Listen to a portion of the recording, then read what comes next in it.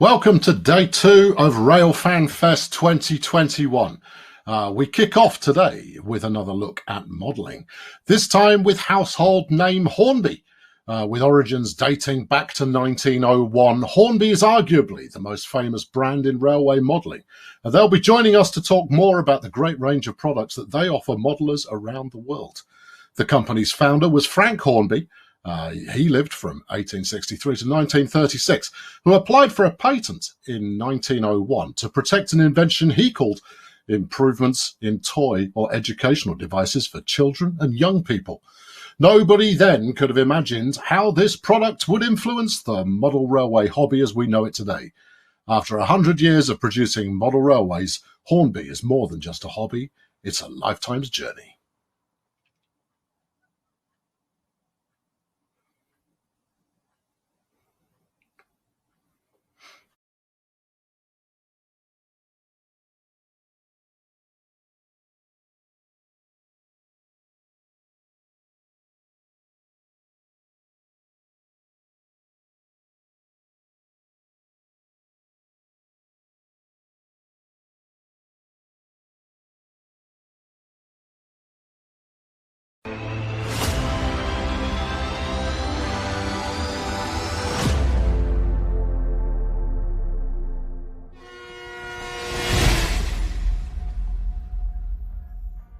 Hi Rail fans, I'm Mike and I work as a video content producer here at Hornby, and I also host our monthly YouTube series Signal Box.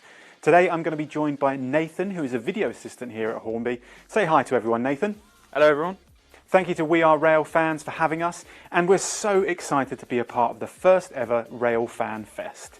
And we're honoured to be alongside so many great partners. Many of you may know the name Hornby. Some of you may even have our logos running on your layouts. But some of you may not know as much. Today we're going to teach you all things Hornby.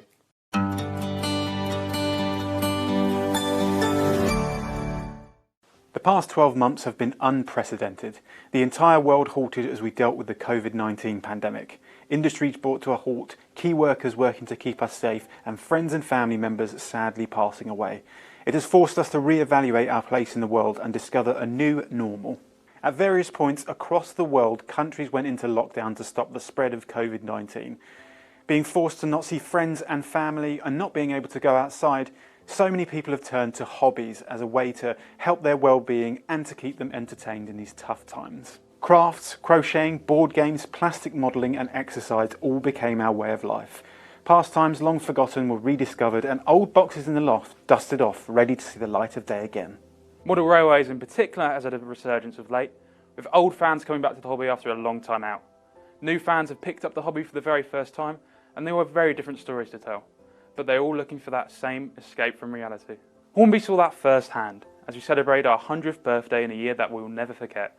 We saw sales of our models increase exponentially, not only for our Hornby brand, but Scale Electrics and Airfix too, as people took to modelling with a passion. So where did it all start for us? Well, it started back in 1920 when Frank Hornby created his first model train. Since then, we've had different eras, different lines and different classes, from steam, electric to diesel. We're going to take a look back through the history now with some of our classic Hornby ads. Trains. Trains. Trying Hornby train sets. Trying Hornby train sets. Trying Hornby train sets. Trying Hornby train sets. If you want a train set, Trying Hornby make just the one you want.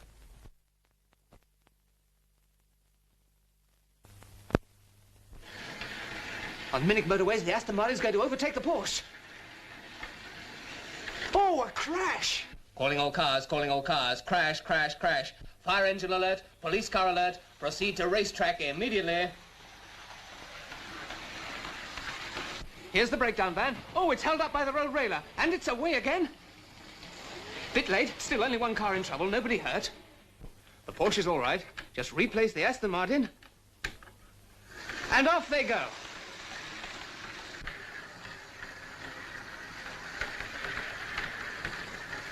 It's an exciting world of your own with Munich motorways. The great thing about Hornby Railways is that they grow on you. And the more they grow, the more fascinating the hobby becomes. Gradually, you can add track, rolling stock, and accessories, signals, stations, special wagons, even the latest Freightliner equipment. Get him a Hornby set for Christmas, Dad. It could be the start of something big.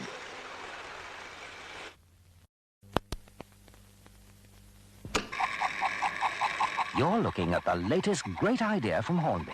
A complete train set for less than £5. No, oh well, thanks very much anyway. Goodbye.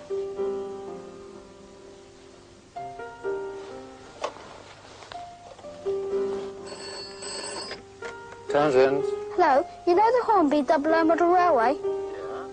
Do you have an R186 signal box? Well, let's see. Yes, I got one left. Great! They've got one, Mum. Good old yellow pages. We're not just there for the nasty things in life, like a blocked drain or a broken window. We can help with the fun things, too. Oh, hello, Ben. Happy birthday, Dad.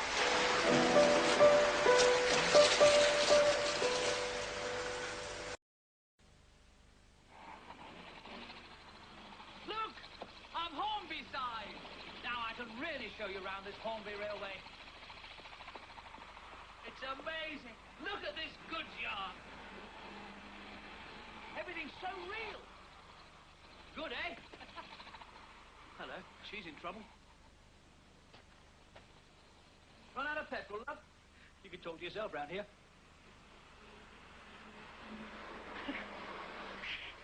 You got the brake on? Stop! That's the last time you play with my Hornby train set. Hornby, use your imagination. I just got this Thomas and Bertie set for my birthday. Then I got the Intercity 225 for Christmas. And then? Then I got serious. Hornby Railways. Start the way you mean to carry on. Always wanted to be a train driver? It's fantastic! With Hornby Digital, the whole world is at your fingertips. Create your own vision on your PC, then make it come alive. And run 100 or more trains and accessories with the amazing Hornby Digital Control. A wonderful world in miniature with you in charge. That's the magic of Hornby.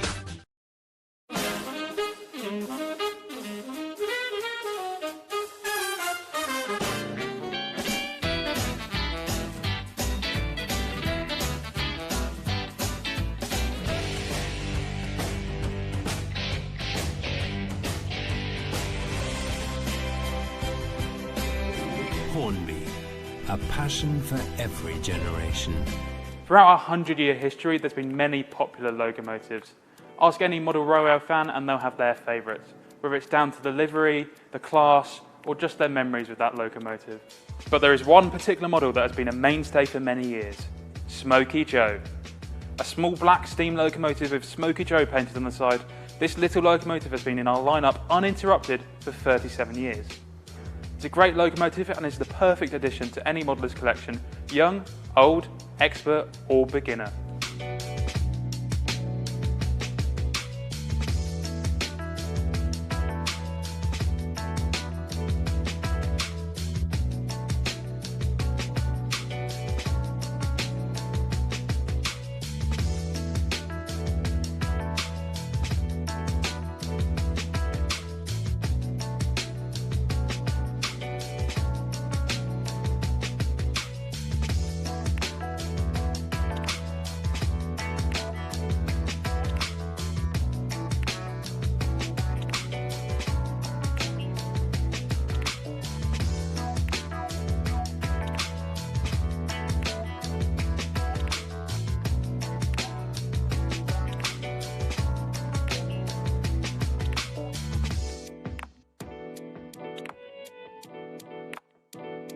Arguably, one of the most popular locomotives that we've released is the Stephenson's Rocket.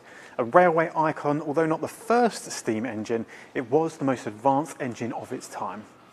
Hornby released the Stephenson's rocket back in 1963, and it quickly became popular amongst model railway fans, not only because of the iconic full-scale locomotive, but because of how amazing this small, powerful model was. In 2020, to mark our centenary year, we released an updated version of the Stephenson's rocket for fans. It soon became one of our fastest-selling locomotives of 2020, proving that nearly 60 years on, this model is still a fan favourite. And what's not to love? The stunning yellow livery, its unique appearance and its heritage. This truly is an example of railways and model railway engineering working in synergy.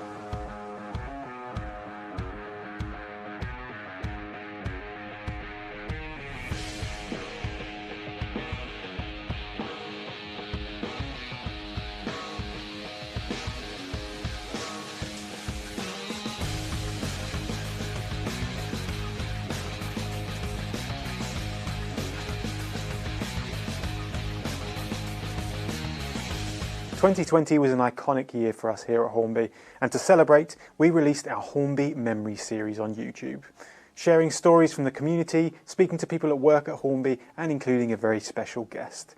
It was amazing hearing all of your stories, so here are some highlights from the series. Modelling is about detail. You know, whether you're collecting them or you're modelling, it's about detail. And my job for 50 years of my life has been about detail. It's about looking at the product, i.e. the artist or the television programme, seeing it as a whole. And I do, without that model railway background, I'm not sure I would have done what I've done, because it has been that quest for detail and perfection all the time that has driven me on, you know. Oh yeah, without a doubt. I mean, model railways have been part of my life since 1950. I mean, even when I worked in America back in the middle 70s, late 70s, early 80s, I used to take, in those days, you could take your trains on the plane. I used to take models on the plane and build them on the plane. I mean, I used to have a little bag with tools in, and I sat, instead of having lunch on the plane, I would actually do some modelling. I mean, the only thing you couldn't take was the soldering iron, but you got your pliers and your glue, and I mean, seriously, I mean, a lot of stuff that I made, particularly when we were making wagons, plastic kits, you know, I'd make them on the plane. And I remember I was working on the set of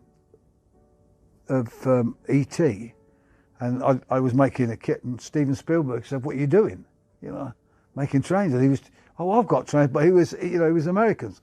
So it's amazing when you bump into people that are railway modelers. It's incredible. First of all, love the people. I mean, there's no real demographic with people who are enthused or excited about model railways.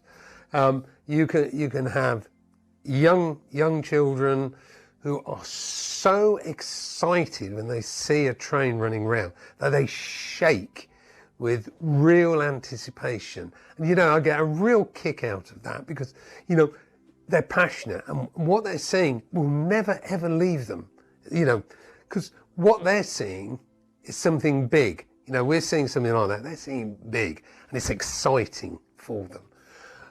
I love going to the exhibitions, talking to the enthusiasts, talking to, somebody who, works in Switzerland trying to find a cure for cancer, and then the next minute I'm talking to a guy who's, retired, probably, worked for the council or whatever, and everybody's on the same level because they're all interested and passionate about model railways or toy trains. It depends, you see. I've never really come to grips with when does it go from being a toy train to a model train, and I've always tried to figure that out. But yeah, I mean, so many different aspects, so many different people, and they all get a different kick out of model railways. So it's the people, it's certainly the product. I love the product, and not just Hornby product. I love to see all model railway product, whether it's O gauge, tin plate, old, new, whatever. Hornby, and I do believe there are other makes as well. But I mean, looking at the other makes as well. So yeah, no, it's just the whole thing, the accessories. People who go to the nth degree to produce an absolutely pucker scale model at a moment in time, to people who just plug the track together and watch the trains race by.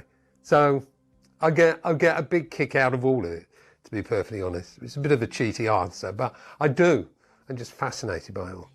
In the past, people have said to me that you go to work and the people that you work with, you spend more time with than your family, and it almost becomes your second family. And I've always been of the mindset that you come to work to do a good job, hopefully, and get the job done. So when I started at Hornby, that was the kind of mindset I had. And as I mentioned, Hornby has helped me grow and develop over the last few years. And one thing that has really sort of developed is the friendships that I've got with people that work here. So, like I said, it's not a specific memory, it's an ongoing memory, but I'm very grateful to be in this business, to work with such wonderful people, and, just to build friendships. The people I work with aren't just friends, they are like a second family. We all enjoy what we do, we all want to achieve the same thing, and yeah, we're just a bit of a strange, unusual family, really. So, yeah, not a specific memory, an ongoing one, but that's certainly something that's most important to me. I'm so grateful and feel so honoured. So when I started at Hornby, I was so pleased I've been given the opportunity to work for such a well-known household brand, and I'm just continually grateful. Model railways isn't something that I knew much about when I started. I didn't have a train set, I didn't have a layout, so I've kind of started from scratch, and there's a lot of wonderful people who work here who I've sort of utilised and learned from, and I've essentially been a bit of a sponge for the last 5 years. My brother buying bits and pieces and putting them in a wardrobe down in our basement in the house, always with the plan of making a model railway, which he never did. And he's pushing 70 nearly now, and he still hasn't made his model railway. But that was my first memory, because I remember actually going in this, because the instructions were you mustn't go in this wardrobe. So obviously the first thing I did as soon as he went out was went in the wardrobe, and there was bits of track in packaging and things like that, and that's my first memory of Hornby, because that's when I saw the name. And I probably was about 5 years old or something like that, 6 years old.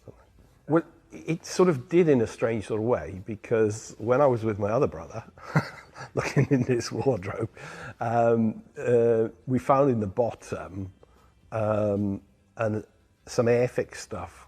And this Airfix, these Airfix were little figures, and there was a pontoon bridge, and so we Now, my oldest brother didn't know that we got hold of this pontoon bridge, but we would take it into another room in the basement, and under the table we would roll dice and play against you had 3 dice against 2 dice, that sort of thing, and you would then attack and destroy and annihilate your brother or something like that. But I can't for the life of me remember how the pontoon bridge fitted in, but the pontoon bridge was part of it. So it's sort of like a strange link to Airfix, really. I've been through some tough times, and particularly, personally tragic times. If it hadn't have been for the model railways, I don't know how I'd have coped, because, bereavement is a very difficult thing to cope with. I found the only way to cope with it was to literally go into my barn and play trains, because you can't, while you're modelling, you can't do anything else, you can't think of anything else. And so your mates come round and you're modelling, you're not thinking about the realities of what's happened in your life or what is happening in your life, you just get on with it. So yeah, it's been a real, I guess, comfort blanket at times, when the only thing I had to hang on to was literally model trains. People that come around your house when you've got model trains never want to ask you about your problems. Can we go and play trains? So you can forget your problems. As soon as you cut the controller and you're in charge of that, that train or that engine, you forget all the problems. It means it means the world, doesn't it? I mean, I've worked, I've been around sort of this industry officially since 1971. So that's a few years, it's meant, if it hadn't meant anything, then I wouldn't have done it for as long as I have. So it means a lot. I must admit, my current wife has always said, there's 3 people in this bed, herself, me, and Hornby, which I think is quite an amazing thing when you consider the number of people who work for Hornby, because the bed ain't that big. But, it's always been a little bit of a balancing act. Is it the family? Is it Hornby? Hornby supports the family, so it's always been a little bit of a juggling game. But, Hornby, to me, it's a family. It's part of really what I do. So it means a huge, huge amount. And I'm very proud to be part of it. Of course, without full-scale railways, our models wouldn't exist. And although we love our smaller scale representations, there's nothing quite like seeing the real thing. The engineering that goes into creating a locomotive is truly breathtaking. In 2018, it was announced that Locomotive Storage would be opening a museum to show off a collection of full-scale locomotives. Its home, right here next to Hornby. The first locomotive to be welcomed on site was Bitton. Since then, several other locomotives have joined the collection, and in August 2019, some lucky attendees were given a chance to see the new resident up close and personal. In the last 18 months, the project has moved to planning permission from the local council, giving the go-ahead to turn the former Hornby warehouse into a brand new visitor attraction. The application was developed together with haptic architects. Their ideas include transforming the building's fascia to include wall displays which give you a sense of what the museum is about from the moment you arrive. Then take you on a fascinating journey into the world of locomotive engineering. Once open, it plans to operate the one-to-one collection museum 7 days a week. Joining us here in Margate, it will allow visitors to see the scale models before they see the real things next door.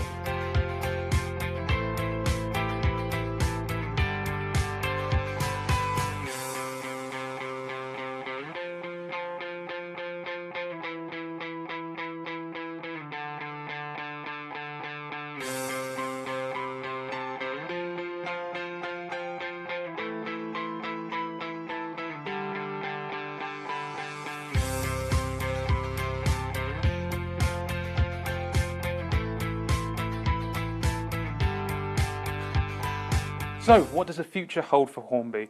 Well, this year we're going to be releasing our brand new app, HMDC, which will allow you to control your locomotives, your accessories and your points, all from your smart device. We continue to engage with the community on social media, including YouTube, embracing live production, video content and technology. We're releasing models to encourage younger modelers into the hobby with our Play Trains range to excite the next generation of model railway enthusiasts. And who knows, we may have a few surprises up our sleeve. The past year has shown us that nothing in the world is certain, but one thing's for sure is that the passion for hobbies, railways and model railways will always be there, and as long as it is, Hornby will be along for the ride. Thank you for being here today. We do hope you'll join us on our YouTube channel in the future to see more of us, and of course follow us on social media. We'll leave you with our Hornby 100 film celebrating 100 years of Hornby. Until next time, I'm Mike. I'm Nathan. And we'll see you at the next stop.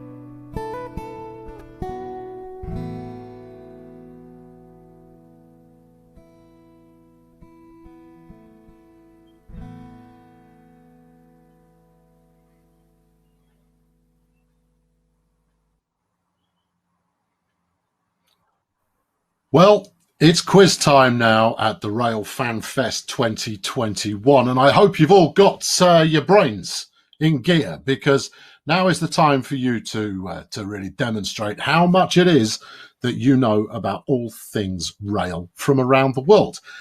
We are running today's quiz in Kahoot, which, if you've never used it before, is completely free to use and it requires no registration. You can sign up and join the quiz right now by heading on over to kahoot.it or by downloading the Kahoot app and inserting the game pin displayed on the screen now. We'll give you a couple of minutes. It's okay. We didn't give you any warning. You knew there was a quiz, but you didn't know where it would be. So we'll give you some time. The quiz lasts for about an hour, and it should allow you to flex everything you know. Now, unlike most quizzes, the trick here is not simply getting the question right. No, it's about how quickly you get that question right. We can support up to 2,000 players, so don't be shy. You'll kick yourself if you don't join. Go on. I'm going to give you plenty of time. I'm going to give you a good, let's say, minute and a half to get yourselves in the door there. We can see the players coming in now. That's it. We'll see. The more the merrier, frankly, and I really want to see those challenges. I want to see the depth of knowledge, and you'll get yourself name checked if you do particularly well. It is very much about the bragging rights. This one, you're going to be tested, and I've been through the questions and I got a few of them right. So some of them are easy. That's basically where I'm going with that one. But no, there you go. Keep it up. Get yourself in there. We're up to come on. There you go. There's 50 players in the door. I'd like to see 100, but we'll give it another. Let's say 30 to 40 seconds, and then we'll get this show on the road. If you are a little bit behind the curve, if you're still waiting for the app to download, or some accursed mobile telephone shop is giving you the runaround while you try and find the app, don't worry, you can join after we start. You'll just have a little bit of a handicap there, but it'll be totally worth the effort, I assure you. A good selection of people coming in already, and we'll get underway presently. If you've not done it yet, go to kahoot.it in your web browser, stick in the pin there, and the questions will appear in the stream, and you'll get to answer the quiz via either your browser or mobile device by picking a color. It's multiple choice. I mean, we could have made it easy. It's easy. That they do this with kids in school, and that's how straightforward this is. I mean, you've got advanced knowledge of locomotive engineering. I mean, this should be child's play to you. You should have no trouble at all. Yeah. Okay, we'll go. We'll give it another 10 seconds. 10 seconds to be in for question one. You can still join after the quiz has started, but let's see what we're rolling with. We've got 72 people. 71, but someone bailed out. No, they're back in. Sorry, 72. Here we go. Eyes down, or rather eyes, you want to watch the stream and then be ready to go quick on the answer when the colours come up. Are you ready? Here we go. We're away. Kahoot at work, because we are at work, obviously. Yeah, no, at work is definitely what we're doing here. All right, here we go. Question number one, where was the main locomotive building and repair works of the Pennsylvania Railroad? You've got 30 seconds to get your answers in.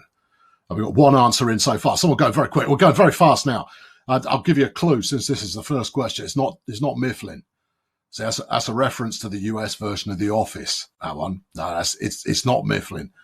If you've answered Mifflin, I question whether you're going to do well in this quiz or not. 3 seconds remaining. 2, 1, and we're there. And 33 of you said it was in Pittsburgh. No, it was in Altoona. Altoona. I'm not entirely 100% convinced of the pronunciation there, but we'll skip quickly on, and that way nobody will notice. So far, up at the top of the chart, we've got Jay, followed by BP Bill. We'll pay attention to the leaderboard as we go on. Which one of these is not one of the big four railway companies that became British Rail in 1948? GWR, LNWR, LNER, or SR. Alternatively, just make up your own combination of letters. As long as the last one is an R, you're probably golden. 15 seconds to go. We've got 30 answers in already. It's going to be good. It's going to be a big one. Yep, there it is. The delay is pretty big. You can't answer because it's too quick. The stream delay is an issue. See, this was not something that was accounted for. If you refresh the stream, I'll hold us here for a moment. The answer was LNWR. We'll hold here for just a moment. If you want to refresh the stream so that you are bang up to speed on the questions being done, then I'll give you a 30-seconder. I'll go over onto the leaderboard here, and we'll just hang out here, just so that Jay can really kind of go, yeah, I'm Jay. I know everything. And more than that, I know it fast. Well, I mean, I'll be fair. Jay knows everything in 2 questions. I mean, it's not that solid. But there you go. Stream delay. Yeah. So here we go, team. We didn't think of that. Stream delay. We should have made it a little bit more whatnot. Apparently, if you watch over on twitch.tv/Dovetail Games, you will be able to experience it with a slightly slower or slightly less delay on the stream if you want to be competitive. I will crack on because otherwise we're going to run out of time on this. But there you go. Next up, here we go. Question 3. In 1883, which famous train left Paris for the first time heading for Vienna and Constantinople? Was it the Orient Express? Was it the Hogwarts Express? Was it the Day Continental or the Golden Arrow? 20 seconds on your clock. Orient Express, Hogwarts Express. No, you can't ask a friend. The Day Continental or the Golden Arrow. There is no 50-50 option here. You should probably guess this one. Yeah, you probably get it. Yeah, I reckon we're gonna have a strong percentage. 48 of you got that correct. The Orient Express was the correct answer. Moving on, and Jay has been dethroned. BP Bill now top of the tree. Another Jonas, MLP Derek, and Moggy also making a show, getting some climbing going in there. Up 10 places, however, we've got BNSF is doing solidly well there. On to question 4. In what year did the first portion of the New York Elevated Railroad, or L, open with steam traction? Was it 1903? Or the blue answer, 1878, the yellow answer, 1930, or the green answer, 1853? Well, there we go. What's it going to be? The answer is 1878, and I was level pegging in there between 1903 and 1878, but 1878 was the correct answer. And let's see how we got on there. Another Jonas, beg your pardon. Moving up to second place, Jay down to third. Jay, come on, stick with it. You've got a title to defend. The faster you answer, the better. But obviously, if you've got a stream delay, you can blame that. If you do poorly, just blame the stream delay. Yeah, that's a good way to go. Question 5. Which class of diesel locomotive is commonly referred to as a peak by rail fans? Is it the Class 45, the Class 66, the Class 50, or the Class 37? Which is it? Do you know? If not, have a guess. Guess correctly, though, and quickly, I would say. If you're going to go wrong big. That's the only way to live. 27 of you knew that's the Class 45 is otherwise known as the Peak by rail fans. And that will put another Jonas up into top place. 3 players are now here, 3 in a row. Well done, those 3 people. I've no idea who it is. You probably know if you made it or not. BP Bill there got that one wrong. Oh, Bill, you're letting us all down, but mostly you're letting yourself down. Moving on to question 6. What does the abbreviation BART stand for in connection with San Francisco's mass transit system? I'm not even going to read these out. I'm not going to do it because it's too obvious. It's really, really straightforward. Very, very straightforward. It's about robots. Yeah, definitely. Go for robots. Yeah, see what we got there. There we go. It is the Bay Area Rapid Transit, and that's all good. Yeah, okay, right. Moving on. For those of you who have suggested that perhaps extending the length of the questions would be a good idea, unfortunately, the question length is already set. This is, stream delay. Stream delay. That's a thing that happens. Anyway, another Jonas back up into first place, or continuing in first place as we move on to question 7. What is the name of the A4 Pacific that holds the world record for the world's fastest steam locomotive? Is it the Bittern, the Black Prince, the Flying Scotsman, or the Mallard? Wait for it. Yeah, if you can watch the stream on Twitch, you will be a little bit closer to the question asking. There you go. Many of you knew that one. It is, of course, the Mallard. How did we do there, scoreboard? Still got the same leaders, but Daytona has just climbed 33 places. Not quite in the top 5, but clearly threatening. Next up, you've got a puzzle. Put these locomotives in the order of weight, lightest on the left and heaviest on the right. You've got the Union Pacific Big Boy, the China Railways HXD2, the SMDS D90 Mac, and the DB Class 151. Lightest to heaviest, left to right. You've got 40 seconds. And you've got 30 seconds left on the clock in order to make that happen. There you go. If you haven't been able to keep up with the pace so far, apparently it is YouTube that is giving us the biggest delay. If you're watching on either Facebook or Twitch, the delay is not quite so severe. So apologies to YouTube players, but that's the internet. It's an unpredictable mistress, but we do what we can to appease it. 5 seconds remaining. Let's see how we've gone. 58 of you have answered already. And let's see what we get. Yeah, okay. Well, the correct order is the China Railways HXD2, then the SD90, then the Class 151, and the big fat boy of the Union Pacific. Is a big lad, and he knows it. So, next up is question 9. The high-speed Shinkansen services are found in which country? Is it South Korea? Is it Thailand? Is it China? Or is it Japan? You've got 15 seconds to make it happen. South Korea, Thailand, China, or Japan? And I wonder if having Mount Fuji in the background is perhaps a bit of a giveaway. 53 of you recognise that Japan is in fact the home of the Shinkansen. Yeah, I mean, you know, it's about as obvious as you can get, really. Anyway, another Jonas still out in the lead, ahead of Jay, MLP, Derek, Stoney, 997, and Jonas, not another Jonas, the original Jonas.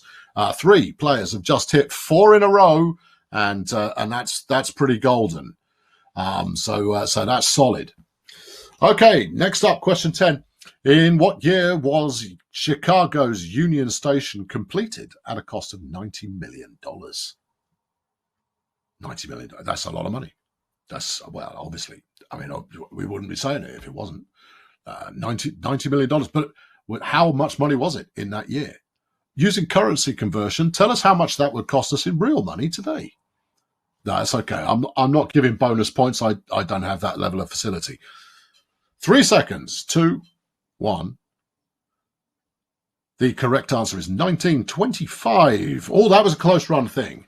Those of you who answered 1919, no, not so much. So what's that done to the scoreboard there? You know, we shouldn't go to the scoreboard every round. Jay's back on top. Another Jonas knocked into second place, ahead of Marcus, who has moved up strongly. KTL, Rob Powell, and Loz 563. now making an entry into the leaderboard. Question 11, which steam locomotive valve gear is this? Well, there you go. Is it a Caprotti? Is it a Valschertz? Is it a Stevenson's? Or is it a bull-eyed chain-driven? Yeah, I know. You can complain about my pronunciation later. You're just going to have to get what you get on that one. And the correct answer is, it is a Stevenson's. 18 of you getting the question correct there. Loz has the current highest answer streak with 3. Loz is on fire, figuratively speaking. Next up, question 12. When was the first public steam railway built? Was it 1804? Was it 1795?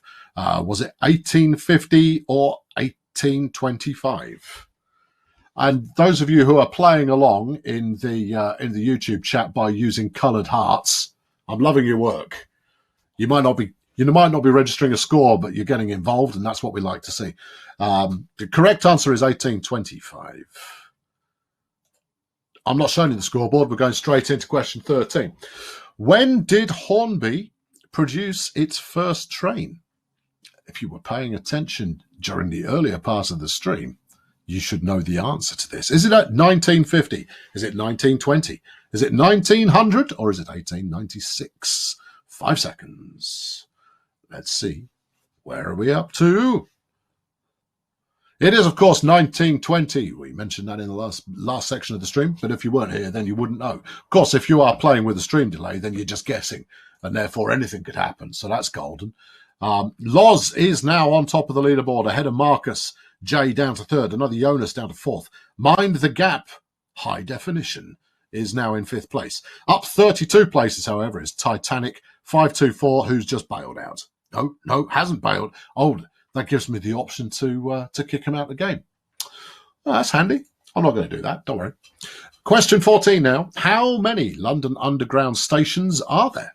Is it 301, 167, 270, or 262?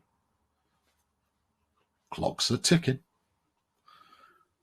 We've got 55 answers in the answer pod at the time. I go 60. This is a pretty strong showing we've got going on here. The correct answer is 270 stations on the London Underground.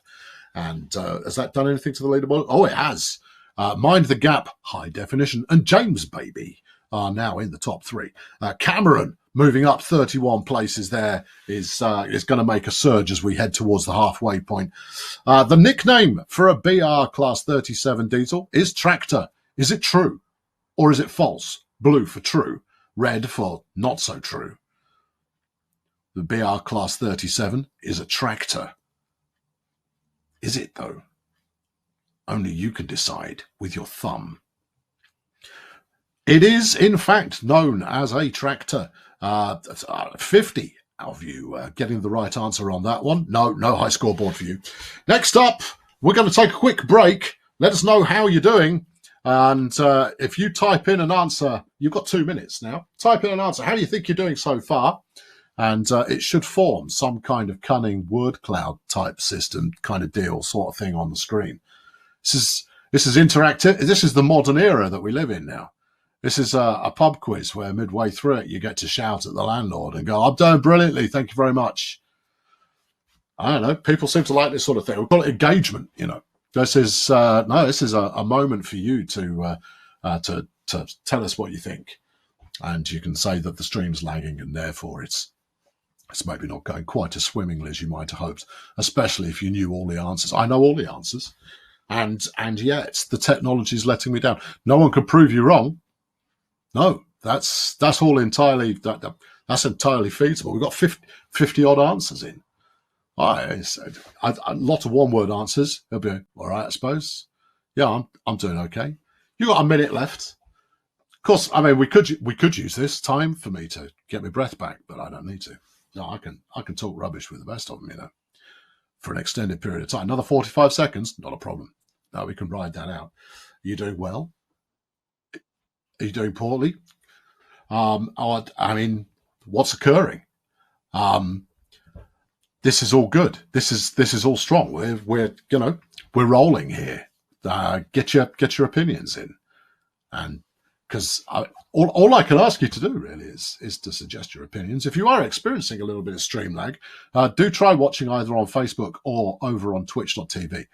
Because the latency is not quite so bad. But obviously, if you haven't been playing so far, just play along using the little hearts on YouTube. If that's where you're watching, it'll go swimmingly for you. No, it'll be all good. And yeah, I mean, okay, let's find out what you wrote, shall we? There we go. Here's the word cloud. Oh, hold on. Better than I thought. Yeah, I got most wrong. Poorly. Perfect. Delay. Valid. Good. Good is by far the by far leading at the moment. My lords, blowing a gasket, platform 0. Nice. Lag. Yes. There is too much O, but obviously not enough characters in there. Good-ish. Yeah. Stream delay. Yeah. Yeah. Okay. Look, we'll take that on. We're going to power through and see how we get on. But I think ultimately lessons are being learned as we speak. Right. Let's crack on. It's number 17 now. Which London railway station features the additional platform 9 3/4 in the Harry Potter book franchise? Is it King's Cross? Red. Is it Waterloo? Blue. Is it Paddington? Yellow. Is it Euston? Green. There you go. I've got Nat online too there telling me she's finally worked out an answer to one of them. Yeah. Okay, well done. 5 seconds or thereabouts. Now it's 5 seconds. There you go. Get your answers in. How many of you also like the Potter? Most of you. Well done. You've all at least seen the movies. 60 of you got the correct answer on that one. It was King's Cross. Let's check in on the scoreboard. Not a lot of change there, I'll admit, so let's move on. Question 18. The Chinese Fuxing services, or Fuxing, can average 180 miles per hour between which two major cities? Is it Beijing and Shanghai? Is it Beijing and Chongqing? Is it Shanghai and Chongqing? Or is it Beijing and Nanjing? The Fuxing services can average 180 miles per hour between which two major cities? I don't know. I think it's going to be... I'm going to go with that one. All right. Yeah. All right. We'll see if I'm right. I was wrong. Okay. It is Beijing and Shanghai. The red answer was the correct one there. Moving on. No, I want scoreboard action. Mind the Gap High Definition is now top of the tree by a mighty 28 points. Loz in second place. Marcus is now in third. Mikey 9835 in fourth, and Stoney 997 is in fifth. Combo Breaker, 3 players just dropped their answer streak of 4. What a disaster. How will you ever be able to live with yourself? Question 19. How many New South Wales 38 class steam locomotives are left in various conditions in Australia? Is it 4? Is it 10? Is it 1? Or is it 38? That's a random selection for you. How many class 38 New South Wales steam locomotives are left in Australia? It's not running, that's just left. I mean, left somewhere. The correct answer was 4. Just 4 remain. There you go. No scoreboard for you. Moving on. Question 20. The wheel arrangement 484 is denoted by the US term Niagara. Is that true or is it false? Blue for true. Red is false. Blue for true. Red for false. The 484. Is it a Niagara or is it not a Niagara? Well, we're going to find out, aren't we? The correct answer is, it is true. It is known as a Niagara. Moving on. Hold on. No, Mind the Gap HD is on fire, has 9 questions in a row, and is therefore obviously cheating. Marcus is in second, Jay up to third, Mr. Aziru is in fourth, and Mikey has dropped to fifth. Coming up, question 21 is a poll, just for fun. Oh, it's not even a question, it's just for laughs. Which is better? Is it steam? Why are we asking this question? It's going to start a fight in the chat. Is it steam? Is it diesel? Is it electric? Or is it other? Elastic band powered? Hydrogen fusion, nuclear train powered there. Was this because we had to have 4 answers? Or is, I mean, you should have gone with all of the above there. And it's 3 people have gone other, people who enjoy an elastic band powered train, but it was ever so slightly, very narrowly, electric out in the lead there, ahead of steam and diesel. Well, now you know. We all know now. Okay, moving on. Question 22. Seven Bridge Junction, the world's largest operating mechanical signal box, is located near which English town? Is it Andover? Is it Shrewsbury? Is it Carnforth? Or is it Penzance? Andover, red. Shrewsbury, blue. Carnforth in yellow and Penzance in green. Pull a lever. Take your chance. The correct answer is Shrewsbury, with 37 votes right there. Go on, scoreboard me. Marcus takes the lead. And, well, I assume that means either Mind the Gap was pretty slow, Google faster. Or I don't know if you're asking Amazon if it knows the answer to these things or not. And then Loz563 has made an entry there. We've got 3 players who have got 6 questions correct in a row. Strong. Question 23. Which 2 countries are linked by the Victoria Falls Bridge? Is it the US and Canada? Is it Zimbabwe and Zambia? Is it the UK and Ireland? Or is it France and Italy? Presumably it's one of them. Otherwise we wouldn't have made them answers. 10 seconds. Get your answers in. 60 of you have done already, so actually I don't need to tell you to get your answers in. You're already on it. You don't need me. I mean, if you could just read the questions in a timely fashion, you'd probably be fine. It is Zimbabwe and Zambia. Not so much on the UK and Ireland there, no. 5 of you gave it a go, though, anyway. I suspect you just press yellow. Either that or your dog's answering the questions. Moving into the top 5, Rob Powell. It makes a return to form as we move on to the halfway point, question 24 of 48. Which famous Italian car manufacturer once had a railway division? Was it Ferrari? Was it Lamborghini? Was it Fiat? Or was it Maserati? Well, which is it?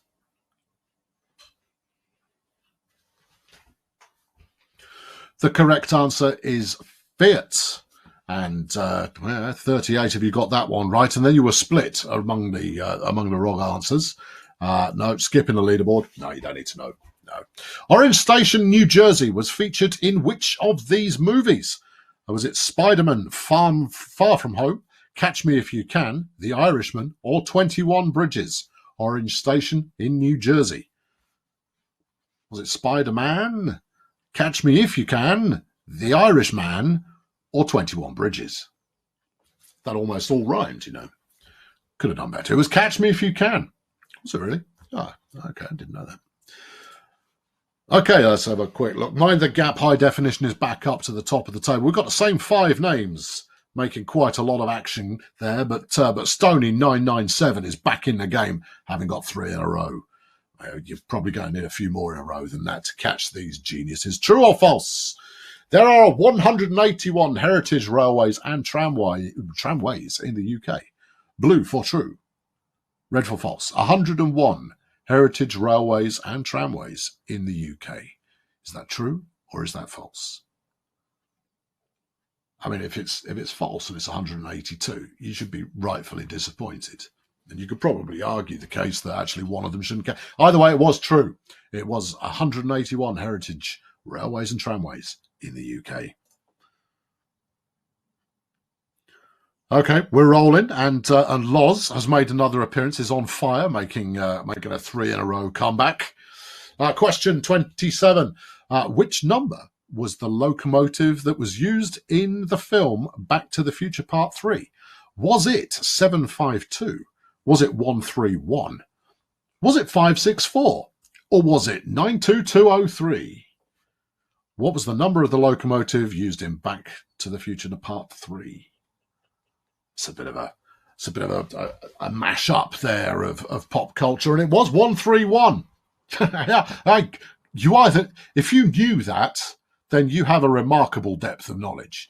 Everybody else, I suspect, given the range of answers, I think that was a guest special, that one, which may have shaken things up. Has it? No. But Ed there just gained 5 places. Good job, Ed. Keep it up. Question 28. Which UK railway company had the nickname Muddle and Go Nowhere? Is it the Malton and Driffield Junction Railway? Is it the Manchester South District Railway, the Midland and Great Northern Joint Railway, or Midland Railway?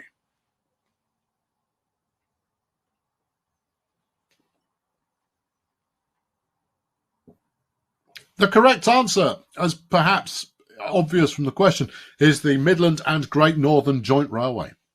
See, Muddle and Go Nowhere, MGN. See, Midland and Great Northern, MGN. See, yeah.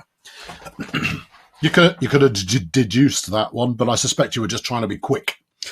Okay, right, strolling on. Marcus is making an appearance at the top of the table. Loz is in there. James Baby is back in the top 5. And Matt Burt is back with an answer, a streak of 3. Well done, and Matt Burt. Question 9. Where in Germany is Miniature Wunderland? Is it in Munich, Berlin, Frankfurt, or Hamburg? And everyone knows this because everybody has it as a, next time I happen to be swinging by Germany, I know where I want to go. Yeah. No, I mean, if you've not seen the videos of it, you should, because they're great. There you go. It is Hamburg. 47 of you knew the answer to that one. And, the world's biggest miniature railway. Model railway, miniature railway, call it what you will. There's probably the correct terminology there. But no, it's quite spectacular stuff. On to the next question, please. I have to push the right button, obviously. On to question 30. Which one of these is not a Swiss railway company? Is it RHB, SBB, BLS, or LMS? RHB, SBB, BLS, LMS. Which one isn't Swiss? Which one would love to be Swiss but just isn't? The correct answer is LMS. And we're going to skip scoreboard again because, we've got to put in some level of maybe on a comeback. How many world records does the Flying Scotsman have? Is it 1? Is it 5? Is it 3? Is it 2? Red for 1, blue for 5, yellow for 3, green for 2. Which is it going to be? And the correct answer is 2. For bonus points, what were they? There's no bonus points, but you can say what they were. It's fine. People will embrace you for your knowledge and go, yes, I'd forgotten about that other one for the most cheese rolls carried at one time. So back to the scoreboard. Mind the Gap High Definition is back on top. Marcus, Loz, Stoney, Jay. We've seen the names. Can anybody else crack in there? EC163 is making a comeback, has 3 in a row now. But will it be enough? Have they left it too late? It's word cloud time now. How are you doing? Are you getting on? You've got 2 minutes. You can type stuff, and I can take a breather. Yeah, type some stuff. And while people are typing their stuff up, let's have a quick look at what remains on today's schedule, where because we've got plenty more Railfan Fest to come today. And after the quiz is done, we've got a Engage special with Ben Ando and the Engage Society. Shortly after that, we've got Chris Eden Green talking about Terrier Locomotives. Then we have Building a Virtual Loco to give you some idea about how trains are built within Train Simulator and Train Sim World. Then we've got a sim gaming panel for you where 5 of the team discuss things that go into making a virtual railroad overall. Tom Connell is with us from 9 o'clock British or 4 o'clock in the afternoon if you're on the East Coast. And he's our favoured railway artist, but he's done way more than just work for us in the past. And that's solidly good. Then, a little later on, we've got the New Journeys feature for Train Sim World 2, where we talk ever so slightly about what we've got coming up in the future. And that will take us to the end of the show for today. You've got 30 seconds to get your opinions of how the form's going. If lag or delay is not the top answer, I'll be disappointed. Yeah, no, it's all good. We'll get it going. We'll be there in just a moment, and you've got 10 seconds to get your opinions in, and then we'll get the joyous cloud of words that tell you everything you need to know about things. Have you all decided to use the right words? Well, there we go. How am I this high? Good, dreadful, moi. I can't see the quiz, but you're still taking part. You know, hey, not so bad. Destination Croydon, you're eating curry. Dun is the warmest colour. Badly, I don't know. Germany, I don't know. Betterish. Liechtenstein, fair play. I'm scared of final. Okay, for the bin. Going to ask the cat. You can't do any worse than you're doing right now if the cat's getting involved. Let's roll. Okay, question 33. The Orient Express is known as the slowest express train in the world. Is that true or is it false?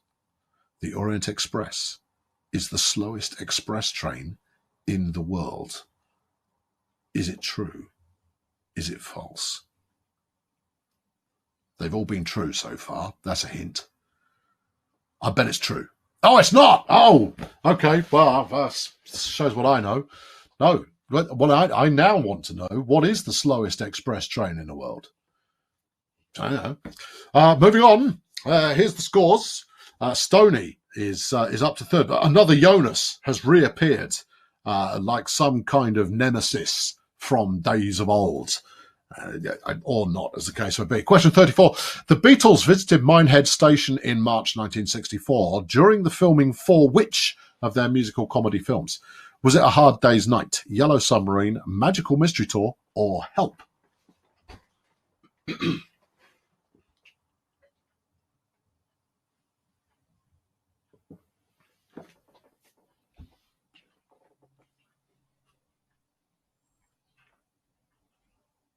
The correct answer, A Hard Day's Night there.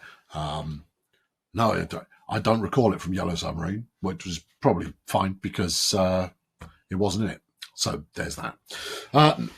How's that affected the scores? James Baby pile driving his way up to third. Captain Dunn has the highest answer streak with 6.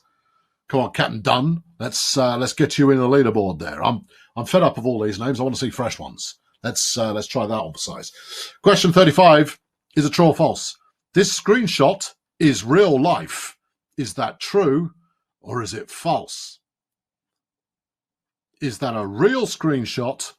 Screenshot. See, if we'd have called it a photo rather than a screenshot, is this a real photo? That's how I would have worded that one, you know. Screenshot implies that it might be possibly from a video game. Yes, false. It's from a video game. Says a quiz run by a video game company about making trains that look quite a lot like the real thing. Really? We couldn't do... Where was the quality control on the question there? The 11 of you who got it wrong, you'll only hear the question in about half an hour, and then you'll go, oh, I know the answer to that now. Moving on. Right, another Jonas and Loz moving back up 32 places, however. DB, who I can only assume is Deutsche Bahn, the entire company, they're playing as a team, has moved up 32 places. Strong. Okay, next. Red Flag 1 and Red Flag 2 class locomotives are built and operated in which country? Is it Russia for red, North Korea for blue, yellow, China, green, Canada? If it's Russia, I'm going to be bitterly disappointed. Red Flag 1 being the red answer. I mean, really? It's not. It's North Korea, though. See, look, those of you who didn't know for certain, you all plump for red. And you thought like that. Question maker is a Burke. But no, it's not the case. No, question Question Master just caught us all out there. North Korea there with red flag 1 and red flag 2 class locomotives. The scoreboard, how's that changed things? Marcus now top of the tree. And Combo Breaker, 7 players just dropped their answer streaks. Oh, you must be disappointed.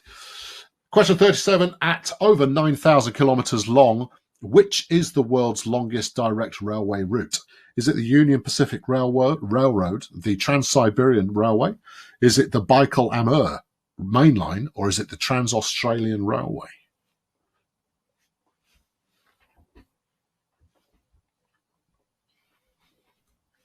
The correct answer is the Trans-Siberian Railway, which is what many of you said it was. 9,000 kilometres. It's going to take you a little while. How's that affected the scores? No change to the scores. The top 5 there, keeping it in play. Artful 72, however, has now got 3 in a row. Come on, Artful, I believe in you.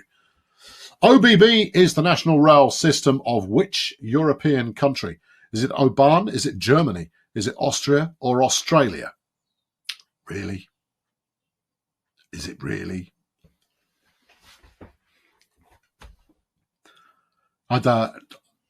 Australia. Yeah, clearly. Yeah, obviously that's the answer. The right answer is Austria. There. Not Australia. Oh. Oh, I see. That's to catch out people that don't read it properly. All right. Okay, fine. But it's only colours on the thing that you're on. Never mind. Okay, good. No change at the top there. Selendis is making a comeback with 3 in a row. Well done. Good job. Question 39. The Thomas Viaduct, the oldest stone viaduct in the USA, a Washington branch of the Baltimore and Ohio, crosses which river? The Thomas Viaduct crosses which river? Mississippi, the Patapsco, the Sandusky, or the Great Miami River? Sandusky, surely. The correct answer is the Patapsco River. Well, there you go. I probably brutally murdered the pronunciation of that as well. That's a new one on me, but there you go. But that could have shaken things up at the top, only in the sense that Stoney is now back in the top 5. 8 people just hit their answer streak of 3, and things are hotting up as we move into the final section of questions. Here we go. In miles per hour, what is the maximum operating speed of the Class 43 HST? Is it 150? Is it 225? Is it 125? Or is it 43?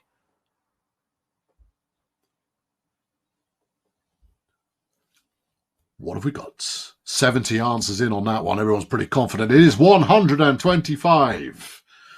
Very good. Oh, I'm just hearing the slowest express is the Glacier Express in Switzerland. Thank you, Jamie. Jamie there, always keen to get involved in some Swiss rail knowledge. 6 players have just hit 4 in a row. Well done there, 6 players. Not quite good enough to break into the top 5 amongst those who are using Google. Question 41. Which of the remaining Union Pacific Big Boys was recently put back into steam in 2019? Is it 4014, 4017, 4018, or 4023? And we've all seen the footage and therefore probably know the answer.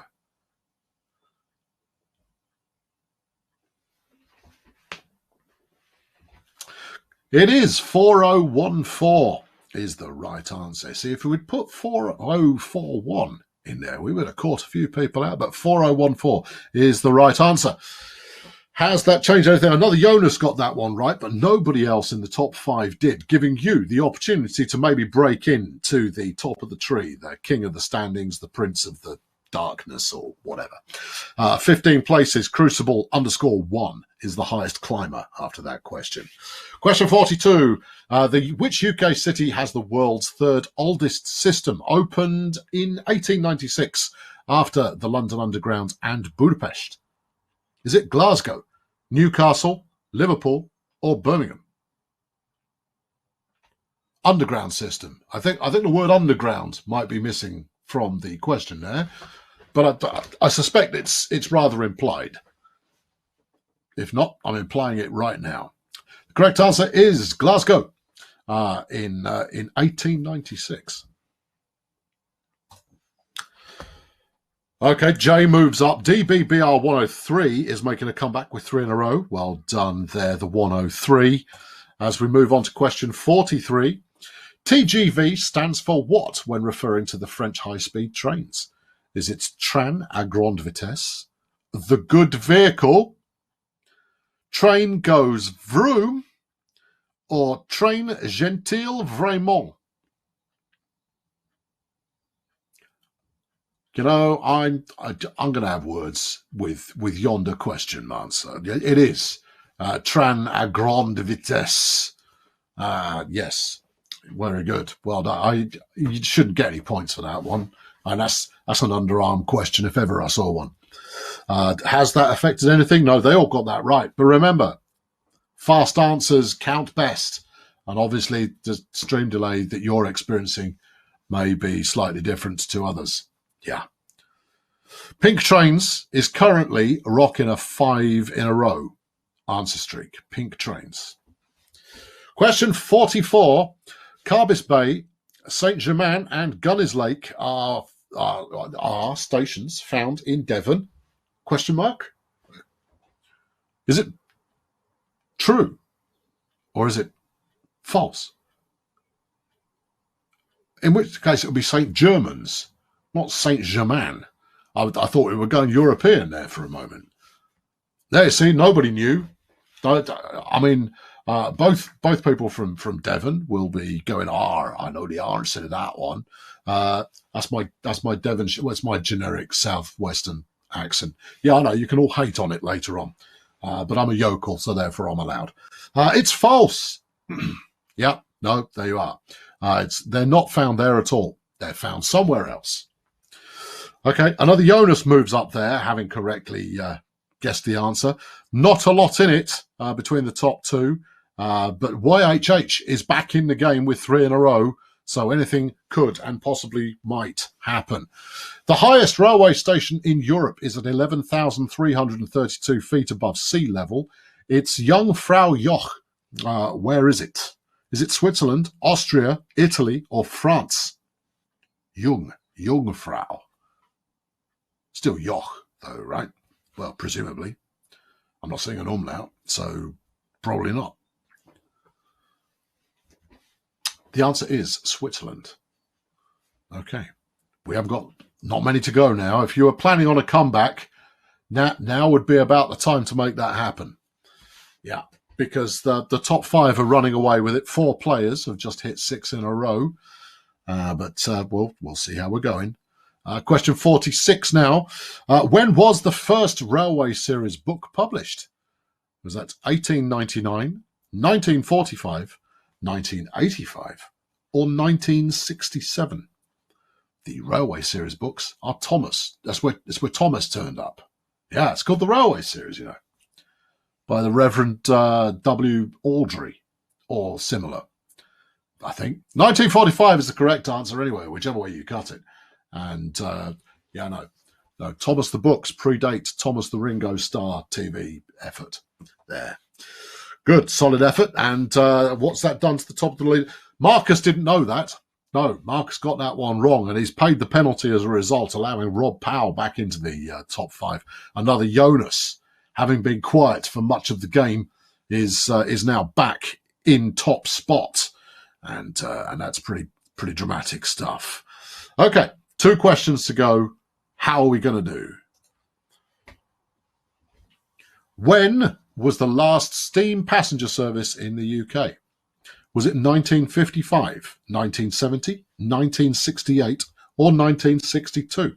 Red for 1955, blue for 1970, yellow for 1968, or green for 1962? The answers on that one, they came in thick and fast. I think people have figured out, if you don't know, just push something. You might not work it out, but you've got a fighting chance there at least. 1968 was the correct answer, and 36 of you got that one right. Let's go. Oh, we got an open-ended. Oh no, we're there. I thought there were 2 questions left. Who do we think is the winner? You've got 2 minutes to decide who you think is the winner. Me is a perfectly viable answer. Let's see what sort of answers we get coming up on this one, because we do like a little bit of the old get involved and say your words. How did your cat do? If you handed the controls over to your cat in the second half, how well did they get on? Maybe they brought their lucky paws with them and trampled all over your electronic device. It's not the kind of behaviour you really want to encourage. You want to keep your cats away from your electronic devices, or they'll just eat them or savage them in some fashion. Well, there we go. We've got a minute to go. Let us know who you think has won, or either that, or you can put in some kind of pithy answer, which I shall endeavour to read, as long as you've kept it clean. Although I suspect, what with this being a service that is often used by young folk of a school age, that have probably got some sort of linguistic filtering going on in there to protect innocent minds from the harshitude of language. Now, for those of you who have experienced a bit of lag in the quiz there, our apologies. Next time we do one of these, we'll maybe allow a little bit longer for you to answer. So even if you're not competitive, you can at least get your answers in to prove that you knew the answers in a digital format. Of course, there's nothing stopping you using pen and paper to do such a thing, of course, but we'll leave it there. We'll just, we'll see how we go on. So in this question, you're going to tell me who you think the winner is, and then shortly after, I'll tell you you're all wrong and it was someone else. Here we go. 68 of you submitted answers. Okay, go on then. Oh, I have to click a button. You're not just going to do it in a dramatic fashion. All right, you're probably going to want me off the screen so we can see everybody there. Let's have a look and see what we've got. I don't know. Me, I'm the winner. I have found lots of you have said that I'm the winner. That's very generous of you, but no, I'm not allowed to compete. I'm maintaining my amateur status so I can compete in the Olympics. Liechtenstein, possibly the winner. I hope me. Dovetail Games is the winner. Yeah. Finished in 4th place. Are you? Have you? Do you already know I don't know who the winner is. He hasn't told me yet. So me, I win at everything. Fine. Okay, Google is the winner. Yeah, okay. Still managed to get a few answers despite the lag. Good work. The railway, because he's something, how does stuff to little dogs? Well, I think there's something for us to all ponder and indeed worry about there. Let's stroll on. Here we go. Here's the final podium. And in 3rd place is another Jonas. In 2nd place is Marcus. Coming from behind late in the day then, it is clearly Mind the Gap, High Definition, who led for quite a lot and made it happen. Jay finished in 4th and James Baby in 5th. Well, there you go. This has been the Railfan Fest 2021. And we've got some stats there. I'll read you the stats. We don't need to see them. Hold on, let's have a look. The most difficult questions. Nobody got the locomotives in the right weight order. None of you, not one. Well, now you know what your homework is for next time we do one of these. Dearie me. Dearie me. We're going to take a short break now. We've got something dramatic and exciting for you to look at, courtesy of Amtrak, I believe, unless I'm mistaken.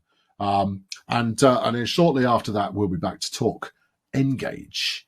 So don't go changing, and we'll be back with more Railfan Fest in about 3.5 minutes. In fact, it continues. The video you're about to see is on topic and full of marvels and delight, courtesy of Amtrak.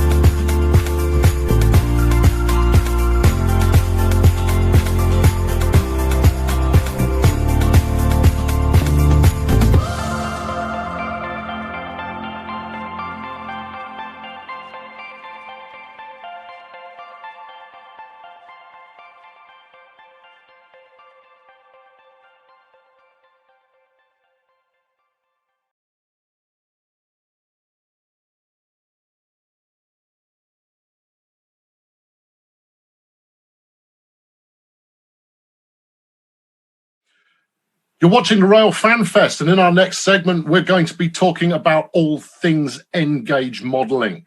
I'm being joined by journalist, writer, broadcaster, and co-director of Revolution Trains, Ben Ando.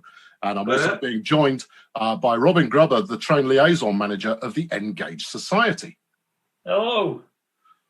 Fellas, what's great about N-gauge? Everything. So, I mean, obviously, 00 and HO gauge are more popular, but why would someone choose to go into N-gauge modelling instead? The main advantage of N-gauge over 00 is it's half the size. So in a given space, you can get a lot more modelling done. Say you wanted to model like a Cotswolds village with a railway station, you could do that in an area of about 6 foot by 2 foot 6, where in 00 you'd only get like a small sidings layout. So that's the big advantage of N-gauge, is the space. You're modelling 2 millimetres to the foot, where in 00 you're modelling 4 millimetres to the foot. Was that the original appeal? Was the lack of space that it needed? Is that why you went N-gauge? My main reason for going into N-gauge was I like to run bulk freight trains. I like to run full length trains. Well, obviously in 00 you're looking at having a layout of about 30 feet long. Right. Where in N-gauge you can do it in sort of 10 to 16 feet. How about you, Ben? Yeah, I mean, I think Robin has certainly picked up the main advantage, which is the size. And I mean, just to sort of really nail that one down, N-gauge is half the length, which means it's a quarter of the area, which means it's an eighth of the volume. So first of all, your collection of models, it takes a lot less space to store, which can be an issue for some of us. And also, when you build a layout, you can build a lot more in a lot smaller space.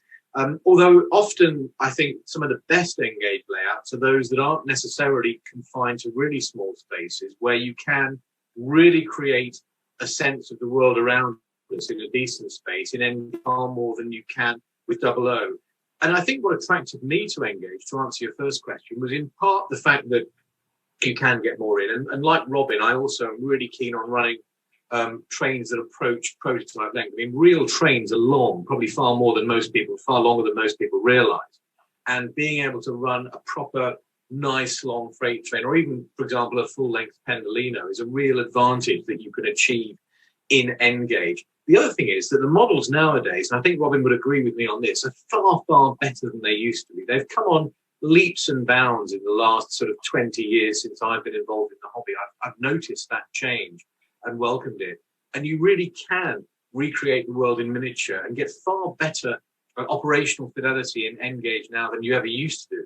And that, for me, certainly makes it just as realistic as 00 when it comes to putting the models next to each other and judging them fairly against each other. I don't know if you can see what I'm currently holding in my hands, but in one hand I've a 00 Class 08 diesel shunter, and then I've got the same again in the other hand, which is N-gauge, and you see the difference in size straight away.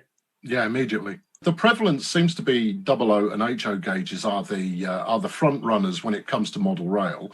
Why hasn't N-gauge picked up to the same degree?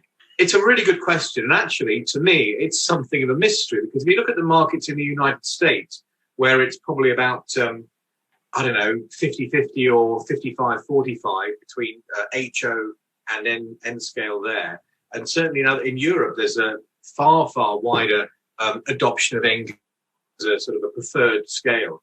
I think part of the issue is that for a long time, there was only really one major manufacturer working in British N-gauge, and that was Graham Farish.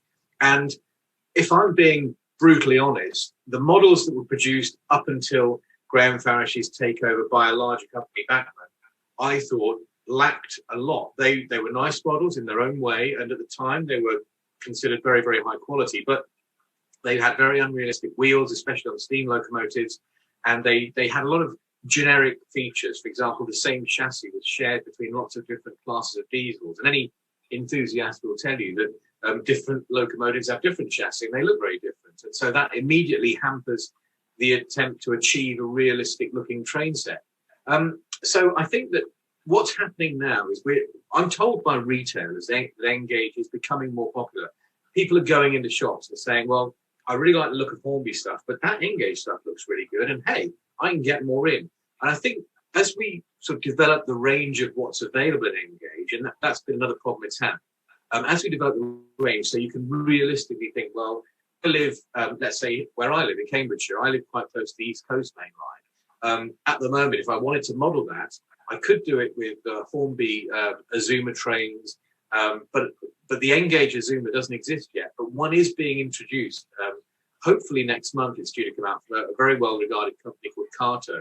And I think when that happens, once you can actually choose whether to model in Engage or double O gauge, the particular line that you want to model, then I think more and more people will start to come over to Engage. But Hornby scale will always be popular. Hornby are the brand that we all know, certainly I know from my childhood. And nobody's suggesting that, double O is going to give way to Engage in any way. I just think that Engage will become more popular. And I think there'll be lots of people who might have a big Hornby layout in the loft and might want a little something in one of the rooms in their house, maybe an Engage, just to play with when it's a bit too cold or too hot to go up into the loft.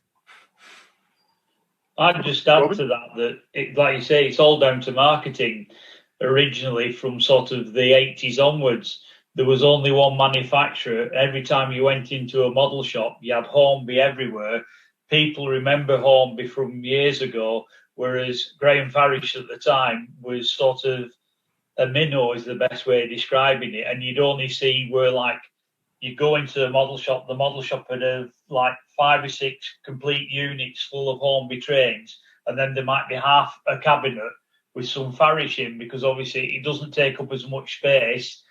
You'd have probably 20 locos in the cabinet, but it would only be a small cabinet by itself on the wall, yet all the double O stuff would be filling 2 or 3 walls to get the same amount of locos in. So just down to marketing, pure and simply originally, and just being one manufacturer. Does the fact that it is a slightly smaller scale mean that it's less capable than its larger brethren? Are there limitations that come with being miniaturized? I would say no. In most cases, the Engage locos will actually pull better than the double O locos. They have a far better power to weight ratio, and because they're smaller, you've still got the same amount of detail on the locos, and it allows you to put more detail into your scenery. So I view it a totally different way. I like modelling layouts in the landscape.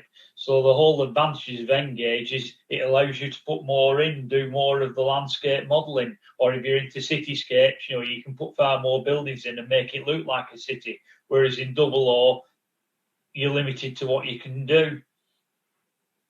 I think that's true. I'd certainly agree with Robin in terms of power to weight, and that Engage locomotives generally can, cope quite well with what they're asked to do. There are some difficulties where the rules of physics don't help. So, for example, as I said, an Engage locomotive is half the length of a double O locomotive, then it's going to be 1/8 of the weight probably, because the volume is so much less. And that does cause some problems. So I think in Engage, you have got issues around couplings, for example. The traditional Engage coupling is very ugly, big sort of square block of plastic. New couplings are coming, and again, that's an area that is being improved. I've seen it be improved. There are better couplers now that enable you to do magnetic uncoupling and coupling, so that you can shunt wagons around without having to touch them with your hands to uncouple the trains. And motors are getting much better. So in recent years, certainly digital control and electronics are used to massively improve the performance of, in particular, Engage locomotives. So now you can have, for example, capacitors inside the locomotive that if it hits perhaps a dead section of track, which is a bigger problem in N than it is in double O, then the capacitor will kick in with a little spurt of power just to get it through that. And also digital control, again, makes things a lot better because you've always got power at the track, and it's just up to the decoder in the locomotive to work out whether the controller is talking to it and telling it what to do. But there's always that higher voltage in the track, which again makes things better. So things are getting better. Engage locomotives certainly perform a lot better than they used to. But if there is an Achilles heel for Engage, I would say it's definitely the couplers where improvements do need to be made. Robin, you went to retrieve something of interest. Yes, I was just picking up a packet of the new magnetic couplings.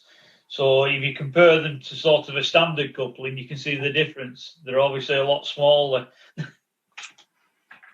No, just smashing. So if you're working with something like DC, so if you are working digitally, do the modules work just fine with Engage, the same as they would do in 00?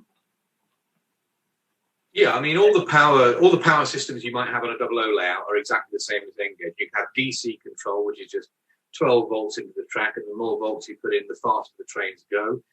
Or you can have DCC, digital command control, and that is a system that has permanent 20 volts in the track, AC, and the controller sends signals through the AC current to little tiny electronic decoders inside every locomotive, telling it when to move. The great advantage of DCC is that you're driving the trains, you're picking on the controller, you're picking a particular locomotive, and then you're telling it to move. So you can have two locomotives next to each other. If it's DC, once you apply power to that track, both the locomotives will move because they'll both feel the volts. If you've got DCC, then you can tell a particular locomotive to move while keeping another one still. And that's a huge advantage. And increasingly, we're seeing locomotives powered by controllers that, for example, a Bluetooth connected to your mobile phone. So you can walk around your layout using your mobile phone and just controlling your locomotives from that. And also, a lot of the models that we're producing now have sound included. So they have tiny loud speakers inside them, similar to the speakers that you put in a mobile phone. And so you can have them, you can press a button and you can make it sound its horn, or you can make it make the sound, for example, of its pantograph going up and down, or its brakes squealing, or whatever else you want to do, really. So there's a huge amount of flexibility coming in via digital control. And I just certainly think that is the future. The only difficulty is obviously each of these decoders, if you want to improve old locomotives you already have, costs around £20. And for a lot of people, that's a significant cost. And a lot of people say, oh, I'm not going to go DCC because it's going to cost me so much to upgrade all my old locomotives. And that's whether it's Engage or 00 come to that. But the thing is, you don't have to do it all at once. You can do it a bit at a time and go forward that way. But certainly for me, I was DC all the way until quite recently, but I'm now a DCC convert. For me, the play factor, the fact that you can operate trains wherever you want to on your layout without worrying about lots of block sections and creating dead spots for locomotives to sit in, makes it hugely advantageous. And sound is lots of fun as well. God, Robin, with a live demonstration, what have you got for us? Well, here we've got a standard DC controller, which just allows your train to go backwards and forwards, just by obviously flicking the switch and changing the direction of the DC. There are cab lights in the actual loco, which obviously just come on with the power, whereas the one on the outer track is controlled off a DCC controller. So without starting up and making too much noise, you can get your air brakes, you've got the horns. So as it moves off, oh, it stopped. You've got the sound of it going. You can get your air brakes for stopping it.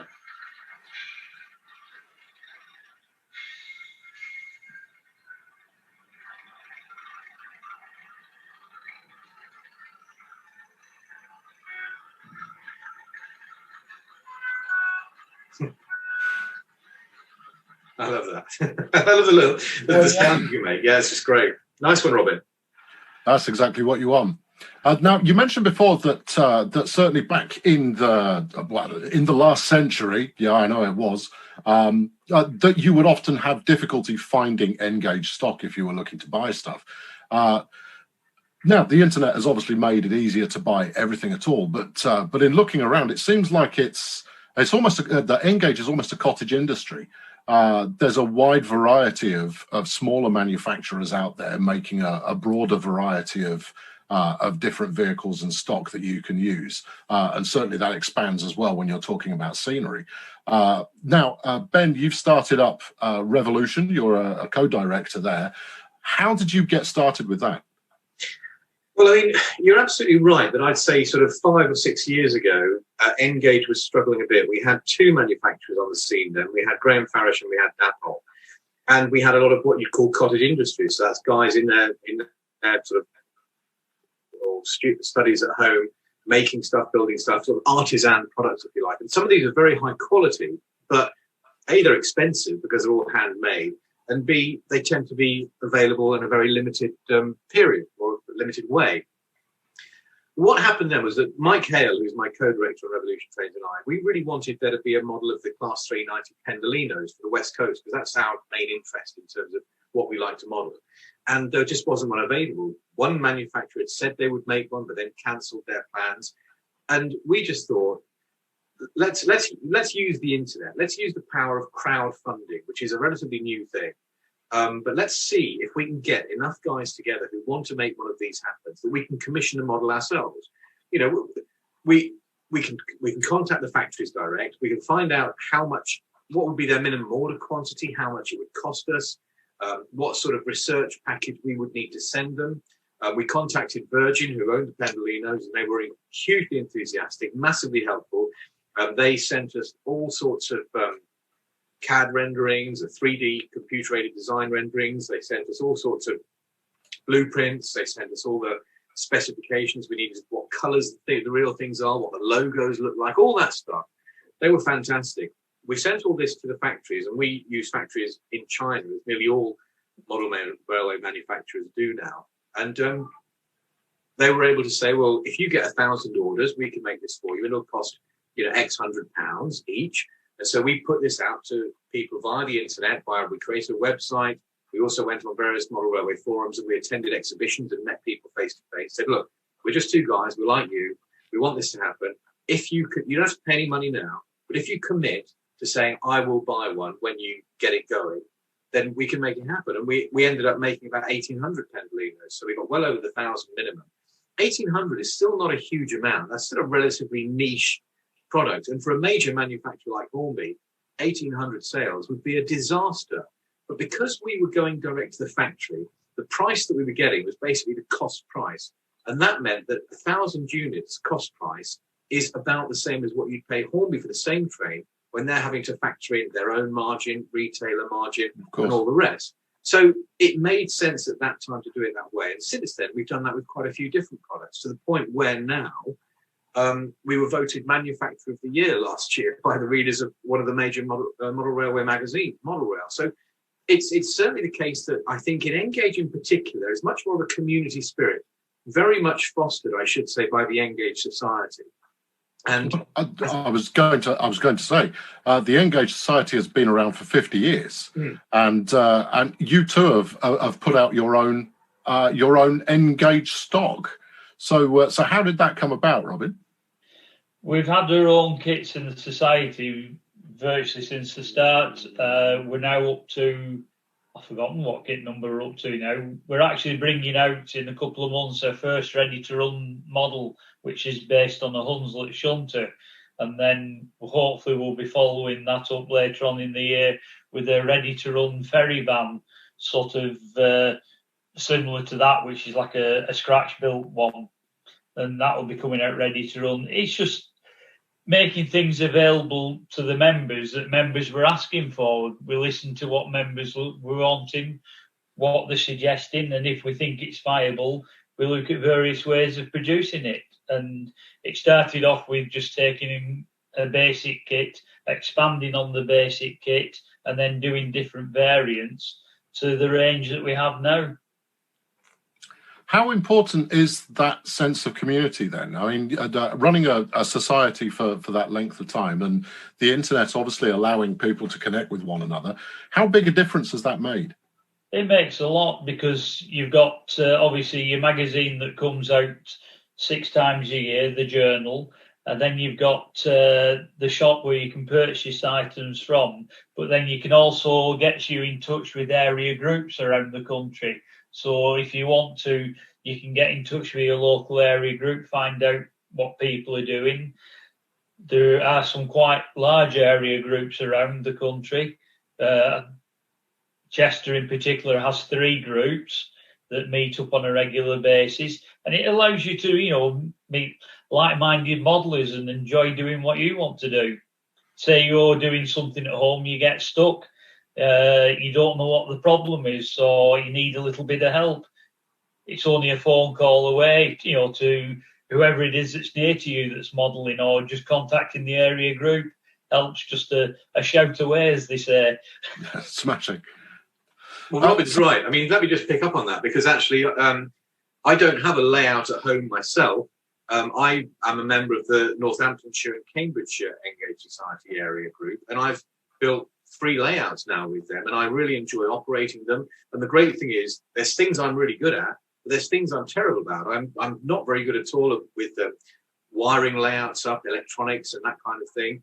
I'm not particularly good at woodwork, although I can just about manage. Whereas there are other guys in the group who are really good at those, or who have access to a workshop where they can do woodwork, or they are trained electronics or electrical engineers, so they're really good at doing the wiring. So between us, we can produce a layout that's far better, perhaps, than individually any one of us could have done. So would you recommend Engage for a new modeler? Are there inherent challenges that come with it, or is it just as straightforward as anything else? I would say it's just as straightforward as anything else, Engage. Obviously, it's better supported now than it was previously, but most model shops now will carry the same amount of N as they will of double O. Everything is readily available on the internet, as you stated before, so I don't see any issues in that. Obviously, you join the Engage Society, that opens you up to specific Engage modelers. It will put you in touch with people in your local area, which will help you move in the directions you want to go along. You can be industrial modelling, military modelling, landscape modelling, whichever you like to do, or just little shunting layouts. I mean, I would agree with Robin there. I think there's no real reason why there is a default advantage now for double O. I think that Engage, there is the width of range, there's the models available, and they're all widely available. I think really, if I was starting out, what I would be saying is, well, what do I really want to get out of the hobby? If I want to have a small number of locomotives that are really, really, really detailed and maybe run sort of just have a motive power depot perhaps, then it might be that I'd go double O, because you can obviously, you can fit, although you fit fewer of them, you can put more detail on them because they're bigger and you can see them more easily. But if I wanted to actually think, I want to model what looks like a real railway, or something that could be plausible, hills, I like to do scenery, I want to have some farms on there, some buildings, tunnels, all the rest of it, I want it to look realistic, then I'd almost certainly choose N, because in N you really can fit a train into a landscape, and all in a relatively modest space. So my last exhibition layout, that was based on Grange over Sands. So I've modelled the complete seafront with the station right up to the footbridge, and it was in a space of 14 feet, and you were running prototypical trains along the Cumbrian coast for it. Yeah, I mean, can I just say, actually, Robin, I should tell you that Grange over Sands is a fantastic layout. I've enjoyed watching it at lots of exhibitions over the years, and there's some detail on there are superb. For example, you've got a model of a rescue helicopter that's winching somebody up off the sands, and it's little details like that that you can put into the scenery that make the whole thing come alive. And the way that you depicted the sort of the tide out with the sort of the exposed shingle and sort of the different, the seaweed and all those sort of little details you've done is absolutely superb. And it's a brilliant layout, and really showcases the kind of scenic modelling that you can really enjoy in Engage, that in double O you'd need so much space, it'd be far, far harder. Yeah. Then we have the working roadway at the back as well, besides having the trains on, to give more interest. Well, at the risk of raising a topic that everybody's completely sick and tired of, for the last year we've all been locked inside, and certainly as a bloke with hobbies, it's given me the opportunity to do more. Have you seen the opportunity? Have you seen much growth in interest over the last year? Yes, a lot of people have been doing railway modelling because they can't do anything else. So So there's a few people that friends and that have never shown any interest before, and that, and quietly been sort of sneaking phone calls to me. I've picked this up. How do I do this? They're quite funny. I enjoyed that.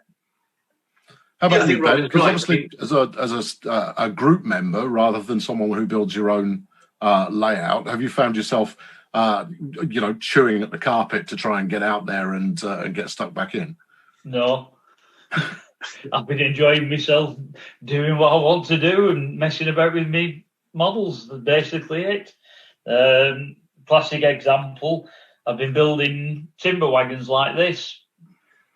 It's purchased as a kit in frets like that, and then you make them up like that. So I've made about 8 or 9 so far, various other things. I've been doing my own resin casting, making bits and pieces for detailing on the layout, boxes and pallets, engines, some like ground goods vans for lying around doing things. You can build up buildings. It gives you time to do things around the house, stops you getting bored. You don't have to go anywhere. You can order things online. Keeps you busy, keeps you occupied. Smashing. I mean, Robin's right. It is certainly the case that you can always find something to do. There's always a little bit of detail that the layout might need. But yeah, I mean, in terms of me, I don't have a layout at home, although I spend a lot of my time working on new projects and developing items for Revolution trains. I haven't been able to meet up with the group of guys who I'd normally be meeting up with once or twice a month to work on our layouts. And we actually, about a year and a half ago, so before anybody knew anything about COVID, we sold a previous exhibition layout. We bought the wood and we bought the track for a new layout that we were planning to build in 2020. We started work on the baseboards towards the end of 2019, and they're just about finished. And then they just sat in a club member's garage when COVID hit, and we haven't done anything. So we're hoping that if we can start to get out of this towards June, July of this year, and social distancing regulations are relaxed and we can start to meet up, then that's a layout. It's based on Shap Quarry in Cumbria, but that's a layout that we will be looking to build and get started, and get it out there and exhibit it when exhibitions reopen. So, Robin, you build a lot of stuff from kits, and you mentioned scratch building earlier on. 3D printing is spreading like wildfire throughout all kinds of model making communities. Have you invested in one yet yourself? Yeah, there's different types of 3D printing that I do. You can do stereolithograph printing, which will give you that body there that you print off as a master, and then I use that as a master to make me mould for doing my resin castings. So you can do that. Or you've got your sort of what they call PLA or ABS printers, 3D printers, and they'll give you that sort of an item, which it's nice, it's well detailed and that, but it's not, you can't get the same amount of detail in that side of printing as you can in that one. I don't know if your camera's picking up or not the detail on that one, but that's all wooden planked and has louvres in it and everything, whereas this is more basic, a bit more flat plastic, if you can see. So I have both types of printers, but I'd say I use the stereolithograph more than I use the PLA printer, just for the quality in the finished product. And then you can, like I say, the engines, they're done, print a master off on the 3D printer, then I just make a mould and then resin cast what I need afterwards. So, Ben, obviously the 3D printing gives you the opportunity to kind of prototype after you've built, presumably using a CAD system of some description, a new train, a new model.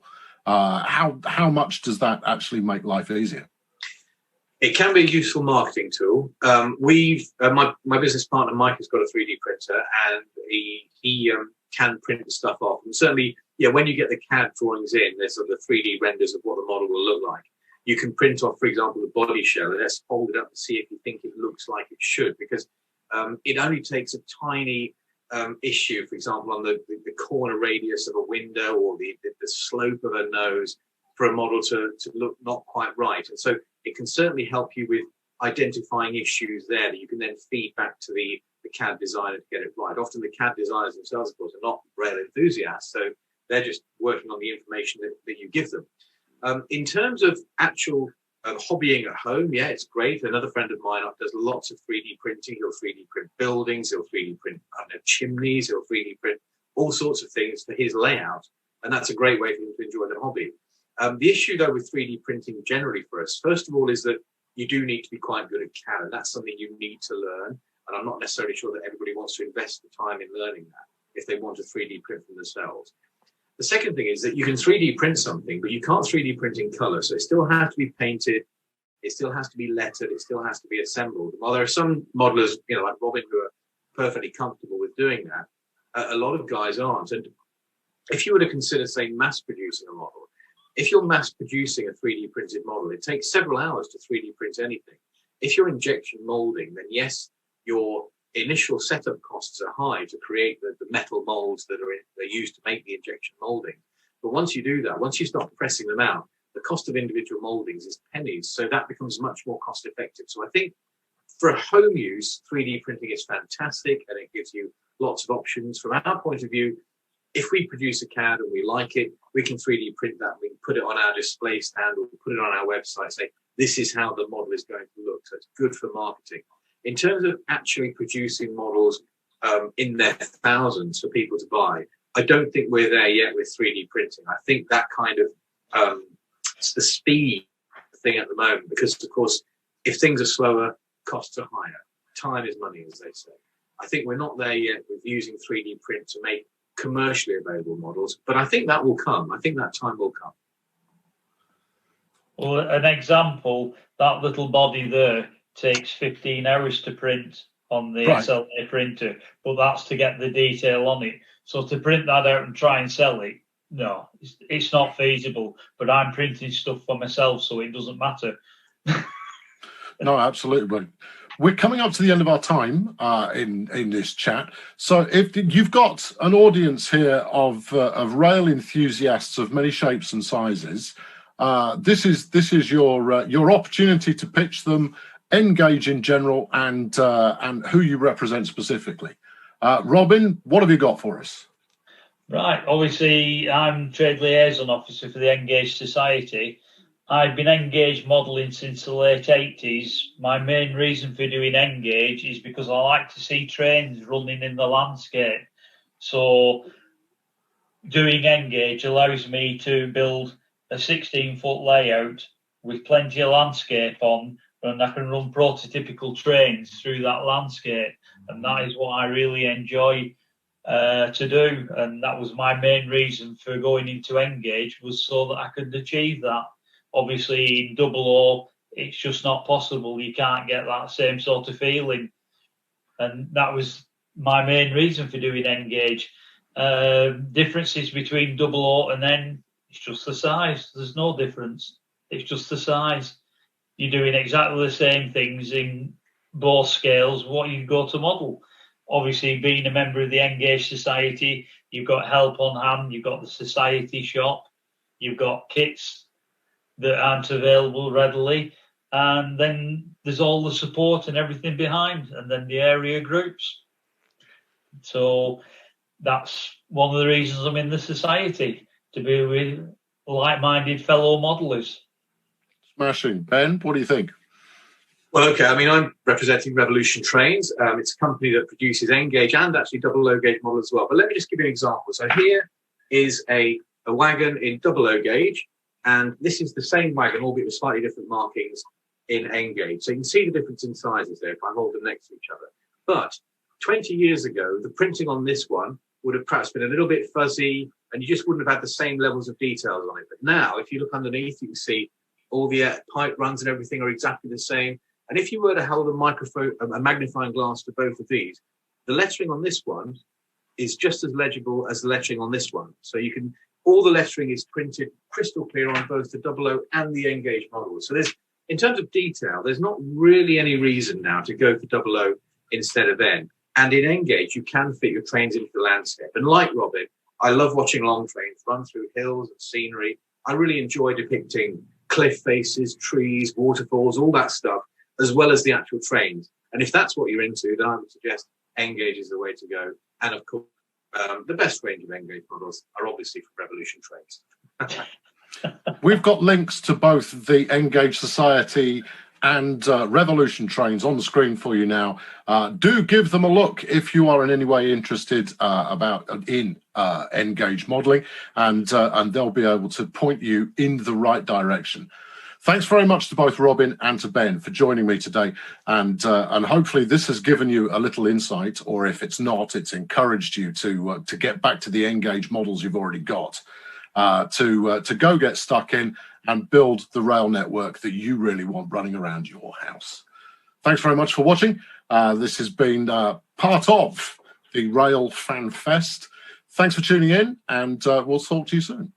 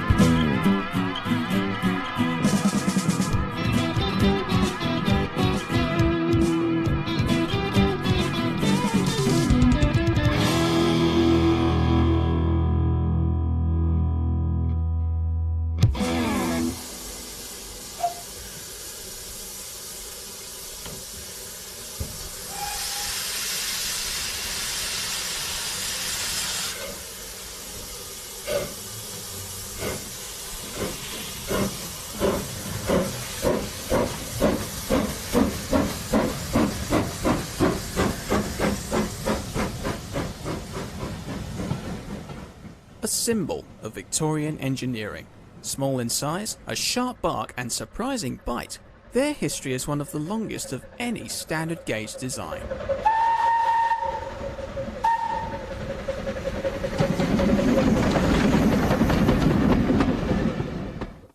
For several reasons, the name William Stroudley is synonymous with the London, Brighton and South Coast Railway, introducing a yellow shade of green, updating Brighton Works to really put it on the map, and introducing these, the A1060 tanks. 50 of them were built between 1872 and 1880. Designed for outer London commuter trains, they could accelerate rapidly between frequent stops. But it was their nickname, Terriers, that idolised them so, thanks to the sharp barking noise produced from the exhaust. It's a shame it didn't catch on with others, really.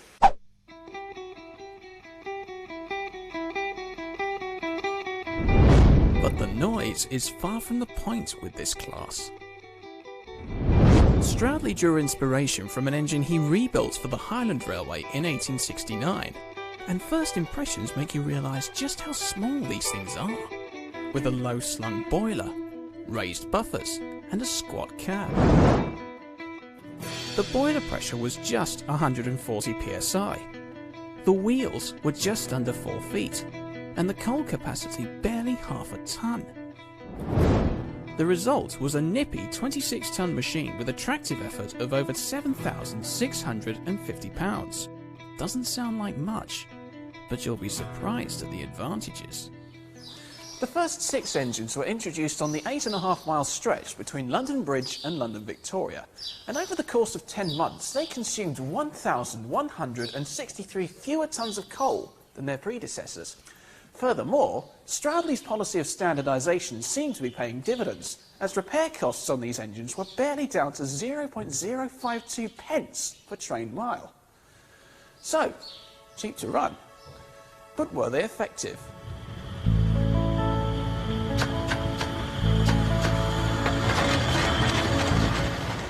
The figures speak for themselves. The South London line allowed a 35-minute run each way with 11 stops, and the 1 in 64 of Grosvenor Bank didn't help matters. However, the Terriers managed to rack up 4,318 miles across 250 trips a week. Then there was work on the East London run. The Terriers managed 16 minutes to undertake 3 stops between New Cross and Shoreditch, including steep climbs on either side of Brunel's Thames Tunnel. But the greatest achievement for these engines came in the spring of 1878, when number 40 Brighton was displayed at the Paris International Exhibition that year, for which Stroudley earned a gold medal for his workmanship. The same engine then achieved speeds of 50 miles an hour on the run from Paris to Dieppe, a record previously unheard of on this line. Just shows who knows what, doesn't it?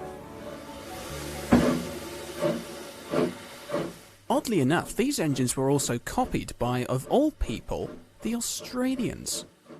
In 1875, the New South Wales Government Railways constructed 8 060 tanks for similar duties to the Brighton originals. Their cabs and bunkers may have been bigger, but in every other respect they were just about the same. They didn't serve their time very well though, all being cut up by the 1930s. Meanwhile, the Terriers themselves were in for an upgrade. 21 of them were rebuilt between 1911 and 1943, with slightly bigger boilers, slightly smaller cylinders, and slightly bigger driving wheels. Couple this with a double coal capacity, and you get the A1X, a 28-ton machine with a tractive effort increased to 10,695 pounds.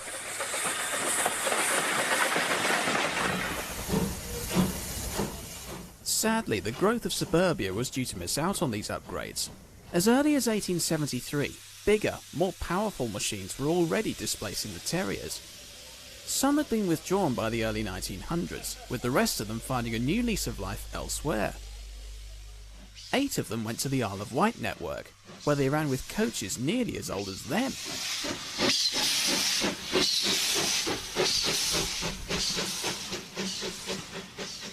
2 were sold to the Kent and East Sussex Railway in Tenterden, where they worked turn and turn about with other second-hand pre-grouping machines. Others found work in a smattering of places, including the Admiralty, various light railways and construction work.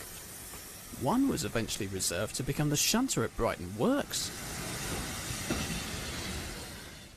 But the most famous place to find these engines was on the 4.5-mile branch serving Hayling Island in Hampshire. This railway needed engines light enough to traverse the long wooden viaducts crossing the harbour here at Langston. And in terms of power and weight combined, the Terriers were the only engines in southern England that fitted the bill. Hayling Island became an ideal stamping ground for these engines from 1889, keeping busy with as many as 24 return trips a day. They also gained a cult following with enthusiasts, often running rail tours along branches in the famous top and tail formation.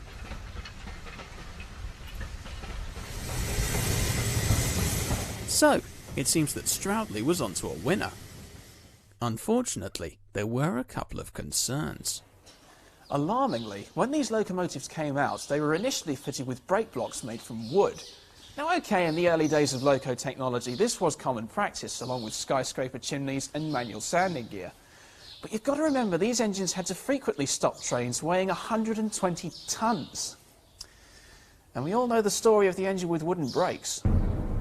They were thankfully upgraded later on with iron brake blocks, but this didn't prevent other issues. Terriers may have been powerful for their size, but their use was still limited. Hayling Island proved that on the flats they could take up to 4 bogie coaches unassisted, but the Rother Valley line proved they would have to double up for more than 2. Then there was coal capacity, which, even when doubled, was restrictive. The Isle of Wight engines needed extended bunkers, as coaling points were only in 3 locations. But the biggest problem with these engines, by far, was the cab. When it was designed, there really was no consideration made for driver and fireman's comforts. I mean, you could get 4, possibly 5 people on this cab at a push, but even with 2 people, you would barely be able to swing a mouse in here, let alone a shovel. And look at the position of that firehole door. It couldn't be any lower if it was on a traction engine, so constant firing would always be a continuous back-breaking struggle. Some people say it was more effective to kick the coal lump by lump.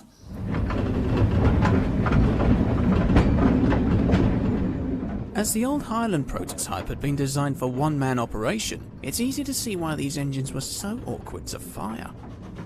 But, awkward as they might be, the surviving Terriers carried on, and by the 1960s, number 72 Fenchurch became the oldest working locomotive under BR ownership. But, like the dinosaurs, they couldn't last forever.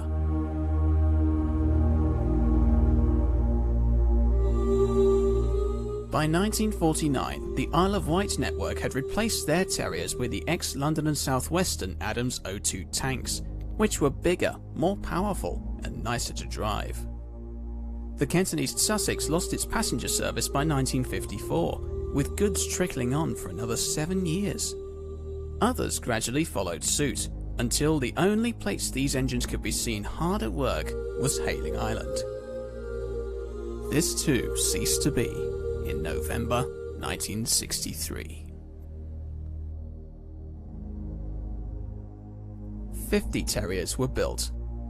10 survive. 1 exported to Canada, 1 saved for the National Collection, and the rest finding a third lease of life on various private railways.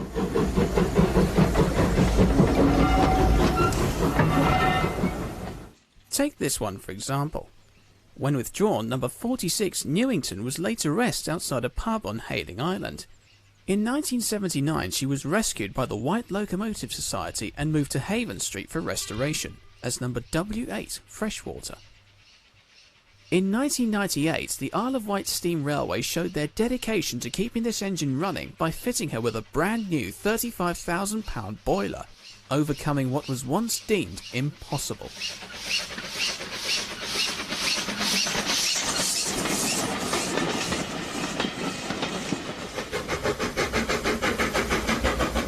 And Freshwater's not the only one that deserves mention.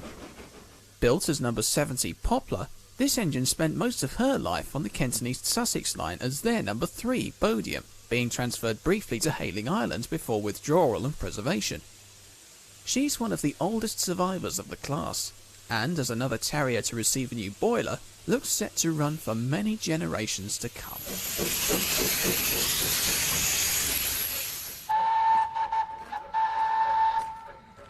But you can't review the Terriers without mentioning this one. Preserved in 1960, number 55 was idolised 3 years later by the Reverend W. Awdry as Stepney the Bluebell engine in the famous Railway Series books. Since that time the engine has been worked continuously over the years. So much so, demand has resulted in the manufacture of patterns to cast new cylinders for Stepney and other Terriers. Another feat that preservationists would have written off back in the 60s.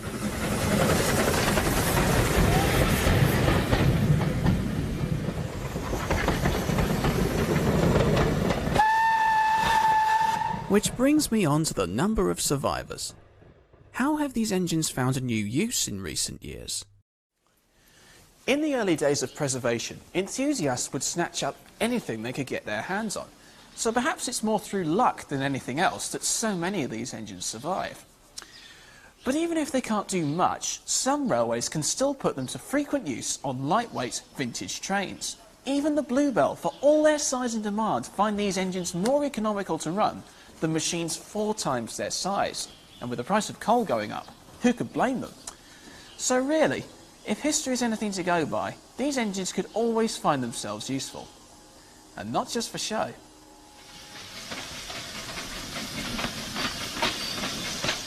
To sum up then, the Terriers were not everyone's cup of tea. Their tiny cabs entailed awkward firing that was enough to break anyone's back, and their tiny size could always limit their use. But size can be a blessing as well as a curse.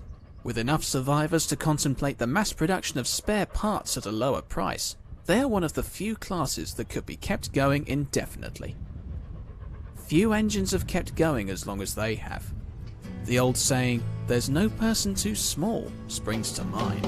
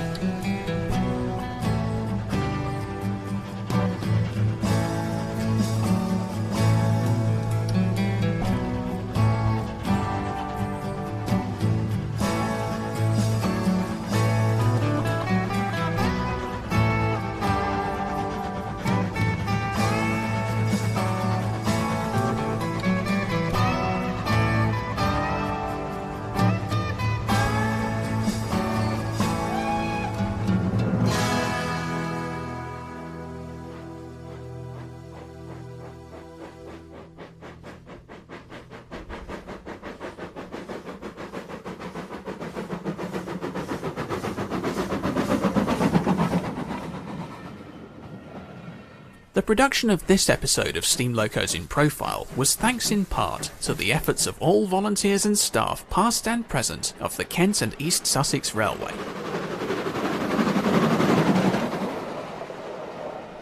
Opened in 1900, this line is now celebrating 60 years of preservation.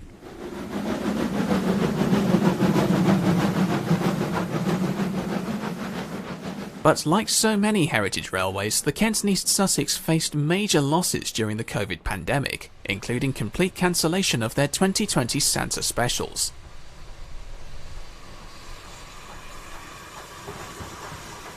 To help the railway recover from difficult times, please consider donating to their £100,000 COVID appeal at www.kesr.org.uk/donate. And if you'd like to find out more about the railway's resident terriers, visit www.terriertrust.org.uk.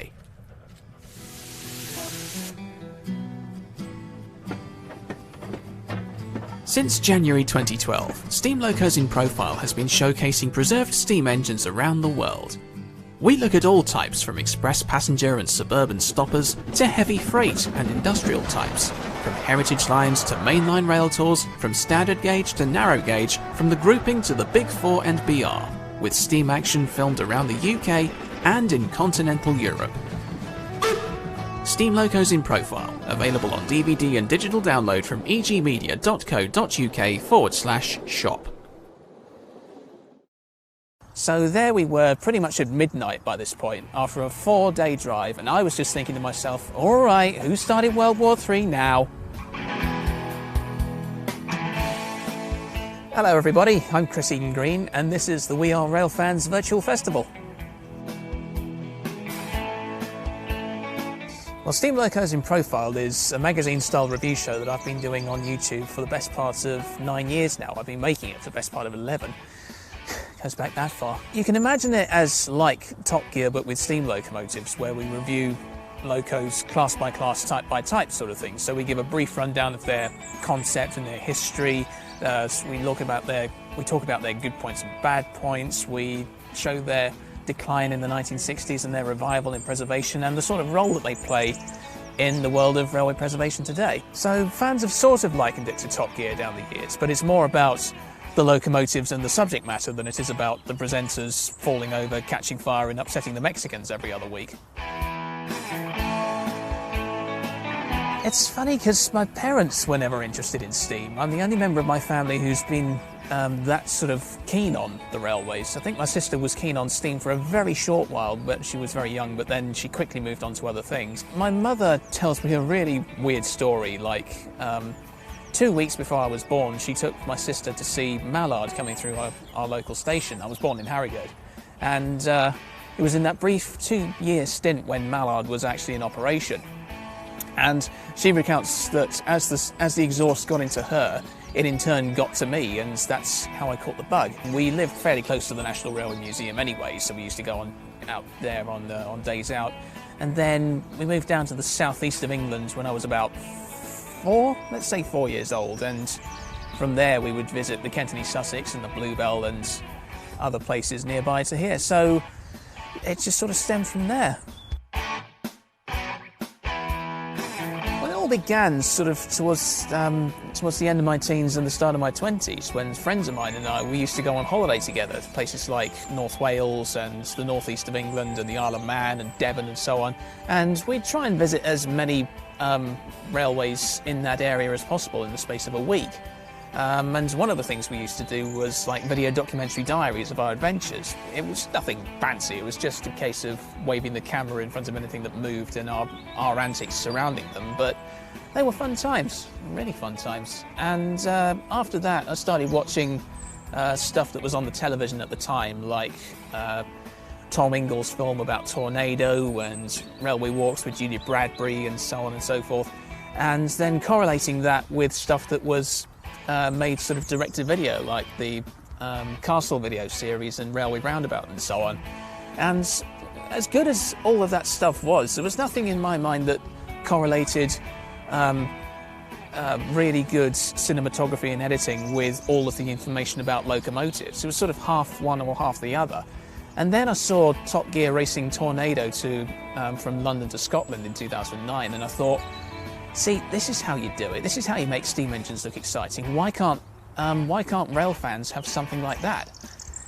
And being the foolhardy idiot that I am, I took it on myself to try and have a go at it at such a show. So in 2010, I gave up my job as an engineer and took up filmmaking for a living. Pretty much everything, if that is a role. A lot of people think that I just present the show and do all the voiceover, but there's a lot more to it than that. So I do all of the writing and the researching, I do most of the filming, I do the editing, I do the presenting and the voiceover, I do the music. You know, a lot of the music I do myself, because I think it's important to keep as much of it as self-contained as possible. Otherwise you're just, you're recruiting people who you can't afford to pay, and that just adds to the whole problem of people in the film industry who get relied on but don't get paid for it, and I think that's wrong. And also because it proves the point that you don't necessarily need the biggest budget and the biggest crew to make a show that's at least watchable. You can make cartoons in your shed at a budget of nothing, like Oliver Postgate and Peter Furman did, or you can be Hollywood and make something like The Lone Ranger. You decide which is better. I do have two really good friends who help me out with various bits of camera work and other plans, other planning of other shoots and so on, like when we're doing something really big, like something overseas, and they're really good in that respect, so cheers lads. Recently my girlfriend's also gotten involved, and that's been a big help, but most of it I try to do myself. It can take anything from 18 months to, so far, 8.5 years and counting. It just takes that long to get the rushes together. The trouble is, because we make so many of the films at once, we don't sort of focus on one class and then move on to the next one once we finish the first one, and so on and so forth. We do a little bit of everything at once, and so it's a huge juggling act over what's running, where it's running, when it's running, how easy it is for us to get to it, and whether or not we can afford to get to it, you know. And it all depends on locomotives which we don't have control of not breaking down. So a lot of plans end up changing at the last minute as a result. So fun times. Literally takes me all over the place. You know, in a 2-week stint I could be in the Cotswolds one day, then in the southwest the next day, then in Scotland the next, then in the northeast, then in Norfolk, then back in the southwest, then in Eastleigh for 10 days or so. And yeah, it just takes us all over the place. It has also taken us to continental Europe a couple of times. So in 2014 we did a special on a trio of locos in Ireland, the Republic of Ireland. In 2017 we all went out to Germany for about 2 weeks to make some specials on the Kriegslok 210s and on the Harz Mountain 210-2s. 2019 I went out to Poland for 10 or 11 days to make a special on the OL 49s out in Wolsztyn. And that was good fun. Yeah, it's one big road trip really. Difficult really, because they've all got their own strengths and weaknesses, just like the locos that are featured. I suppose the most interesting I've found, at least researching one, has been the Royal Scots, because when you consider that in 1927 the LMS had inherited a load of underpowered Midland types and a load of Northwestern types and subsequent other types which were not made LMS standards because the Midland LMS management was mostly formed of Midland people. So you got a load of small ball-peen hammers being used, and then all of a sudden Henry Fowler comes up with this sledgehammer of a design, and it's like going from 0 to 100 miles an hour in 5 seconds. The Britannias took just over 4 years to make, and at the time that was the worst one. But looking back at it, it's not the worst one that I feel I've produced. It's aged a little bit better than I thought it would. I think the worst one that's aged is probably the Castles, because that took about 3 attempts to get the pieces to camera right. You know, at first I thought I could get away with using a cheap radio microphone to do the presenting bits, it turned out to be no good. Then I had to go back and try again with a better microphone. The interior at Swindon Steam Museum was fairly badly lit, so the shots didn't come out that great. So I tried again and they still didn't come out that great. So I thought, okay, I'll just piece these all together and see what I can do. And it's okay, I guess. It's not something I would go back and remake, but it's just something I would leave alone. I don't really like the George Lucas way of filmmaking, you know, once you've done something and people are familiar enough with it, you should just as well leave well enough alone. If I was in the position to do so, I would have liked to have saved the Padang railway system, because that was interesting in its own way, because you got a network of 2-foot and 4-foot gauge stuff, interchangeable with transporter wagons. You got slate mining all around you. It's just steeped in atmosphere. I wish that something could have done to help save more of that. I've always had fond memories of the Stradbally Woodlands Railway. You know, I wasn't expecting those guys to just take us in and welcome us with open arms, but that was a really fun shoot. Volston was also a really special place, because that's like, it's almost like being at Lostock Hall or Carnforth in the very dying days of steam, and you've got 2 Black Fives and the equivalent of Oliver Cromwell doing the last steam haul passenger service in Europe. And yeah, that's just fascinating. So when we went out to Germany, we got to our place in the Harz Mountains after a 4-day drive. We stopped off for 2 days in the Netherlands, but it was a long old drive. And we settled down to watch The Great Escape, as you're a Brit when you're in Germany, but mostly because Adam hadn't seen it before. And anyone who's seen The Great Escape will know how it ends. You know, it ends with all of the actors looking slightly off camera, just like that. There's no sound effects, there's no dialogue, it's just the music being played in the background. And on this occasion, there was a sound that went off with the music and the actors. It was a World War II air raid siren, a German World War II air raid siren. And we thought at first that it was the DVD, so Sam paused it, and the music stopped, the film stopped, but the siren didn't. And we discovered then it was coming from outside. We learned about 2 hours later that it was the emergency siren from nearby, just undergoing testing, you know, should there be an avalanche or flood, or should the village we were staying in be cut off for any reason. But the reason why we were so nervous about it going off was because earlier in that day, North Korea had launched a test missile going out over the Pacific Ocean towards America. So there we were, pretty much at midnight by this point, after a 4-day drive, and I was just thinking to myself, all right, who started World War III now?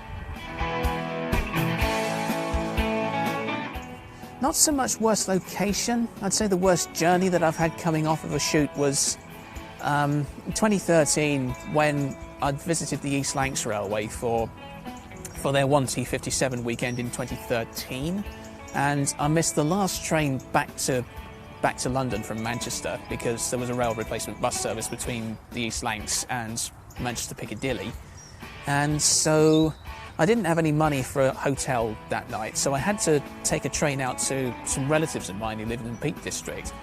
And it was 11 o'clock at night. There'd just been a football match, so the train was rammed with drunk football fans, and I was the only sober one on the train. Don't know why I was the only sober one on the train still to this day. And it was horrible as well. And I suppose in a way that kind of cemented my hatred of the pacers as well, because it was a pacer I was riding on, and they're awful things. I didn't like them at all. I suppose what I would do, and this is one that wouldn't upset anybody, is if I could extend my garden railway from nothing into something.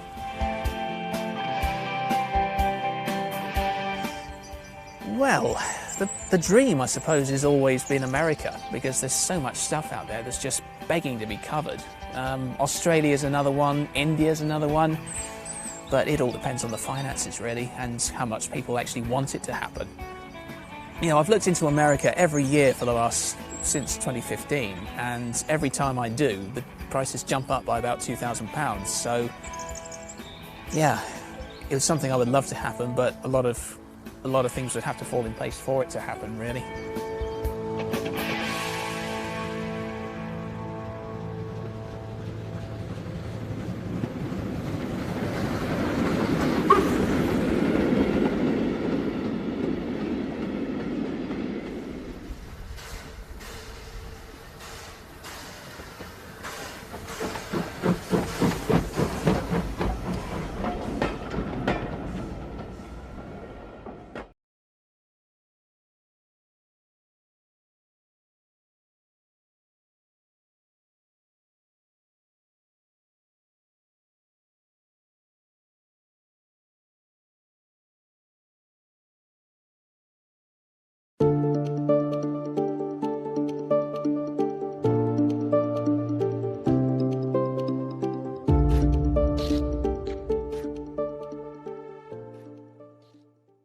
So when we're looking at the locos that we want to make for the routes, one of the things we really want to look at is what adds to the variety, what adds to the types of gameplay, what's iconic on that route, what's important to the experience and the range of things that you see. So whether you're someone who's walked around on the stations, you've commuted on the route, what trains do you see on that route? What would be odd if it was missing from that route? But then there's also what does different things, whether they're shunting trains or high-speed trains or regional trains. And it's really about looking at all of those different things to try and make sure that we've got a nice broad experience, and we try and do as much as we can to capture the range of stock that is on a route. When we're recreating locomotives, coaches, wagons into Train Sim World, we don't do scanning or anything like that. It's not necessarily always practical. What we do is take a lot of photographs, or find a lot of photographs. We want to get all of those photographs, which strangely very few people take.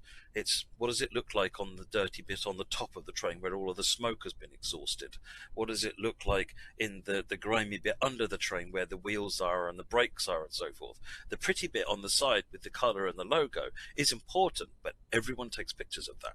So that's really generally on the much easier side to find, is getting all those details. And those details on the top and the bottom, so where the pantographs are on the top of an electric train, or on the traction motors and so forth on the underside, they're really important, because even though there's no there's a lot less photographs of them, the enthusiasts know what they look like. It's really important to capture that. So we take possibly thousands of photographs, hundreds or thousands of photographs when we go and do a photo survey. We will survey them, we will climb all over them, we will make a nuisance of ourselves, and we will get very dirty knees climbing underneath trains, and we come back with thousands upon thousands of images, hours of videos. We take 360-degree video and photography, everything we can possibly get, that when I come back with and give to someone else to produce this, it's as if they were able to go out themselves and they could see it for themselves. We leave no stone unturned. We worked with Caltrain. Myself and one of our audio engineers flew out to San Francisco for a week. Very hard work. And we spent the week surveying anything we could get our hands on. So we surveyed the F40 PHs, the 2Cs, the 2 Cats, the Bombardier stuff, the Nippon Chariot coaches, and a few other bits and bobs. We took them up on their hospitality and their generosity of their time. They made as much time for us as possible. They gave us all the answers to the questions we had. We walked away with more information than we thought we would. It was invaluable in being able to accurately recreate these things. Our local art team then take all of these materials, along with any scale drawings they're able to find, and any really nice photographs, which gives them nice side-on shots they haven't been able to get themselves, and they can then recreate that using their artistic skill, essentially. Yeah, it's an amazing process to watch, going from these photographs to seeing this locomotive being built, and then in 3D, and then looking amazing in GSW. So in the past, we've had quite a bit through from operators. It can vary from operator to operator what they're comfortable with providing. But for example, with the recently developed Marseille to Avignon route, we were scheduled to have a full survey in Paris of the duplex sets, which unfortunately we had to cancel. However, we had a very cooperative partner with SNCF. They were able to send us so much documentation. We had branding documents to go over the colors of the liveries, the positioning of various livery details. We got extensive engineering drawings for the duplex, for the carriages, that were invaluable, because we weren't able to go and get these ourselves. And we knew we could model these with these drawings to close to millimeter perfection. I mean, very close, very high level of accuracy, probably higher than most that we're able to achieve, because it can be very difficult to get engineering drawings. They're generally not something that the train operating companies themselves hold. So SNCF were incredibly helpful in us ensuring we were able to put something out there that was the real deal, or as close as you can get. The greatest thing that train operators do for us is they give us access often to the technical manuals that describe how the trains are driven and how they're meant to be, treated by the driver effectively. And often these technical manuals are a real wealth of information. They say, well, when you push this button, what happens exactly? And we can use that really, really directly in building up our simulations. It's very helpful to be able to say, well, it's difficult if you're looking at a picture of a cab and you're trying to work out, well, what does this button do? The only thing that really tells you is the locomotive driver's manual. And in situations where we get that, that's fantastic. It would be very difficult for us to build a train without access to that kind of information from train operators.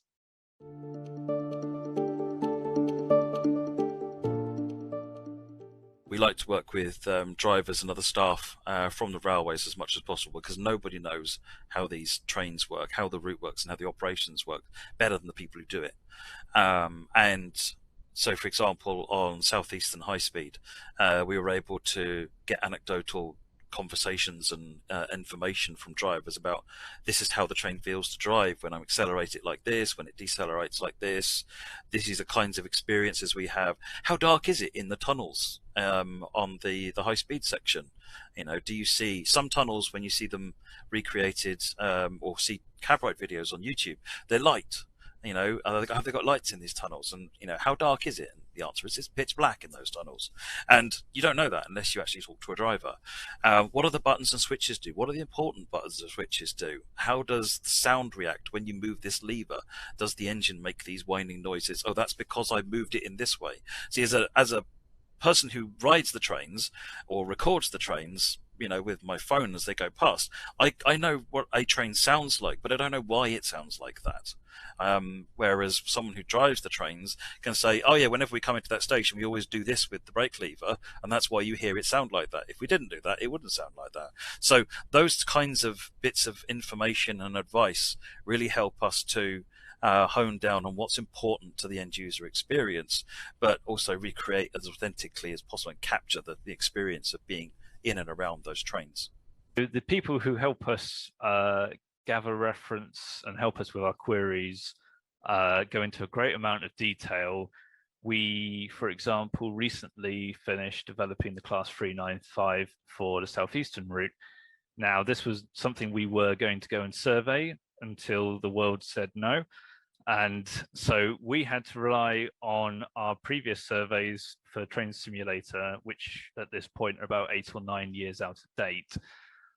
So one of the great things that our contacts in the community were able to help us with were saying, oh, yes, 90% of what you've done is correct. But in the 8 or 9 years since you went and surveyed these, they have added elements.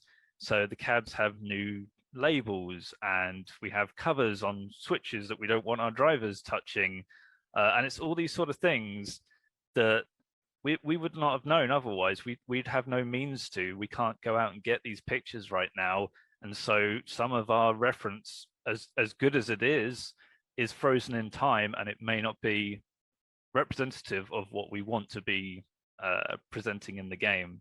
So it's just these tiny things that you wouldn't give a second thought to. They take a look at it and go, yep, you're almost there. You just need this extra little push and you'll have it. One of the interesting things we've learned through talking to the staff that help us is that a lot of them play the game already, and they're really interested. And it's amazing when you think that they do this job all day. That's what they do for their living. They come home and they play more trains.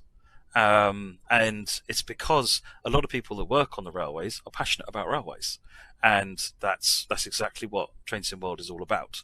And a lot of our beta testers are drivers, and they literally will spend all day driving and come home and spend all night driving, and they love it. And it's absolutely a really good validation of what we get right, and they tell us what we get wrong. And how we can improve it, and that's brilliant, and I love hearing that. But it's really good having that validation that if they didn't like it, they wouldn't play it.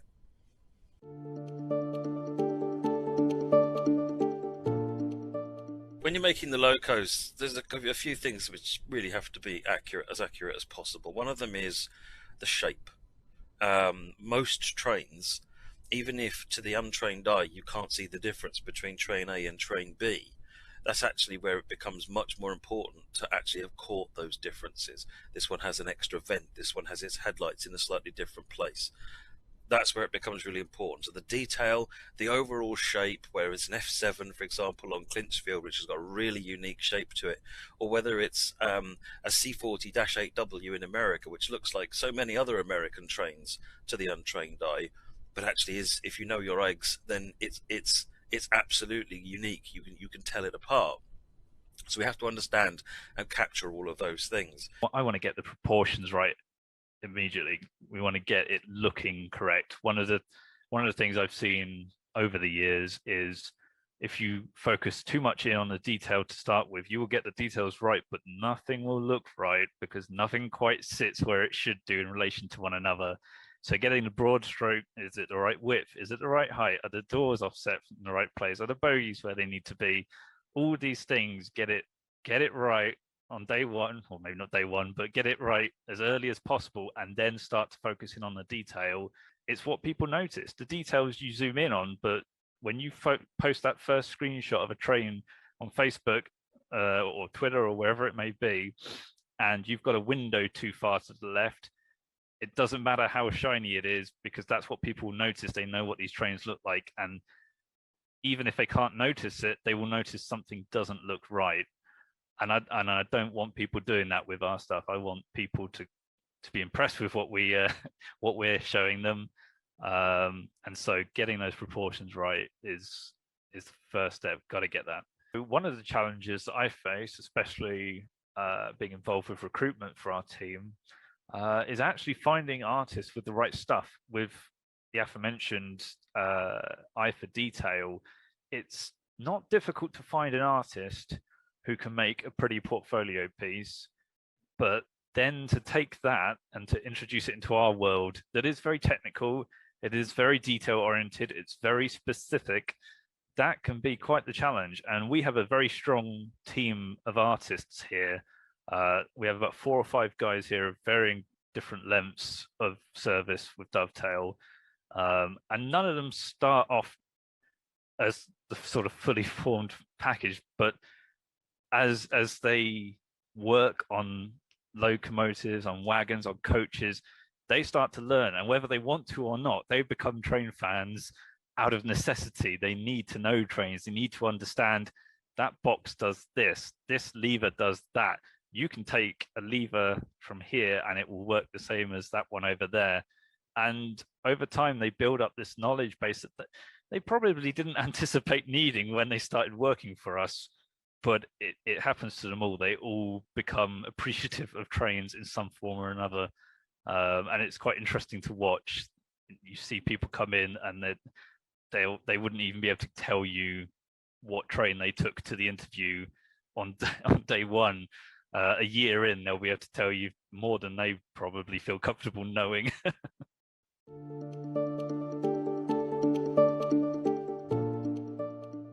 In addition to the look of the train, there's then how is it going to feel to drive? Well, how is it going to sound? Audio is important because it helps the player familiarise themselves with their surroundings. It gives them feedback as to what is happening and what is about to happen. So if you think of things like train alerters signalling and going off, without audio there, it could probably be perceived as a bug. You know, the train's just screeching to a halt and there's nothing to indicate to you why that's happening. Even if you've never driven these things, you'll have been around them. You can see videos of them. What are the iconic sounds that these things make? Whether they are something like the BL182, for example, which has a really unique musical sequence of notes as it starts accelerating because of the way the motors are set up, or the Class 465 on Southeastern High Speed, which has the older style of traction motors on there. So we've got to pick those things and get those in correctly.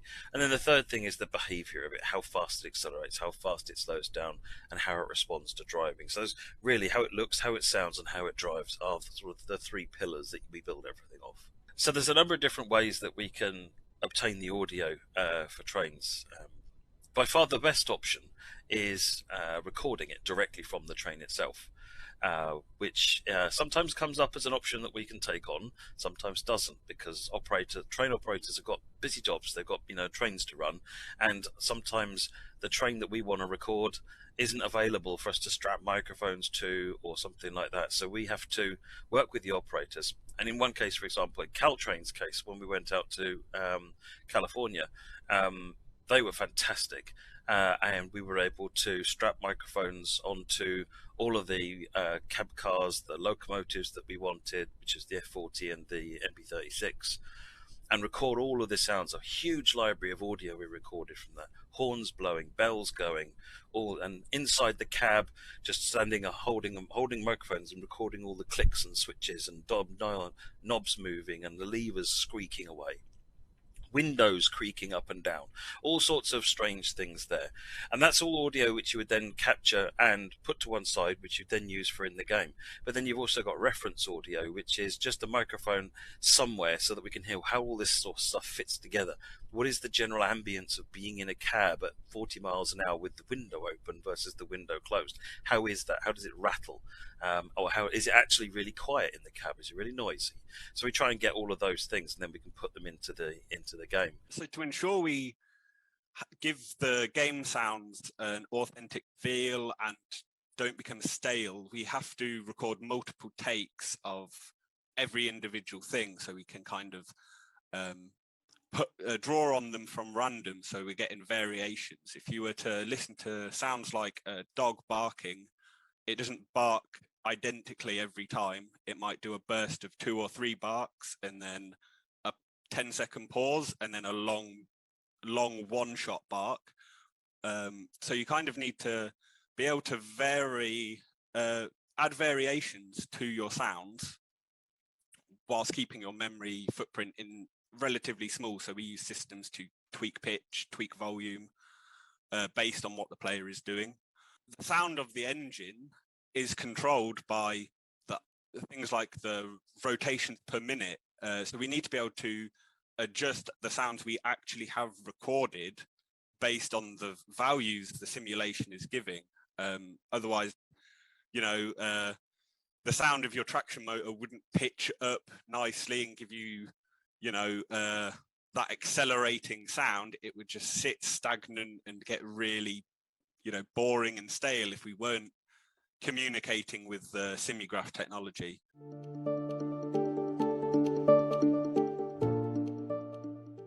Simulgraph is an amazing system which lets us replicate or simulate a lot of the really complex innards of what goes on actually, from the levers and dials that you see on the cab to the wheels on the ground. So what happens when you move the brake lever?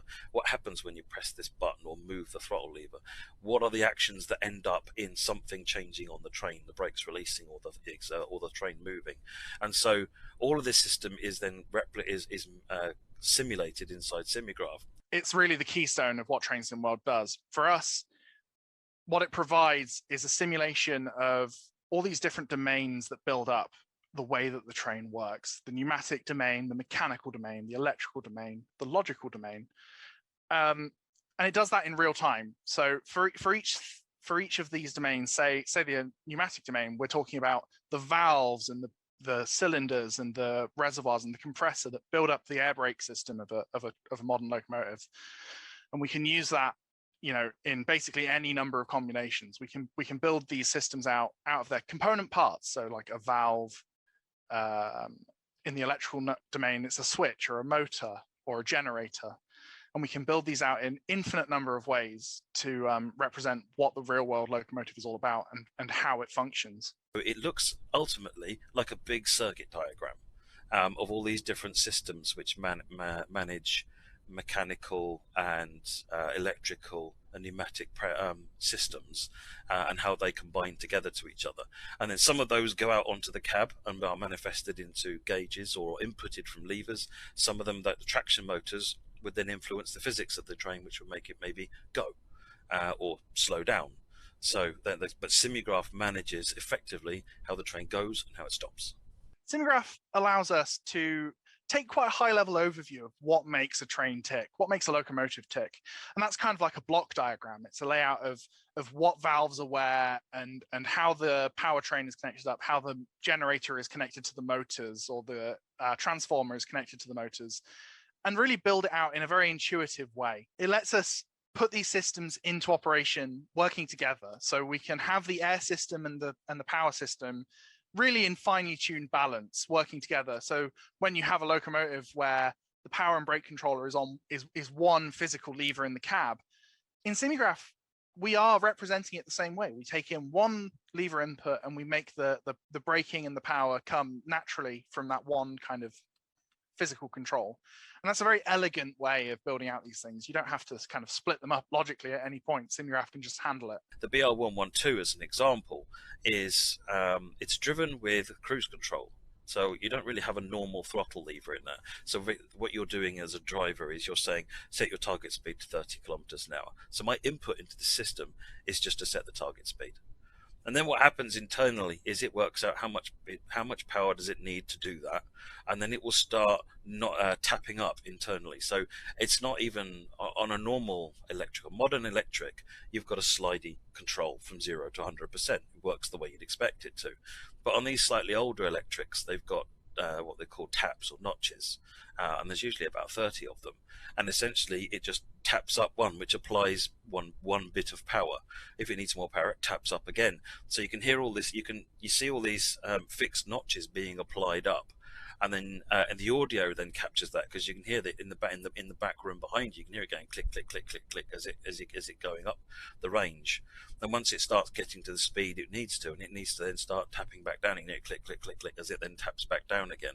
And so Simulgraph components in there are managing a lot of what's going on with managing that speed. So you just had one input, but there's this whole logic going on inside to actually get to that speed, manage the cruise control side of it, and also manage the how it delivers the power to the wheels to get there. The way in which the audio is triggered within Train Sim World is very much in tandem with the Simulgraph technology. The diesel engine sounds are triggered and manipulated further by the values output by the Simulgraph. So if the Simulgraph is saying the engine is putting out 500 RPMs, we have to adjust the sound files we have based on that information and try to match the pitch that it would output. And similarly with traction motors, you're matching voltage and watts output to the sound and trying to match it that way. So when the player adjusts the lever, the traction lever on a locomotive, that's telling the Simulgraph to apply more voltage, more power, which then tells the audio to increase or decrease in volume and pitch. My favorite Simulgraph is the Class 166 from Great Western Express. It's a fantastic loco with a lot of character, but the reason I think it's the best is the way that the train behaves. When you start off from a station, the engine revs up dramatically and then it settles down as the whole powertrain comes into motion all at once. And you get that characteristic kind of rev up and rev down. That's not something that we had to program in by hand. That's something that happens as a result of the way the Simulgraph components interact. As the torque converter fills, the engine load increases and the speed and the RPM decreases. And that's a really beautiful display of what Simulgraph is capable of.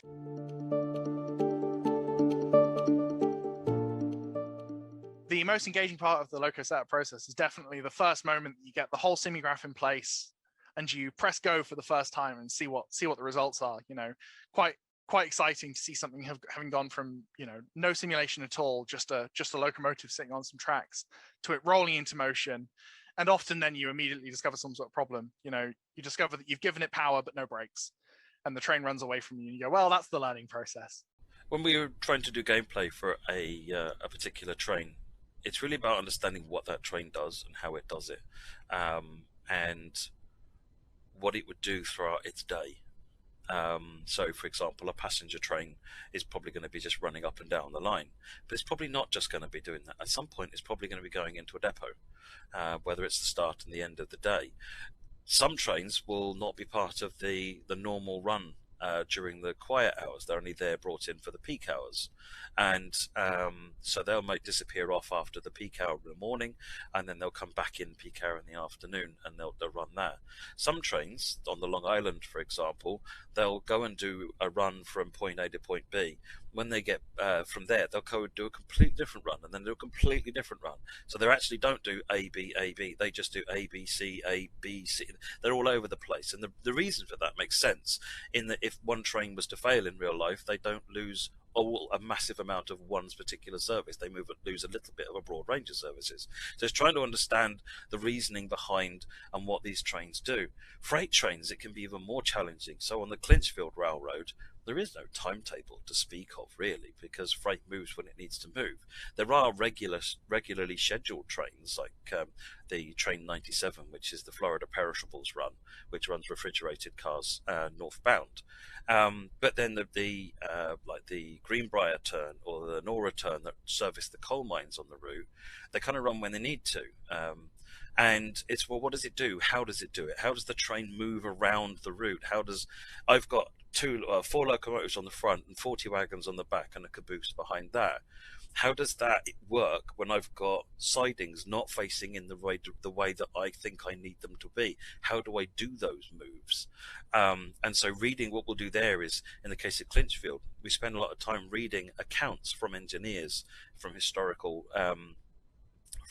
documentation, from magazine articles, and from articles we found on the web. It's just, well, how does this work? What did the engineers of these trains do, and how did these things get operated? So then we'd start working out and piece together the puzzle of how these things actually work, how the locomotive does what it needs to do. We want to give you realistic things to do, so that again, take the Clinchfield example. It can be 8 hours to do one engineer's turn on the Greenbrier, for example. So you could pick to do a little bit of that. Or if you just want to be completely immersed and do exactly what the Greenbrier or one of the Clinchfield engineers do, you can pick to do that from start to finish, and just live that life, essentially. We want to keep you in the world, so you can, when you finish your journey, you get to Aschaffenburg on the main Spessartbahn, you can get out of the cab and walk around the platform, see the next train that arrives heading eastbound, and wander over to that platform, take that train over, and off you go. So you can role play to some extent what your day as a driver is. My favourite part of the process would have to be the culmination at the end, seeing our trains working, seeing all of our models responding to player input, hearing the audio that is tied with that. It starts to come alive. For the first 75% or so of our art production, these are just polygons. They're just polygons with textures on, and they look like trains, but they're dead objects. It's when all the teams start to click and everything starts to behave like a train. That's where I like to see it. I like to see it pretty much at the finish line, where you can see the culmination of everyone's hard work, and it's no longer a bunch of polygons running along some more polygons with some audio triggers. It starts to become something comparable to real life.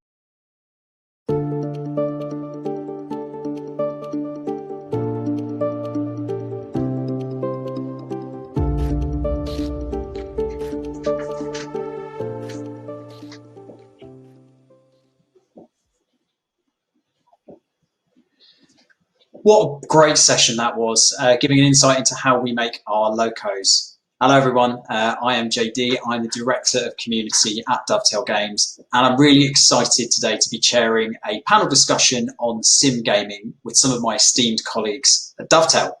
Shall we get them introduced? Hello team. Hello. Hello.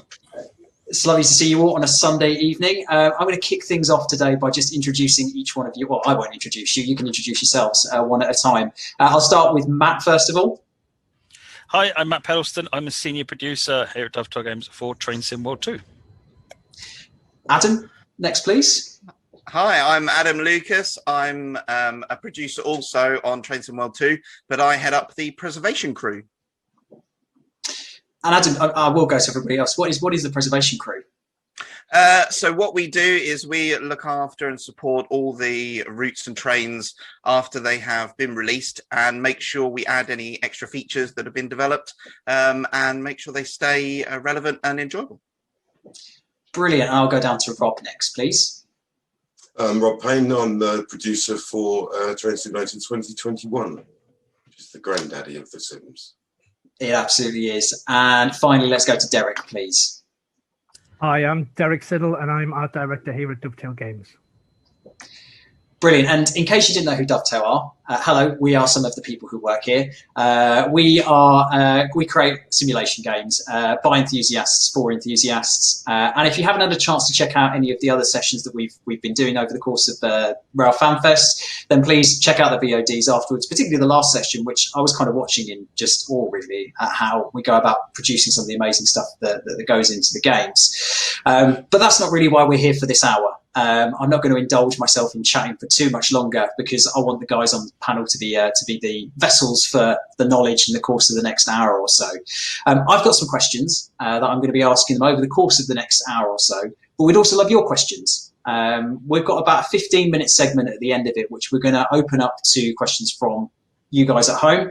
So if you have anything you'd like to ask our panel, try and keep it relatively general about simulator games, about Train Sim World as a whole, rather than things like specific routes, because we'd rather kind of answer those questions more generally. And obviously, if we've got sort of questions about Train Simulator as well, we've got some really good people on the panel as well to be able to answer those.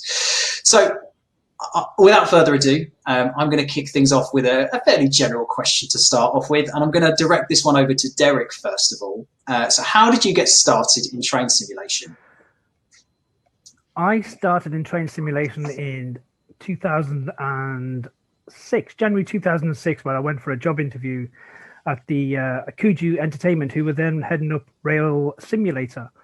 And that was kind of where it all originated from. Kuju Entertainment were the company that produced Microsoft Train Simulator, the original one.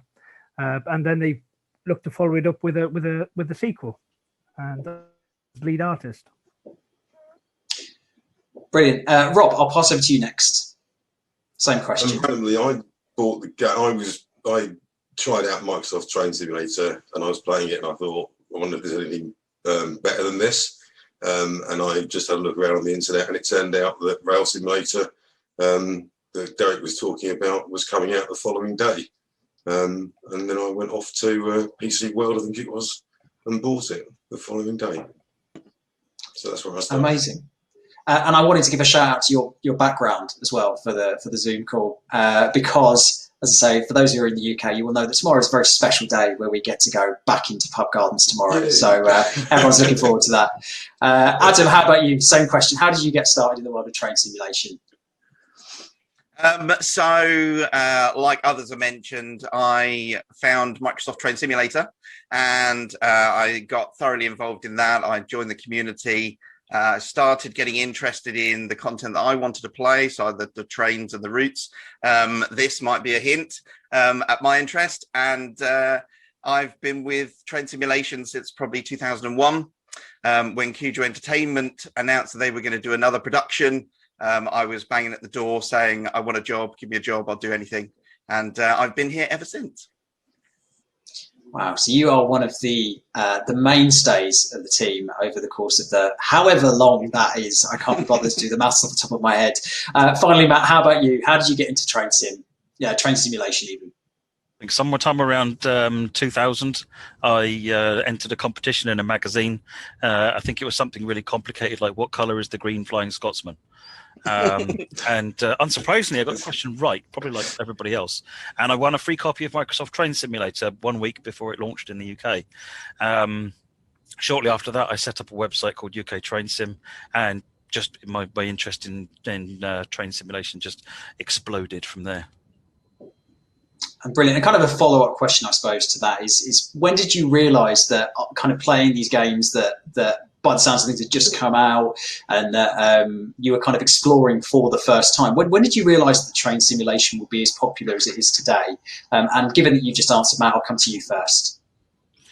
So in my case, it was I knew I had an interest in railways. I did not have the space for a model railway in the house, and when I started playing Microsoft Train Sim, I was like, "This is ticking all the boxes." Okay, this is kind of letting me do what I want. This is going to be really popular amongst train enthusiasts. So, and as each new sim has come out, it's just got better and better. So, kind of that first experience of realizing this does everything we really want it to do. It's awesome.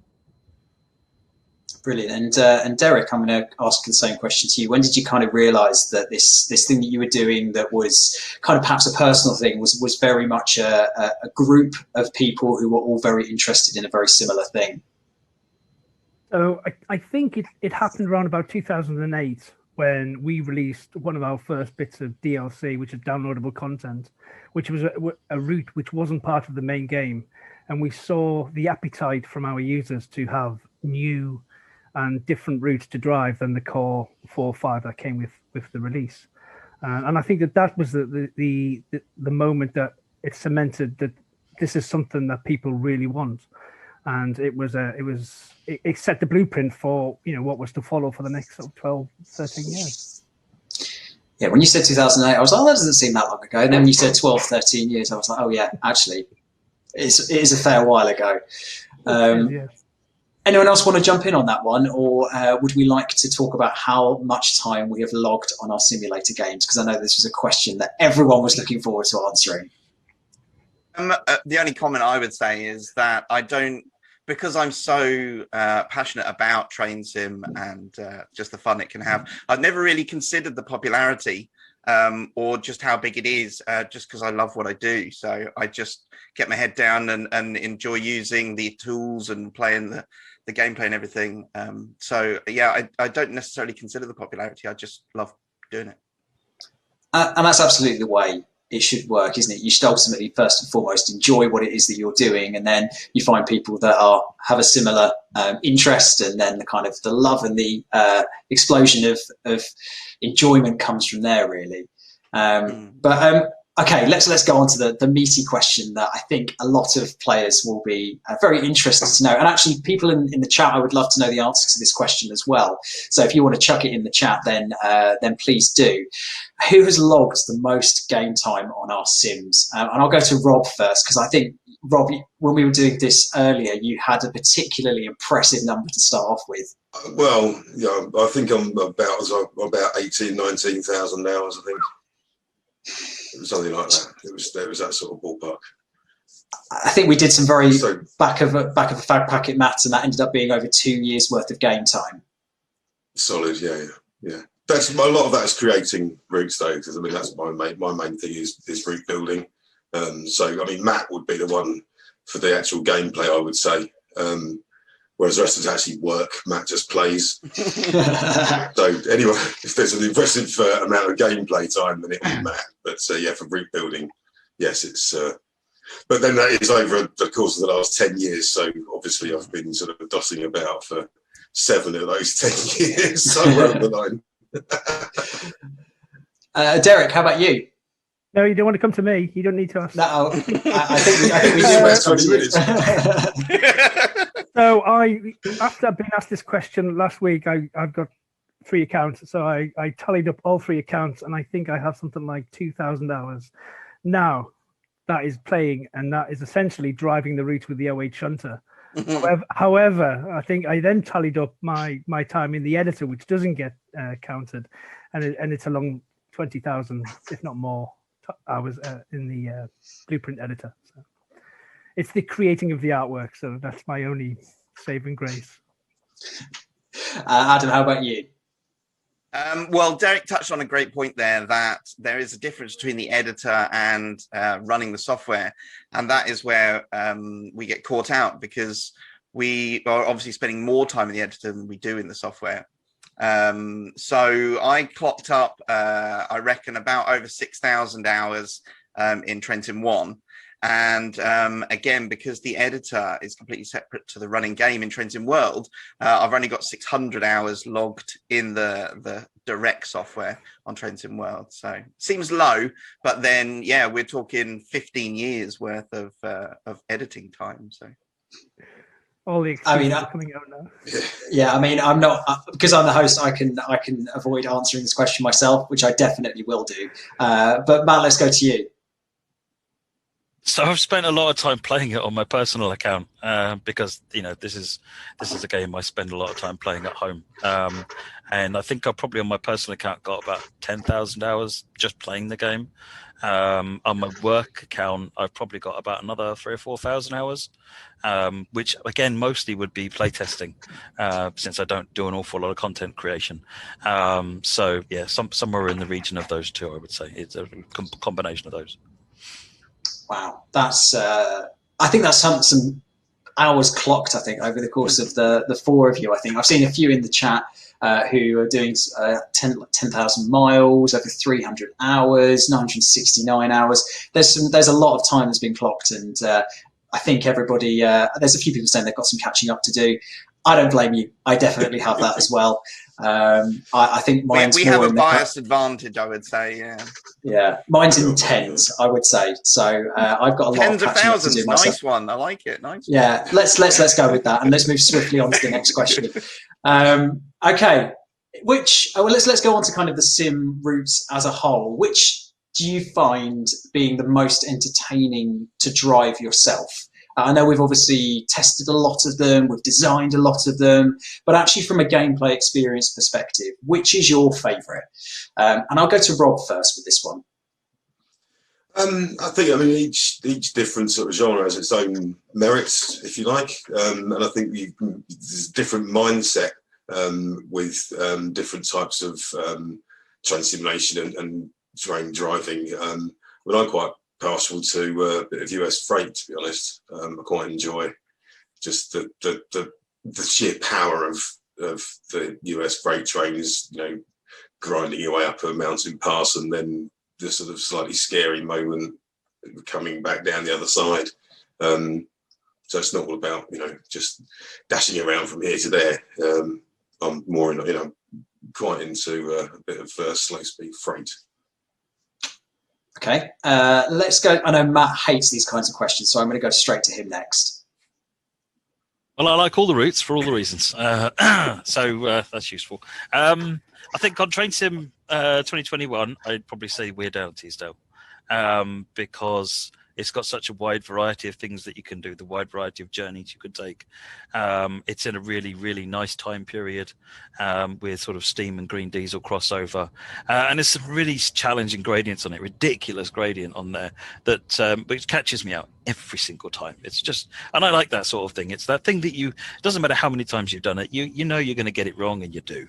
And it just, it's great, But that's what I really like. We're down at Teesdale. It's a fantastic route. Cool. Let's go to you, Derek, then. What's your favourite one to drive? I think my favourite, because I thought about this quite a lot, and I don't play like the other guys. I tend to drive all of the routes with the Class OH Hunter, mainly because it trundles along at 20 miles an hour, and I get to see the whole route. But I think the route that I enjoyed to drive with the original rolling stock that came with the route is Semmeringbahn. Just the curves, the viaducts, the tunnels, the vistas are amazing. And it was one of the first routes that I thought was truly beautiful in TS1. So yeah, I would say Semmeringbahn. Close, Mariah's Pass close behind it, I think. Brilliant. And of course, I paid Derek to say that. This is just a love fest tonight, isn't it? Adam, how about you? So I've really struggled with this one, and we were actually talking before the panel. This is a hard question because we get to work on so many routes and enjoy so many trains. But if I was really hard pushed, I'm definitely the Metro fan. Probably at number one is going to be London Brighton.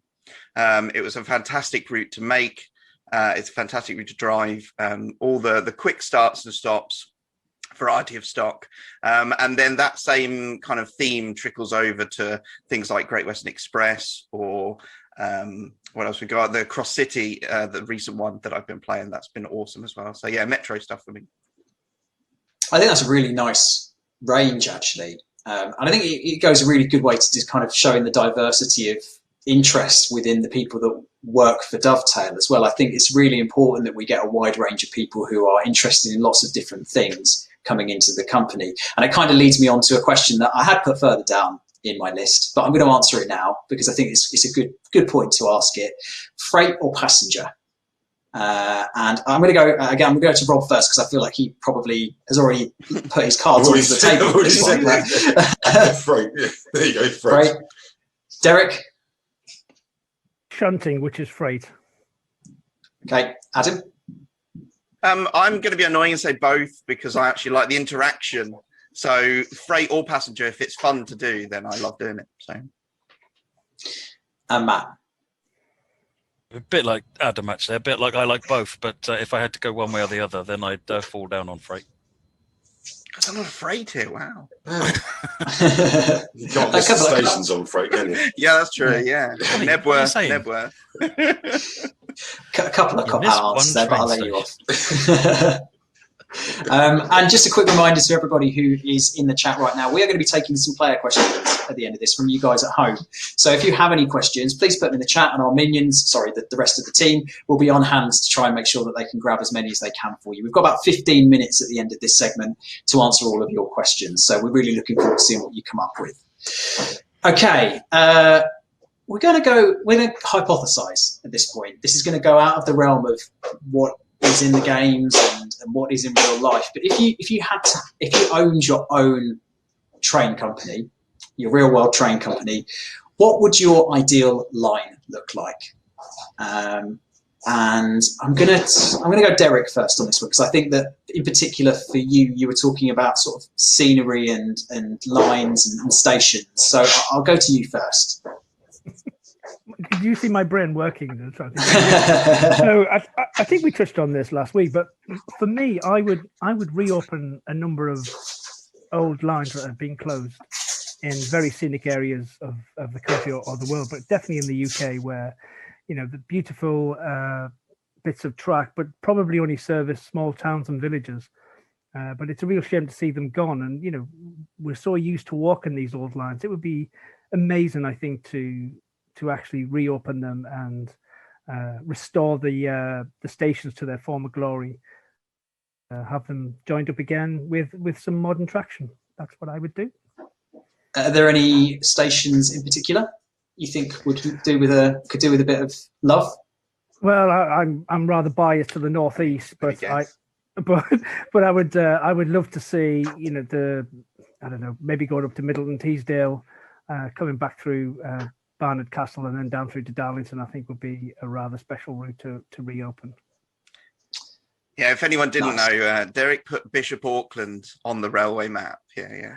I don't think so. I think it was there long before. Rob, how about you? What would, in your kind of ideal, if you owned your own train company, Derek, what would you do? way, just not in the same part of the country. Definitely, I think. It would be probably the Great Central. Ooh, okay. Probably, You may have to give him some more information there, Rob. Like Marylebone, Sheffield, essentially. Marylebone through the middle, Leicester, Nottingham. So sort of connecting it's a closed main line. And I kind of think it should really have been HS2. Or it should be used for HS2 rather than what they're doing currently, but that's another I did have that in my mind. Yeah, I did have that in my mind when you were talking about it, but yeah, we'll not broach on that subject tonight. But Adam, in your world, what would your ideal route look like, or if you had anything that you could do in the world, what would you do?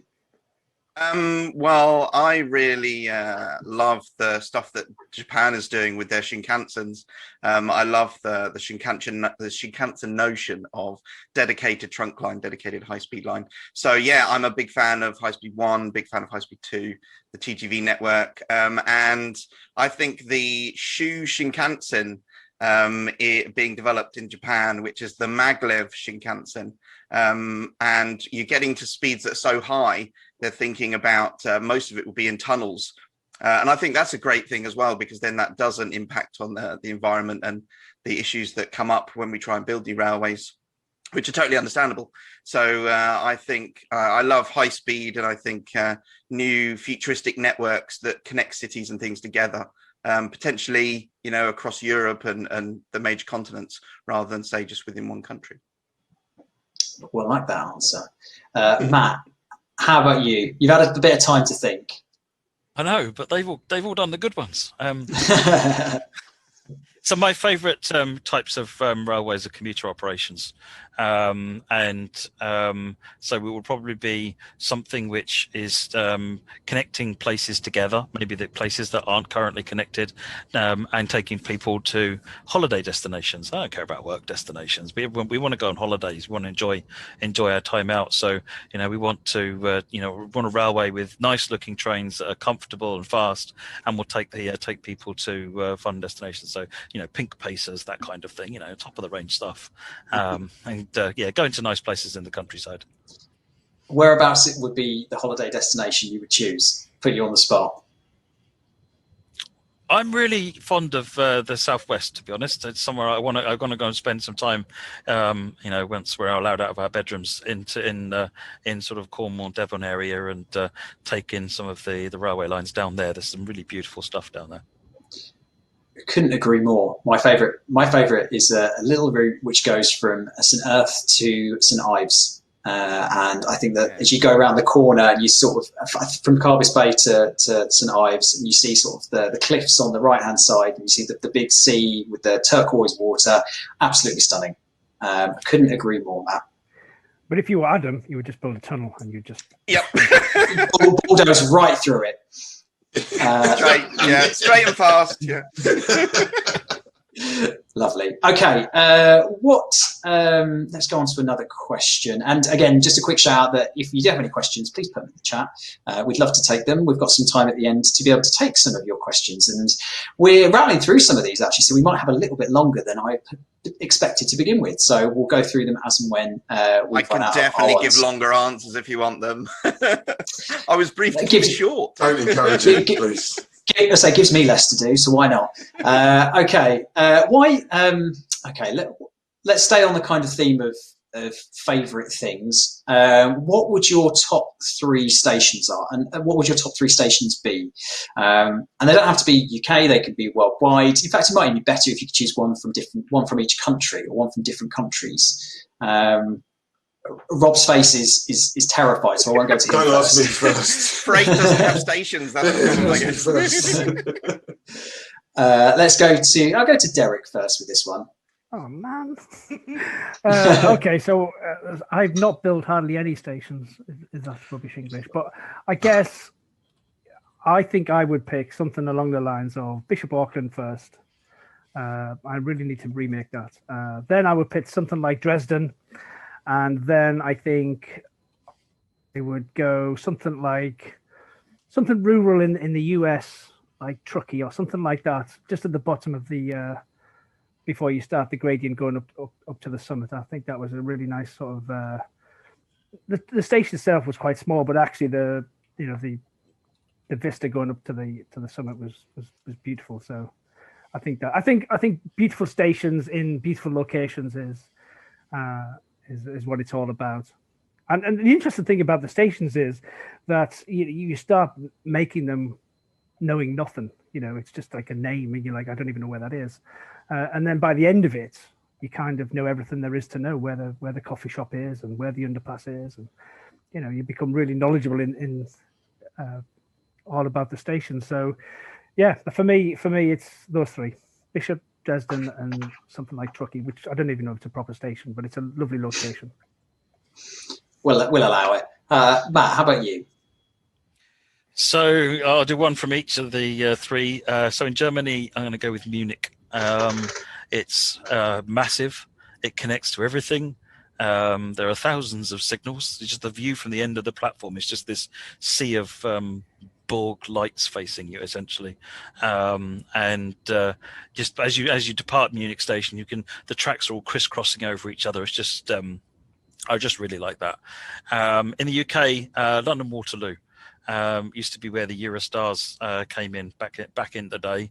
But there's a variety of traffic coming out of there, turning south towards Brighton or heading west towards Basingstoke and the like.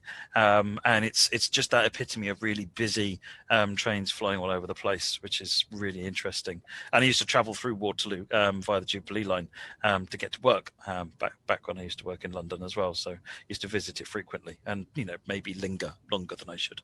And then in the States, I quite like Grand Central Terminal because certainly as an engineer driving the trains in and out of there, the station itself is certainly back where the trains are is fairly warehouse-like. But the when you're driving the trains in and out, you've got these crisscrossing tracks. It's dark, it's underground. You've got the narrow corridors you drive through before you burst out into the light, and then you're into sort of the busy central New York. It's so it's really, again, I think that's a really interesting station, and this is big loop track around it as well. So it's got quite it's just, there's a lot of character in Grand Central. Lovely. I have seen the outside of Grand Central, but I've never seen the inside. So I think that's one that I'm going to need to put on my list in future. Adam, how about you? I don't know whether or how to put them into an order of 1, 2, 3, but I think definitely my top stations are the likes of Bristol, Temple Meads, York, Newcastle, mostly because these are cathedral-like stations in the UK. But they're not straight. Someone had to design them, and then they bent them. And that has got to be some incredible piece of engineering to have these enormous stations with these curved roofs going and serving all different kinds of destinations. So every time I go to such stations like that, I just love to stand there and enjoy just the architecture that's been put into it. I think they're amazing stations. It would be so much easier to build them straight, but they bent them, so that's even more amazing. And flat too. Making things difficult for themselves, as we know and love, and for everyone else. Yes. Rob, how about you? You've had some time to think. I have. Yeah, everyone keeps saying what I was going to say as well, which is nice. I am going to say Cologne. Actually, I think maybe not necessarily the station itself particularly, but certainly with the cathedral, the backdrop, and the bridge. Off to one side as well, also on a curve, just for Adam, keep him happy.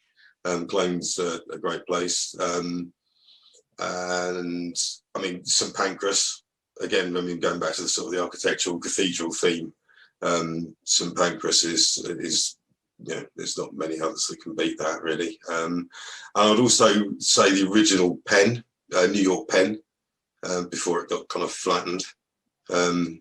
Again, another sort of cathedral, just a wondrous piece of architecture. I also stick Nottingham Victoria in there as well, just to keep my historic Great Central theme going. But again, Nottingham Victoria was an amazing cathedral of rail and was just flattened and lost, which is a great shame.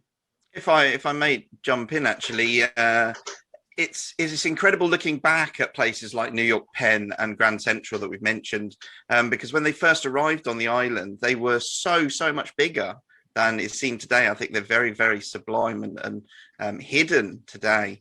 It was a shame when they sold what was called air rights, which is basically to sell the space above the railway line to commercial purposes. So you had these amazing stations. One thing for the chat maybe is which one came first? Was it Grand Central or Penn?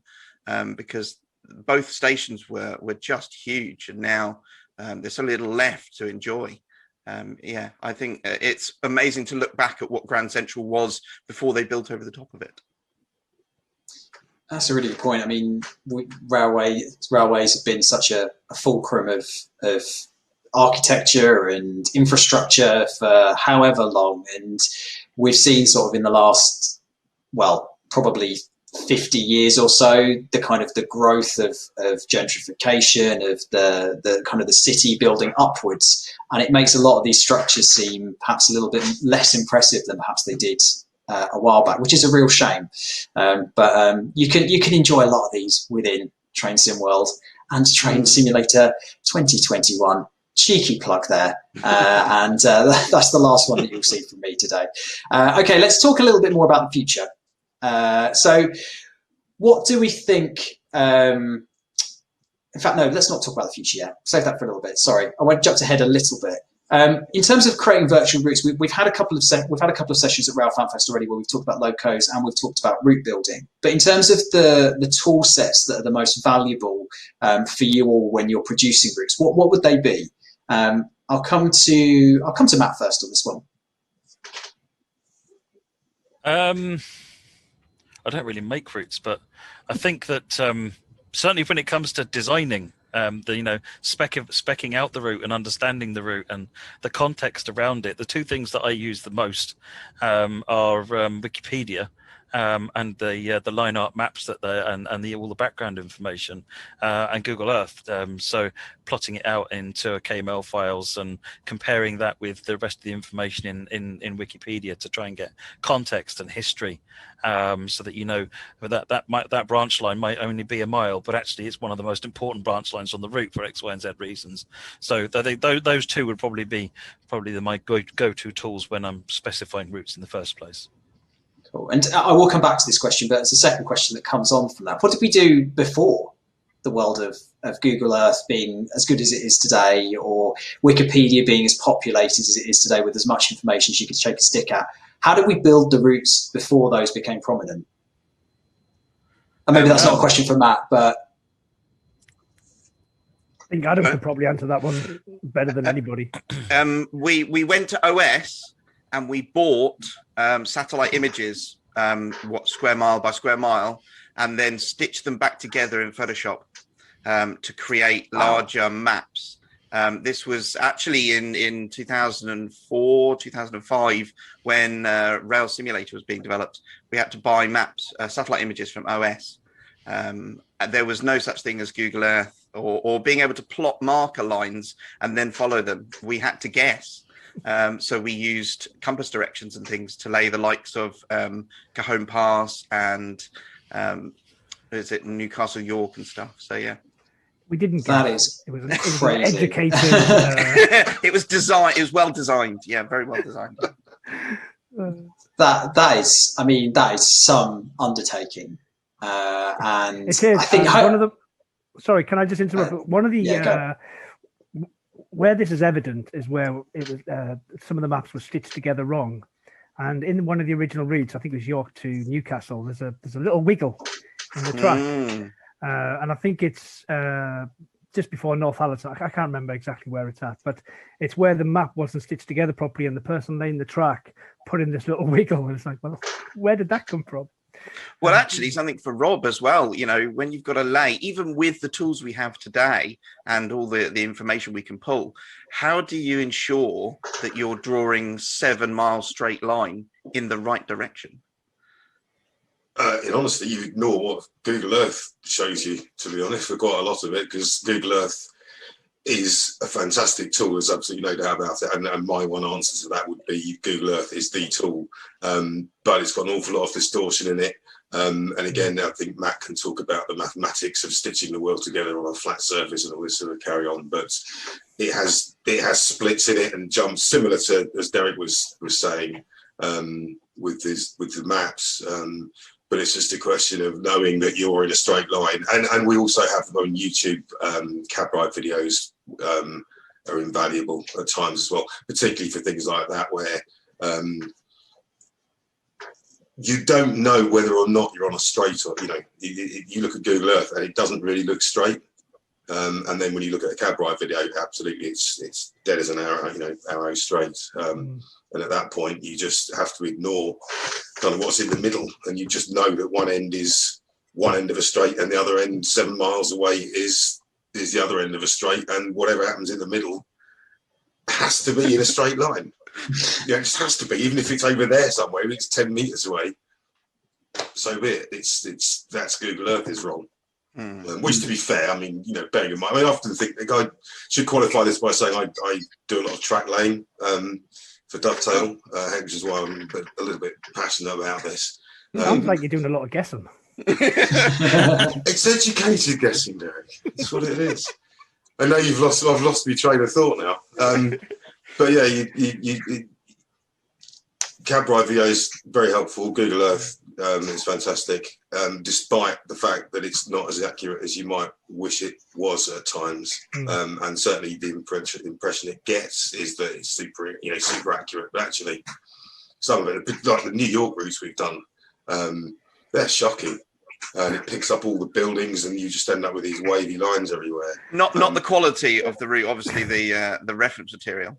Yeah, sorry, Google Earth. Yes, I should say that. But then again, I'm sort of sitting here thinking, well, actually, this is taken from however many hundreds of miles up in the air, and I'm zooming in to look at a street, to look at a roadside and complaining that it's not in the right place. So maybe I've got need to lower my expectations a little bit, perhaps. I know that we've talked quite a lot about this, Derek. I know you were wanting to just quickly jump in on something.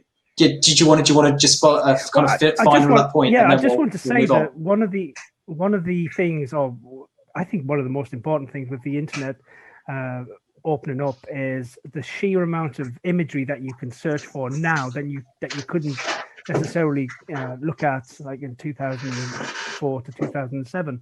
So just like users and people passionate about the subject matter all sharing their photographs. It was when we did Google image searches 15 years ago, you maybe get 2 or 3 images come up of a location. Now you get hundreds. So we get a really good 360 representation of most locations. So I think that just users sharing their images has been a massive change from when it first started. Of course, that's a good thing and a bad thing, because then they can tell us, we can be told where things haven't quite gone.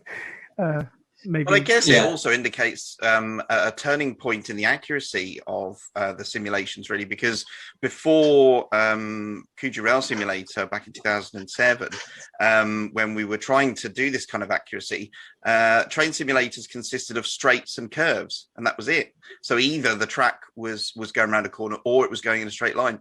The ability to stay true to what it was in real life was really, really hard. So yeah, there was a big step change in the accuracy of routes around the 2005-2007 period. Great. I'm going to move on, but that was really, really interesting. Thanks everybody for your answer to that, because I think that feels really illuminating for me coming into this quite fresh as well. There are a couple of questions that I did want to ask before we go into some player questions. So in terms of your time at Dovetail so far, what have you seen as the biggest change development? I think we probably touched on maybe a couple of bits of this already. But what have you seen that's kind of the biggest change in the way that you work, or the way that we currently do things, that we perhaps didn't do 5-10 years ago? I'm gonna go to Matt first on this one, because he's good at being able to think up answers on the fly. Well, I'm going to let you down. So I think largely it's covered. The fact that we have access to a lot more data than we used to have access to means that we can get to, right in quotes, answers quicker, rather than bouncing it backwards and forwards until we refine ourselves down to what ends up being a sort of a sensible answer. We can get there much quicker, and without having to have a large group of people involved in trying to spend hours doing research on it. So I think the research side of things, obviously computers have got faster, which has meant that we're able to do more quicker, and the time taken to, when we first were doing Train Sim World, for example, we have this thing called timetable mode in Train Sim World, and creating a timetable mode involves doing a full simulation of the entire of the 24 hours. And when we did Sandpatch Grade for CSX Heavy Haul, that literally took 24 hours to do one iteration of that. So if you wanted to then find a bug, if you fixed a bug, you do another 24 hours of waiting for it to, you literally come back the following afternoon and see whether or not it worked or whether it failed. Now that takes 30 minutes. So, and that's not just because of computers getting faster, which of course they have, but of course the core code has been optimized and improved, and the whole process. So now we're able to do more adventurous things because it take the recycle time on that is so much faster. Cool. I'm gonna go to Derek next on that one. So one of the big things that have changed from my point of view is, when we first started out, I think there was like 6 or 7 of us. So our pool of knowledge was quite small. We were passionate and we were keen, and we had a really good infrastructure of reaching out to people who were as keen and as passionate as we were. But we had to solve our own problems, and with only 6 or 7 people, 2 or 3 might only be an expert in a certain field, and then as Matt alluded to, you'd have to go off and do some research, which took a large amount of time to come back with what we thought the correct answer.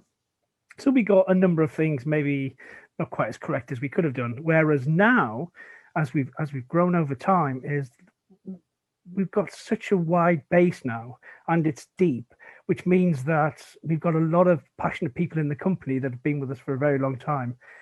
And we can get a bit like what Matt was saying, is we can get to the answers quicker because there's a lot of shared knowledge there in a way that it just wasn't there before. So as we've evolved, we've brought in some really good people who are really passionate and really knowledgeable and can answer those questions without taking an educated guess, which is something we had to do in the early years. So that means that we end up with a much more authentic experience. So that's where it's finished, I think. And that gives me a really lovely segue into a final question. So Adam, Rob, do you have anything you wanted to add to that, or shall I move on? No, seeing our team grow from 6 people to the operation we have today, that's the biggest change. It's fantastic now what we can achieve and what we were desperately wanting to do back then. So yeah, it's been a fantastic journey. Cool, and that's not broken the segue at all. Developing for 2 Sims as well. Let's not forget. I mean, that's a fairly big change, doubling the number of games that you're actually creating for. That's a fairly big change for me. Absolutely. And then, so lovely segue is, if anyone were interested in wanting to get into the sim gaming industry for Dovetail or any other gaming or games company out there, what advice would you give them? And this is going to be the last of the questions that I'm going to ask, and then we're going to go over to some player questions. I'll start, Adam, with you first. So for me, and I actually have been doing some hiring recently for the Preserve crew on Trenton World, is passion. People driven and who love what they do and are proud of what they do. That, to me, to some extent, counts more than qualifications or skills. Because if you love what you do, you will put your heart and soul into it. And generally, that gets reflected in the work that comes out of the other end. You can tell the difference between someone that's doing it because they've been told to do it and someone doing it because they wanted to do it. So I definitely look for passion and people interested in what they're doing, rather than they want to work in the games industry, they want to be an artist, or they want to tweak audio, or they want to program physics or something. I look for the passion. Brilliant. Okay, Rob. I'd give the same answer, to be perfectly honest. Follow your short and dreams. sweet. I like it. Derek, how about you? Yes, I think we would all say that passion is key, but don't be afraid to fail, and don't be afraid of things that are hard. If you're passionate about what you're going to do, you're going to fail, but the passion is, we'll get back up and do it better next time.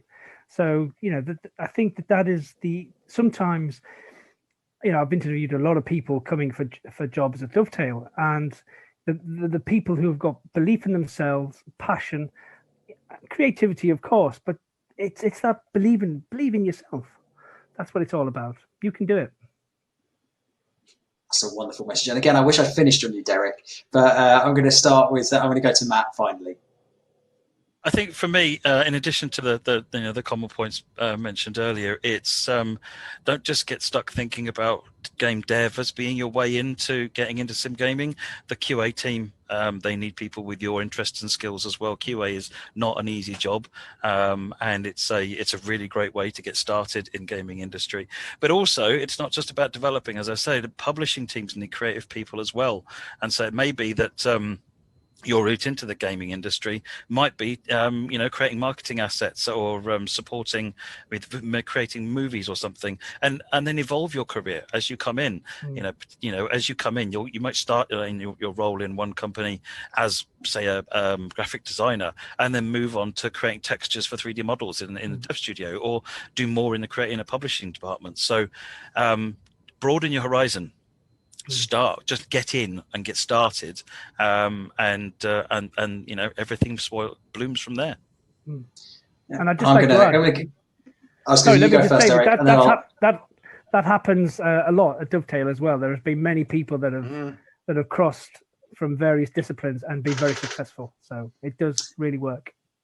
Community management, just saying. If anybody's interested. Okay, thank you very much for those answers, everyone. I'm going to move on to some player questions, and thank you everybody who submitted questions. I have a list of about 15. We're never going to get through 15, unfortunately, but I'm going to try and get through as many as we can do. But I'm only going to direct these answers to one of you guys so that we can get through as many as we can do. If you think you have a really good answer, please raise your hand, and I'll go over to you, and we'll see what we can do. Okay, what is your favourite weather to drive in, and why? And that's from Sean Crabtree. Don't all rush at once, everyone. Adam? Probably the rain, because it brings in really good lighting. It is also a challenge on the adhesion and the physics. So if you've got a heavy train, it can make things dynamic. You don't know if you're going to be able to stop with your usual pattern or not. So I like a bit of variety, and also it can get in the way on the windscreen. So yeah. We'll have a little bit of instruction. Okay, number 2. I would seriously like to know more about the simograph. Simograph, sorry. I've gave it a little bit of pronunciation there. And how it is running the show. It's such an important system, and we cannot directly see what it's doing. And that's from Celendis. Anybody want to raise their hand for that one? And I'm going to put. I was going to go. I was going to go to Matt anyway, but... So, I mean, I don't know how to shorten that into a short answer, except I think we need to do a video explaining and demonstrating more of simograph. We've got essentially, you've seen in the previous video to this, you saw the box and stick diagrams that are actually how we build it. That's that's actually the design tool for it. I mean, each of those boxes is a piece of code where it might be a little bit of code to a lot of code, which does a job, and then they wire between each other. So you've got something like a diesel engine is a small thing which then outputs rotational force to something else, ultimately to wheels or to a diesel generator. So it's I think actually any kind of proper answer to this I think is going to be a half-hour video on its own. It's a fascinating topic, and it's incredibly powerful. I think we touch on it briefly in one of the articles on Steam recently, don't we? We did, yes. So if you want a kind of a very top level introduction, there is an article on our website about 2 or 3 weeks ago around Steam, which gives you a nice kind of entry point. But I do agree we probably need to do a wider video on this moving forward as well. There were also some of the early dev blogs, dev diaries that we did for Train Sim World, which covered simograph specifically. So they're a good place to look up for more information.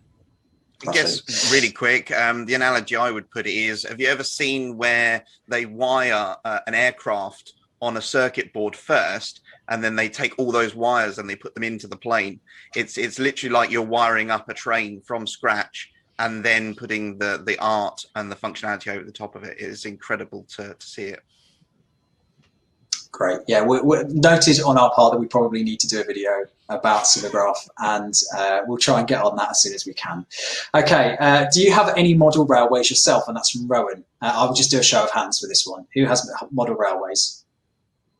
Okay, Matt, I knew you did because you did a video on it yesterday. But Adam, I'll come to you. What model railways do you have, and what's your kind of collection looking like? Well, I have an 8-foot by 2-foot multiple unit depot, surprisingly enough, the whole Metro Trains theme. So I have lots of little DMUs that I run around.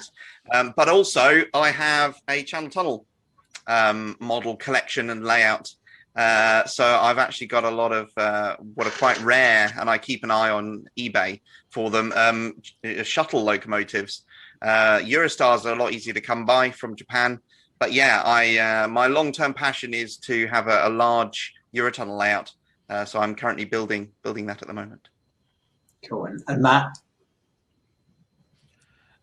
So I've got some G gauge in boxes behind me. Got some N gauge. My dad's layout, which is the one that was on the video yesterday, the 1L model railway, is 00HO gauge, and it's just anything everywhere. We run British, American, French, German trains, and it's just it's just a love of trains really, in all gauges and in all styles. They're all fantastic. Yeah, and if you missed yesterday's segment on it, it's a really great kind of introduction to the world of model railways as well. So if you haven't had a chance to watch it, then please do. From yesterday, watch the VOD. It's on the YouTube channel on the Facebook page and on the past broadcasts on Twitch as well. Okay, I'm going to go to a question about this, about era and how we decide what eras we do our content in. So when the team considers a new route, how much thought and time goes into considering what era that's set in? And that's from Pete888. You want to take this one? Derek. So how much time? A lot of time goes into it, and we have a lot of data regarding what our users, our consumers, our passionate players like to play, especially in Train Simulator 1. So whenever a route is proposed to us, the answer is when. Often it's modern because it's much easier to research. It's generally much easier to surf to sort of get the information and the data required regarding liveries and rolling stock. And the further back we go in time, the more difficult it becomes. You know, to try and understand what the signalling and track layout of a route sort of in the 40s, 50s, and 60s. Then it's forever changing, and it was huge. However, the team do love era tracks, so the team are almost always pushing for a much older track layout. Personally, Blue Diesel, but then there's two people on this panel who really want Steam. So I was going to also add, if I may, we did a route in Train Sim Classic, which was Exeter to Paignton in modern era. And then later on, we did a fantastic, what I say myself, conversion to Riviera in the 50s. And we found out that was a fantastically better take on that same route. Yeah, it, like Derek says, it's a massive thing because it can make a huge difference to how enjoyable the route is. Yeah, I did that route on my first live stream for Dovetail with Jamie and loved it. Thought it was great. So I completely agree with that one. Okay, favourite pre-grouping Steam locomotives. We'll stay on the subject of Steam, shall we? And that's from Jamie Kent on Facebook. Pre-grouping?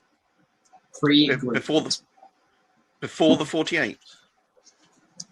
I guess so. Pre-grouping is before LNER, before BR, before GWR. Yeah, God. So for me, one of my favourite routes back in Microsoft Train Sim was the 1920 Skipton Carlisle with the Midland Railway stuff, and they're just these big chunky locos. There were big wheels on them. Loved them. Man, they look gorgeous. We've never done a broad gauge, have we? We need to think about broad gauge. We did once in TS1. We did once in TS1. One. Anyone else want to contribute to that? I would say NER for me before LNER. So you put me on the spot to give me the answer that I can't remember the name of the loco. So well, describe it for us. Draw a picture. Draw a picture. No, that's even worse. No, it'd be an NWR goods loco, which I've completely forgotten the name of until someone tells me. But if I had Wikipedia, I'd tell you in an instant. You mean the one up the Licky? No. Oh, okay. Move on. Yeah, quickly. Next question. So when using Unreal Engine 4, was it harder or easier to use than expected? And that's from Atomic World. Adam? I would say it's far easier to use than expected. I am in no way a programmer by skill. Probably the best I could program is bold and underlined in a forum code or something. So yeah, I've been able to achieve some fantastic things in Unreal with their visual programming system. So I think it's a fantastic tool that, you don't need to be a programmer to build stuff. Awesome. Anyone else want to jump in on that one, or are we all good for you? I don't think it's harder or easier. I think it allows you to do a lot more. I think the options are there. So it's really that there is no limit. It feels like there's no limit on what you can do with UE4 if you've got the knowledge. Yeah, I think it's just different. It's there's some things that it makes incredibly easy, as Adam said. The blueprint system is opening up the benefits of scripting to people who are not scripters. But then there are other bits that are, because you're working in another game engine. If it was in ours, we would have purposely built it to do a particular job exceptionally well, which maybe this can't do as well. But then our engineering team come along and save the day usually. So it's a fantastic tool. I would say overall easier.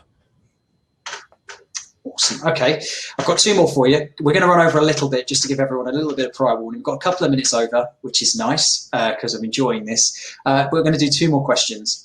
First of all, this hopefully should have a nice short answer. If the team is considering making a route, how do I offer my services in photography or recon with photos? And that's from Alexander Mallet. So I think if you get in touch with us on the forums, I mean, we publish on the roadmap well in advance what sort of routes we're looking at making. So when you see routes come up, if that's something that you're thinking, hey, that's my area, I can go and help out with that. Get in touch with us on the forum and make yourself known. Other people have done that. Some of them from our beta forum, for example, and they've helped notably and make the team's life a lot easier by getting the photos that we want, which is really helpful. That's a really generous offer, Alexander. Thank you very much for that. Appreciate all of the extra kind of support that people were able to give us, particularly in a time like the moment where it's a bit more difficult to travel to places as well. It's always really nice to have that kind of support. And then finally, I'll go around the rib on this one, just as the final question. Have any of you actually driven a real train? I'm going to say big fat no for me. But Matt, how about you? I've driven a little Sentinel shunter up on the Bluebell Railway, up and down a little siding. It was a driver for a fiver thing. Otherwise than that, no. I've been fortunate enough to be in the cab a few times, but that was the closest I got to driving, and I loved it.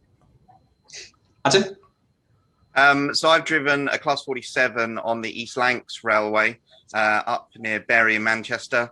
That was part of a research for the Newcastle York route, in fact, in the early days. And then I was fortunate enough to drive real train, inverted commas, the simulator at Glasgow, which is a Class 170 simulator. So I was fortunate enough to drive that and a few other of their toys, we shall say. That's all. You lucky boy. Rob, how about you? Yeah, I want a driver experience day at Quentin Road. So just shuttling backwards and forwards in a 060 tank loco. That's the extent of my driving. But nice. And Derek? Very insane. But I actually prefer doing the firing, to be honest, over the driving. Okay. Interesting. Right at the coalface. Okay, Derek. Define driving. I moved a Class 08 shunter on a preserved railway line, and I got to say, it scared the living daylights out of me. I don't know what I thought was going to happen. I just thought it'd run away and, pick up speed and crash through something. I didn't enjoy the experience at all. Didn't like it. I mean, on that really positive note, that's all we've got time for today. Simulators, so much later. I feel more in control in a simulator than I do with the real thing. But thank you very much, all four of you. It's been a really wonderful hour. For me as well, I found it really illuminating. I hope everybody who's been watching has done as well. I hope it's given you a little bit of an insight into some of the team behind the games that you play, and also some of the kind of behind the scenes things that go on behind the curtain. Next up, Tom Connell's fantastic artwork will be very familiar to Train Sim World players out there, but his artistic skills spread beyond virtual railways and the real world, with an interesting backstory on his railway themed projects. So Joe, who you might see in some of the previous interviews, has caught up with Tom to talk about this and his love of trains in our next segment. Matt and I will be back in about half an hour for Train Sim World 2 New Journeys, but until then, from all of us at Dovetail, have a lovely evening, and thank you very much for watching. See you later. See you, everyone. Bye bye.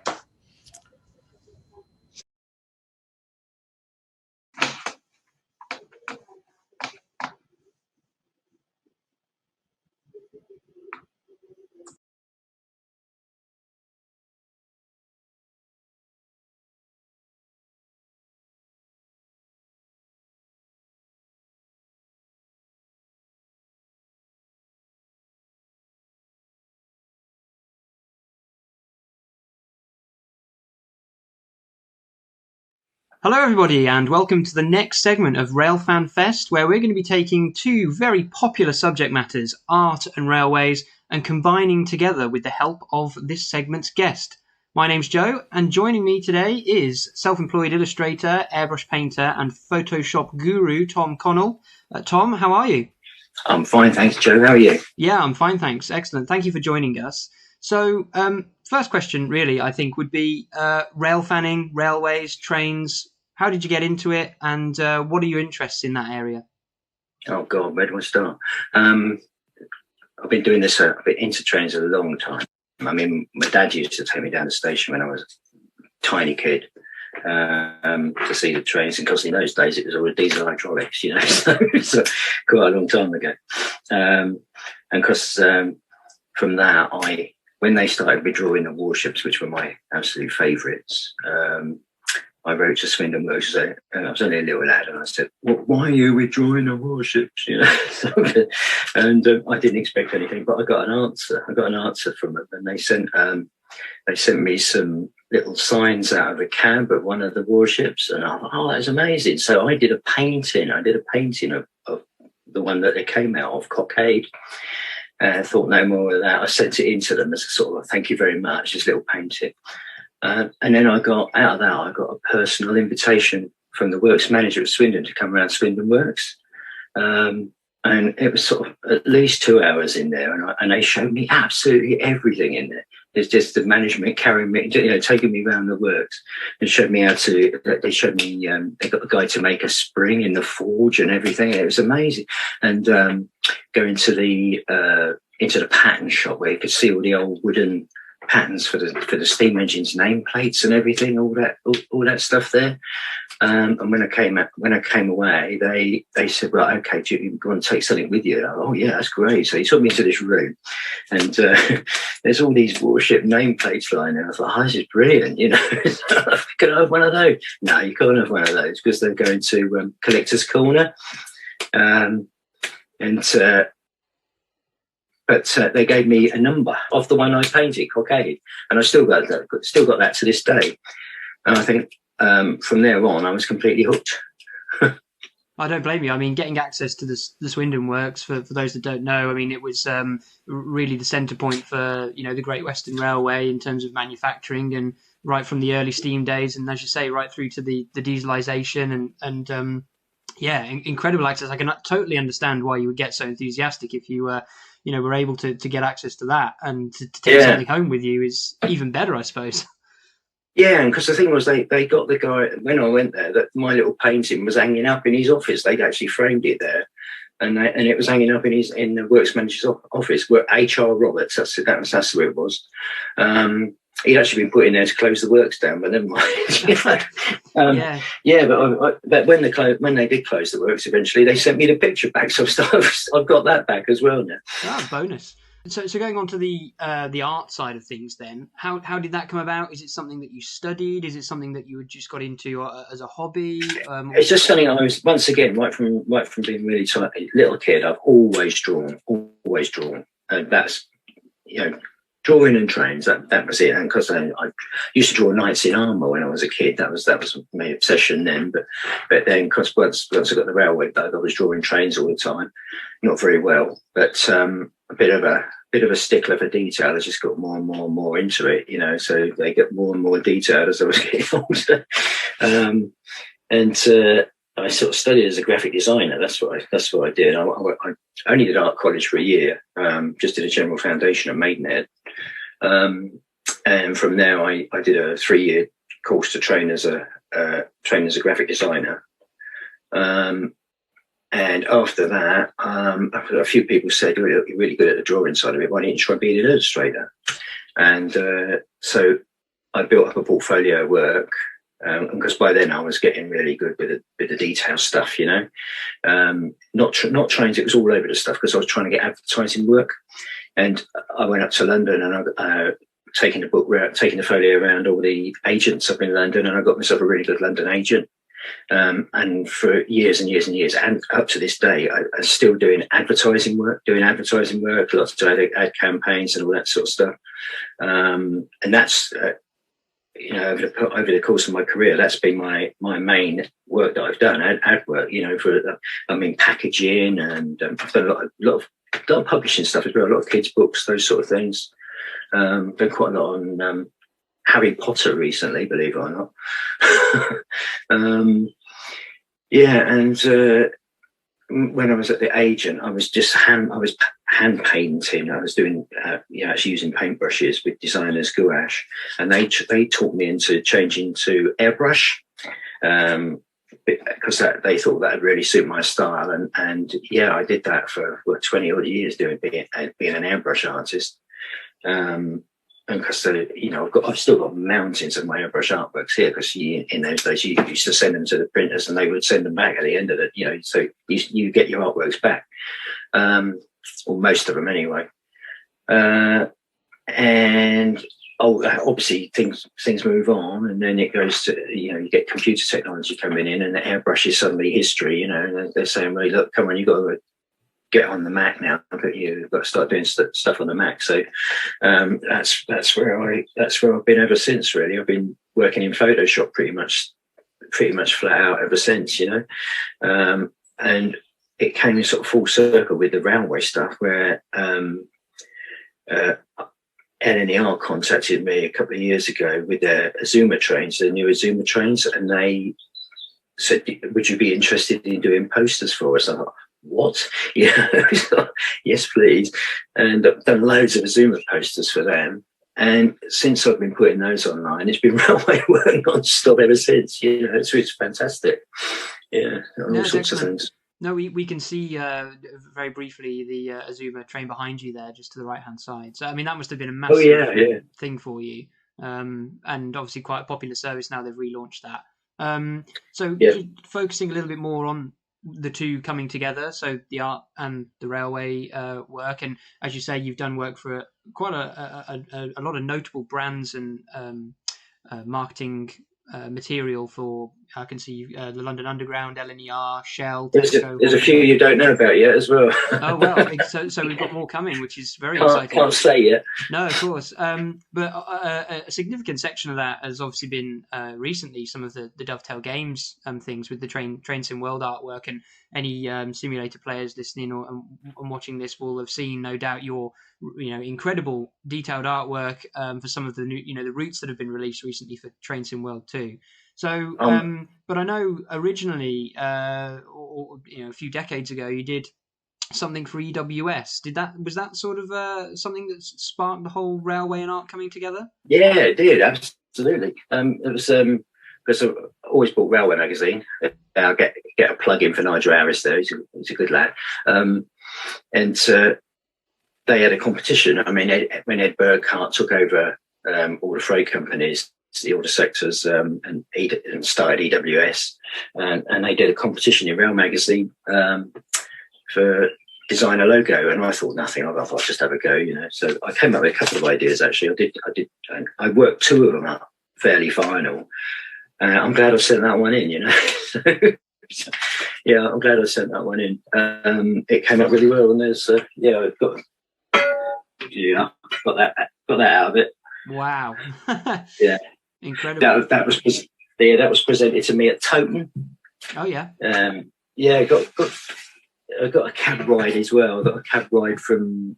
I could pick any freight train that EWS ran, and I picked the one, the China Clay from St Blasey to Irvine. So oh wow. I only did it. I only did it as far as Newport, but that was really good. In a cab of a Class 60, that was really great. Especially going through the Severn Tunnel, bizarrely, because that you feel the power of it. It sort of rolls down into the tunnel, and then when he gets to the bottom, you feel the whole thing vibrating as he's putting the power on to get out the other side. It's really that was great. And then of course they did this presentation at Toten as well with the for their publicity guys and everything, with their new logo. And I had to unveil it on a Class 58. So there's me sitting in the cab there, looking out the window with my logo underneath it on the transfer on the side. It was 58037. Yeah.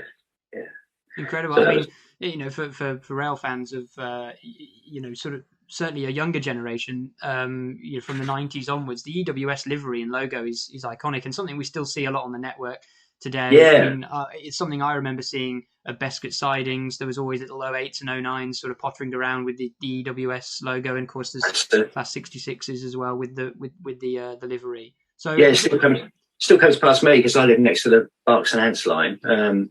So you get the stone trains with it on, and you get the tanks going into Thiel as well with it on sometimes. And yeah, still seeing it about all over the place.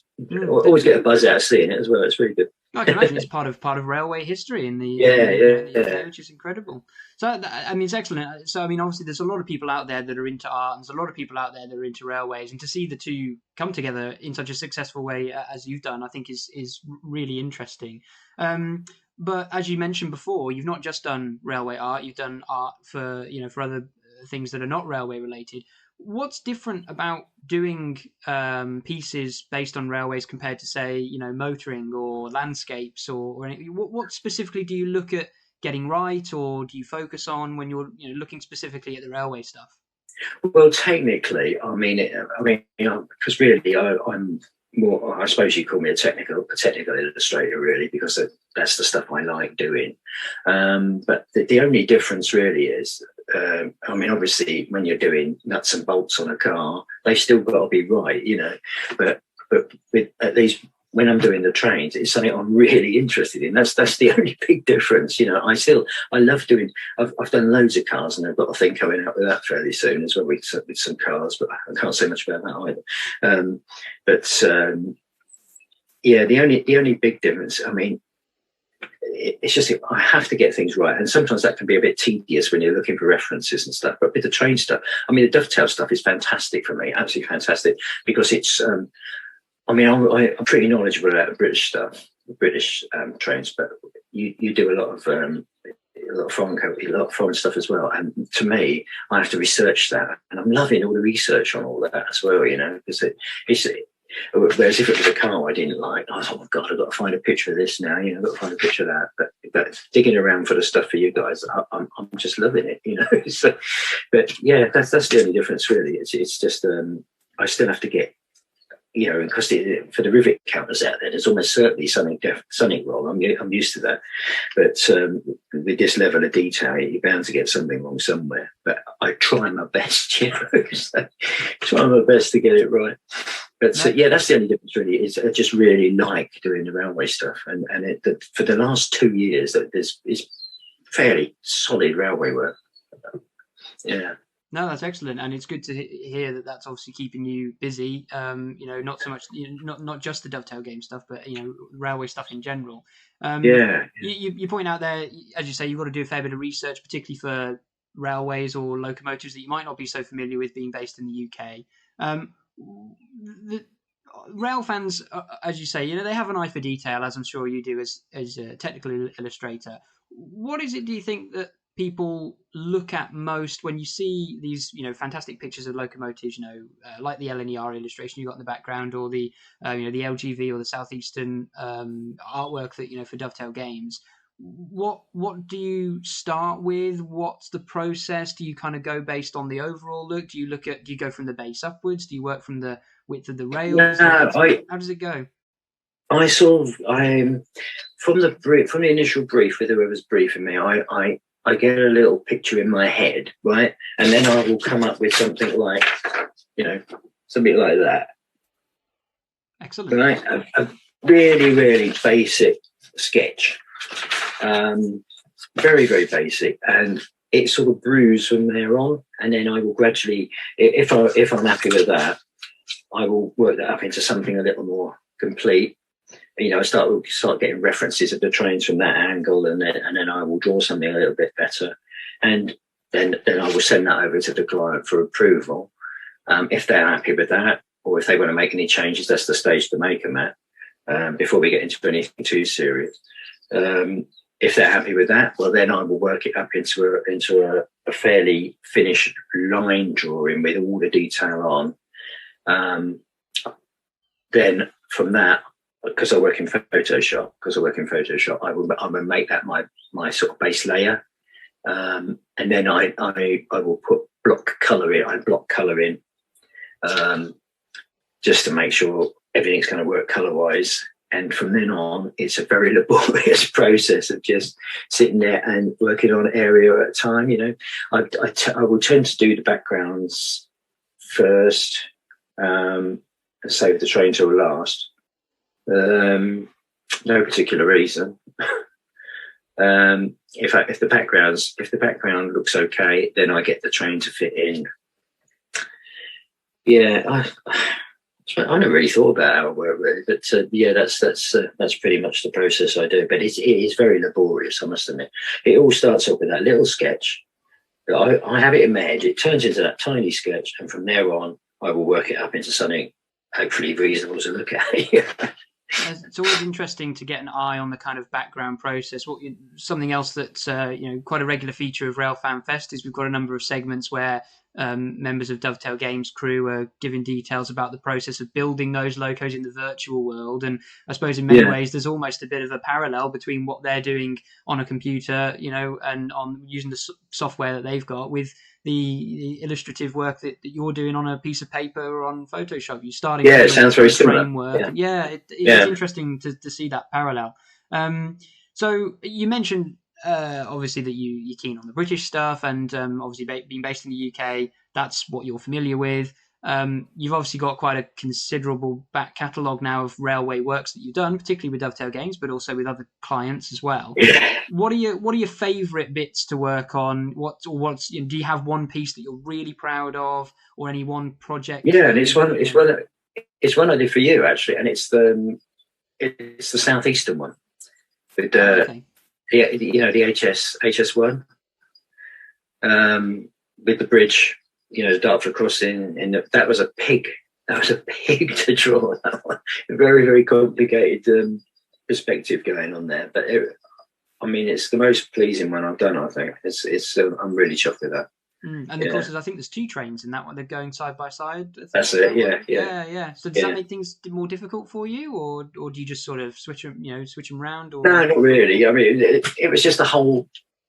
Working out the whole perspective on that. There's so many different things going on there, especially with the curve on the bridge and everything. It was just very, very difficult to make it look right.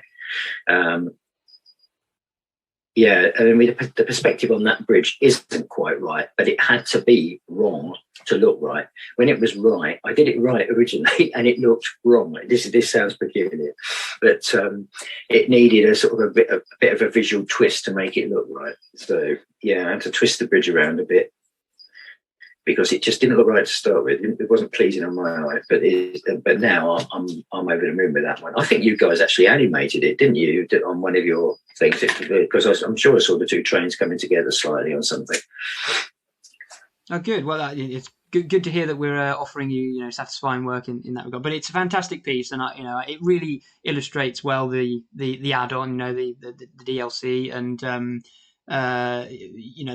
that's part of what you do. You make illustrations that advertise things so well, which is fantastic. Right. I'm glad people like them. It's really, really good when you get feedback, positive feedback. No, very good. And of course, moving aside from the Dovetail stuff, other railway projects, I know you've done work for a couple of sort of locomotive groups, and I think a couple of charities and things, and some of your work is available to buy, I think. Is that right? Well, I literally just done my first limited edition print for many years of HST, of a ScotRail HST, one of their inter-7 city trains. And I've just done 100 prints, and I've got a handful left. And I'll tell you what, I'll donate one for your Railfest. Oh, excellent! That's fantastic. So you can do whatever you want to do with it. It's one of those. Wow, fantastic! Look at that. That's great, Tom. So I think we've got one final question for you, which is, obviously you've explained some of the fantastic work that you've done over the years, and some of the clients that you've worked for. And I know you perhaps can't talk about things that you're working on because it's confidential and things like that. You have clients that you have to respect, and that's fair enough. But what would you like to work on? What if there was one locomotive or one route maybe, or one company that you'd like to work for? What would you like to be drawing in the railway world? First generation British diesels. That's it. That's my thing. Yeah, definitely. Especially any of the hydraulics, any of the Western region hydraulics. Excellent. Well, given the quality of your work and how popular it is, not just in, as I say, in the Dovetail game side, but elsewhere in the railway world, I'm sure there'll be plenty more work coming your way. But thanks very much for taking the time to talk to us. It's been really great to understand how those two worlds of art and railways can really come together in such a successful way. And as I say, hopefully you'll get a lot more work coming your way in the future. Oh, great. Thanks very much. Thanks a lot. Problem, Tom. Thank you. Good to speak to you. Cheers. Thanks to Tom for joining us for that latest section of Railfan Fest. You can check out all of Tom's work over on his website at tomconnellstudio.com. Link is at the bottom of the screen. Coming up next, we have a section on Train Sim World 2, where a lot of Tom's work has been featured in recent weeks and months. But thank you very much for joining this section, and we hope you enjoy the rest of the event.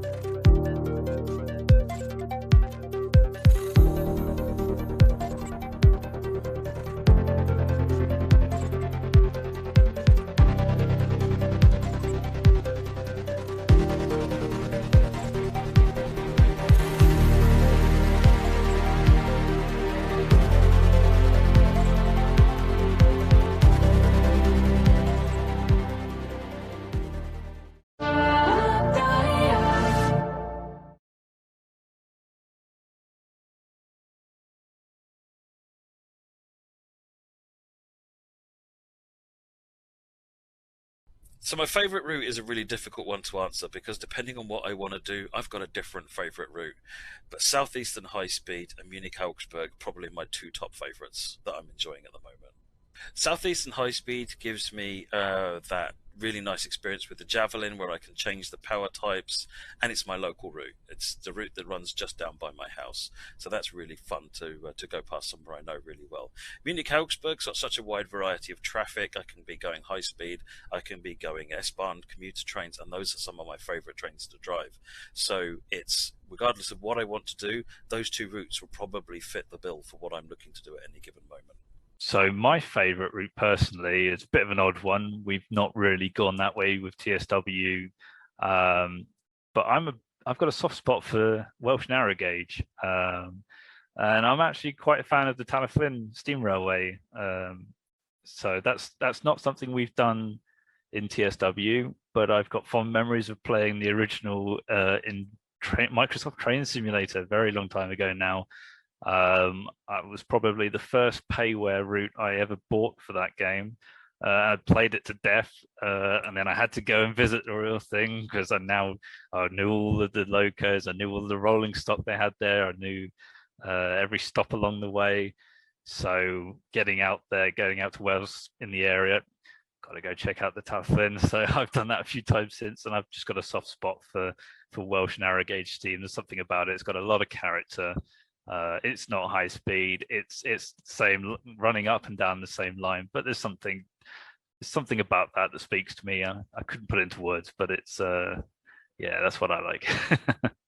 My favorite route in a train sim or otherwise is the West Coast Main Line. I just think it's a fantastic, beautiful transition from kind of dirty middle of London to the beautiful Highlands. It's just an incredible experience to ride. It's a beautiful place, interesting trains. There's so much to like about it. One of my favorite routes is probably one of the more recent ones we're doing, which is the Clinchfield Railroad.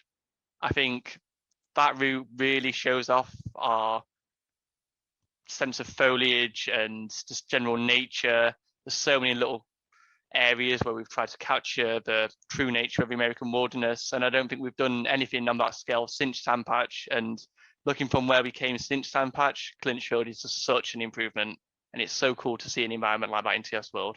So my favourite route in Train Simulator is Weedale and Teesdale, and is very dear to my heart because I made it. My favourite route is probably GWE Paddington Reading.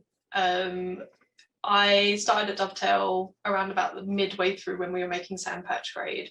So, and I joined at a point where I was very heavily involved with optimization, and working on Paddington Reading actually was the first point where I actually got to work into the route. So for me, there's just like a personal love for it, because I can sort of like walk through it and be like, that's the first XY asset that I ever made for Train Sim World. I've got two favourite routes, one in game and one in real life.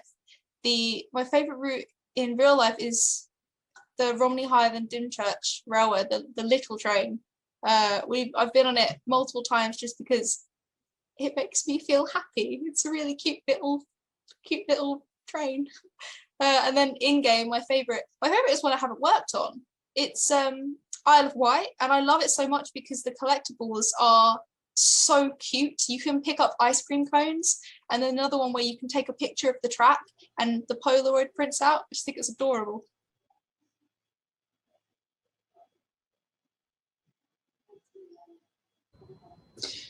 Hello again, long time no see. Welcome to Train Sim World 2 new journey session of Railfan Fest. We'll be taking a look at some of the recent and excitingly upcoming add-ons for Train Sim World 2.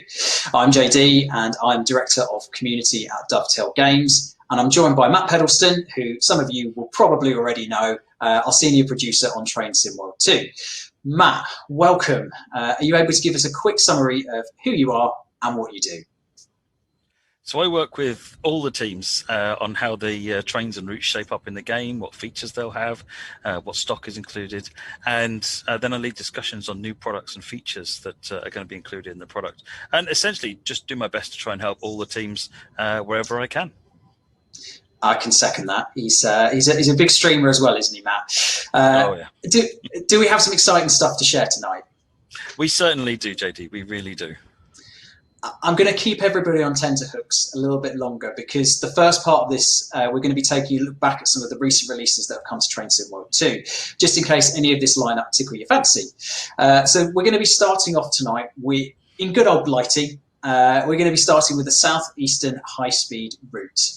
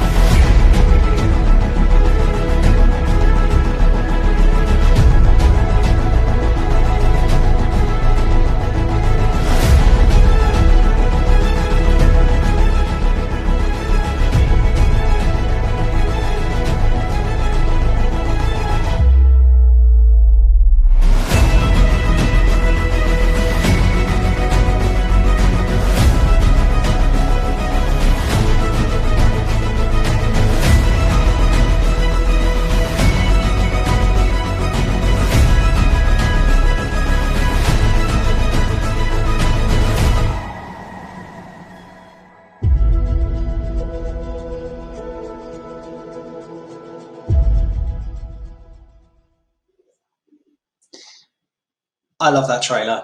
So Southeastern High Speed is our latest UK route released in February. And Matt, are you able to give us the lowdown, please, on this route? Certainly, yeah. For me, this is one of the most thrilling of the high-speed routes in the UK, and it's certainly a personal favourite of mine because it's just down the road over there somewhere. It's a 51-mile route running from London St Pancras out to Faversham in Kent. The locos featured are the popular commuter, the Class 375 Electrostars, and also the iconic Class 395 Javelins, which are the high-speed trains that run on the route. The 395 comes predominantly in its 10th anniversary livery, but there are two units that have something different. One of them is the Trainbow, which is on 395012, and then the other one is the Back the Medway 2025, which is on 395025. And it's fun to try and spot these because they are on those numbered units. So there's a sort of like a random, got to go and hunt these things and find them out. It's really cool. There's a really nice mix of high speed and regular line running on this line, with a mix of both traditional colour light signalling on one half of the route and the high speed TVM 430 signalling on the side between Ebbsfleet and London St Pancras. And that signalling allows trains to run much faster than they can in the normal classic lines with the colour light signals, because it's all done in the cab rather than relying on lights. Driving at 140 kilometres an hour out of London to Ebbsfleet, you then got the power changeover where you go from third rail to overhead, and the whole tone of the journey changes. You're no longer on a high-speed express train. You're now a stopping commuter train, which is just it's great variety. But most importantly, it's our office line. The Dovetail offices are based in Chatham, which is one of the stations of the route. Amazing. So people can wave hello to Dovetail HQ when they're on the route virtually. Absolutely. And as you can see through some of the screenshots, you can see the Trainbow as well, which is also lovely. So thanks for that, Matt. We also recently released the BR Class 4659 EMU add-on for South Eastern High Speed, which offers a different gameplay mechanic on that route as well, and that arrived in March. Which, segueing nicely, is also when our next route, the Arosalini, was released.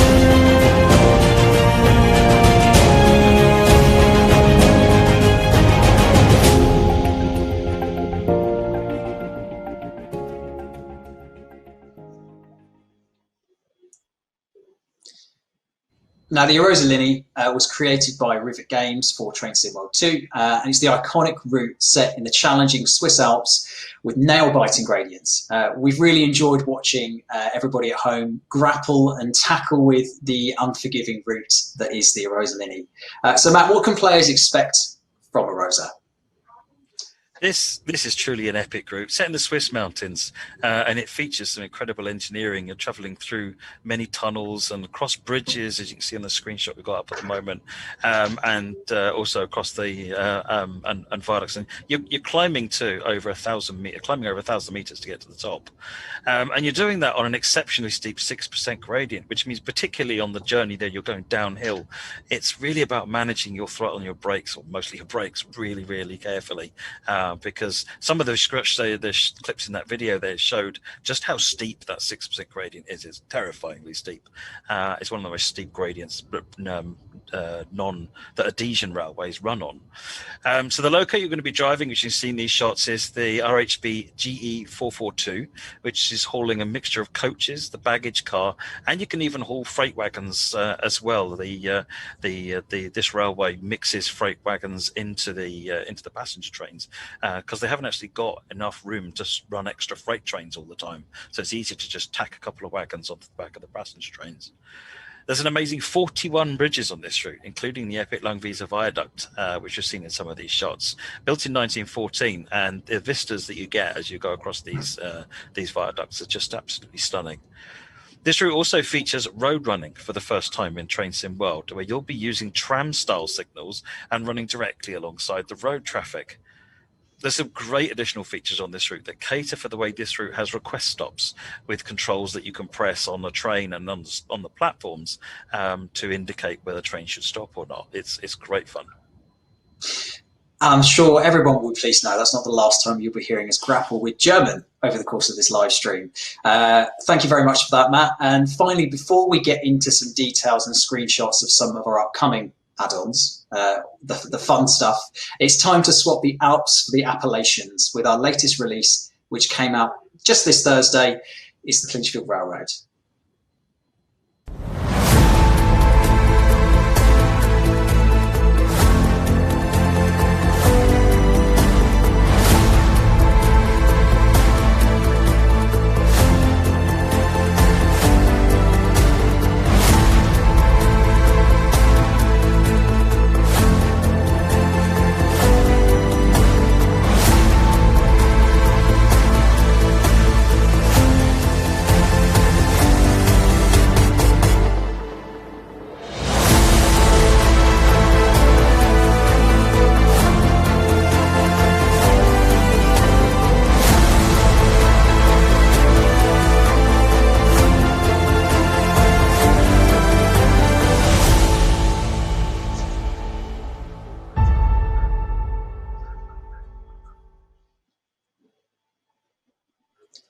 It is a beast. As mentioned, this was released early this week. It was on Thursday, and features classic railroading, hauling coal through Virginian coal fields. And we've been delighting in our community's videos and screenshots of the routes over the past few days. Matt, now I know this is one of your personal favourites, so we're going to stick a little bit longer on Clinchfield. Why did we decide to develop this route? Tell us more. So this is a famous US route, which in its day moved millions of tons of coal each year. And the route still exists now, just in a slightly different form. There's nothing shiny and clean about this route. This is cold, hard coal country. There's more than 30 coal facilities on the route along the main line and along the various included branch lines, including Greenbrier, Fremont, McClure, and Nora branch lines, which you can explore fully. Some of these branch lines also feature some of the steepest gradients in the area, exceeding 3%. Now, that's no Rosalini, but instead of 100-ton trains, your trains will be measured in the thousands of tons. And at that point, 3% becomes a bit of a problem. The line features two generations of classic American diesel locos, the EMD F7 and the SD40. These are raw power workhorses, and they cemented the foundations of US railroading for many years to come. The F7 comes in the earlier grey and yellow livery, as you can see in these screenshots, and the SD40 comes in the later black livery of the Clinchfield Railroad. On this route, you're going to be hauling coal north and south. You're going to be visiting the branch lines, loading coal cars with thousands of tons of coal and bringing it back to Dant at the south end of the route. In addition, there are mainline bridge services which haul manifest traffic, and lastly, the well-known named Florida Perishable train. In addition to the locomotives, there's two types of coal cars, a box car, a chilled car, and along with that, our very first caboose. The very first caboose. So you mentioned Matt about the Florida Perishable. What was that, and what was its role? So the Florida Perishable was a northbound, what they called a hotshot service, meaning it had the highest priority in the line when it was running. Nothing got in its way. And why was it the fastest? So back in the time period of this route, when we say chilled cars, you might be thinking of refrigerated wagons like we'd be used to. You see them on the road, you see them in the trains. But back in the time of this route, there were no refrigerated units to keep them cold. They were insulated box cars, essentially, packed with ice. So these trains hauling fresh fruit really tend to have a stopwatch running on them. And I imagine if they were coming from Florida, then it'd be pretty warm. Exactly. And I know you hate this question, Matt, and I keep on asking you it because I love this question. Of the three routes that we've just seen, which has been your favourite to play through yourself? Oh, Clinchfield. Without a shadow of a doubt. It's different. We've not, one of the things that we haven't really done a lot of lately is this kind of US freight hauling experience. We've done lots of really great German commuters. We've done the British commuter, but this North American freight hauling experience hasn't been done to this level before. And it's one of the reasons we wanted to do this route, was because I thought it would absolutely exemplify that operational style, which is what indeed it has done. So yeah, totally Clitchfield. Brilliant. Yeah, and I think a lot of the community would probably agree with you on that one as well. Okay, so that's the last couple of months done and dusted, on top of the great work that the team are doing on our regular patch notes. So I think it's about time we got into the juicy stuff and see what's coming up. And we're going to kick this off starting with the DBBR 101. Hopefully you should be seeing some screenshots arrive on your screen. There we go, just about now. And as you can see, it's in the classic DB red. And you can see some of these screenshots. We'll be cycling through them as we go through. So this is the first time a lot of people are getting to see some of these, which is rather exciting. Matt, can you tell us what we need to know about this loco? So the 101 is a real classic. It's an electric locomotive. There's a big following from German Railfans, and it started service in 1997 and was originally built to replace the aging BR 103s. Also having a big following, and they became the flagship of DB on intercity services, and are still very much in use today. Also included with the locomotive itself are the intercity coaches that you can see behind it, the BPMMZ and the AVMMZ, so a class standard and second class, in the white and red intercity livery to go behind the loco. Additional services are provided on the Hauptstrecke Rheinruhr route, where you'll be rushing between Duisburg and Bochum, running intercity services in and amongst existing busy traffic on this line. Even more great opportunities for some fantastic side-by-side running on this one. The locomotive itself comes fitted with PZB CFIR and LZB safety systems, as all of them now are, and is fully compatible with Scenario Planner, so you can take this and run it on all of your favourite routes. Looking forward to people trying this one on a Rosa. But side-by-side running as well. Obviously, the best thing about being on a loco as well is when you see the other people in the carriage opposite you, and everyone looks at each other like they are completely clueless as to what's going on. Especially if you're passing them. Yes. Especially yes, if you're passing them. Because notionally you're winning at that point. Yeah, absolutely. So the 101 will soon become the Hauptstrecke Rheinruhr. I did say there would be more German in Train Sim World 2.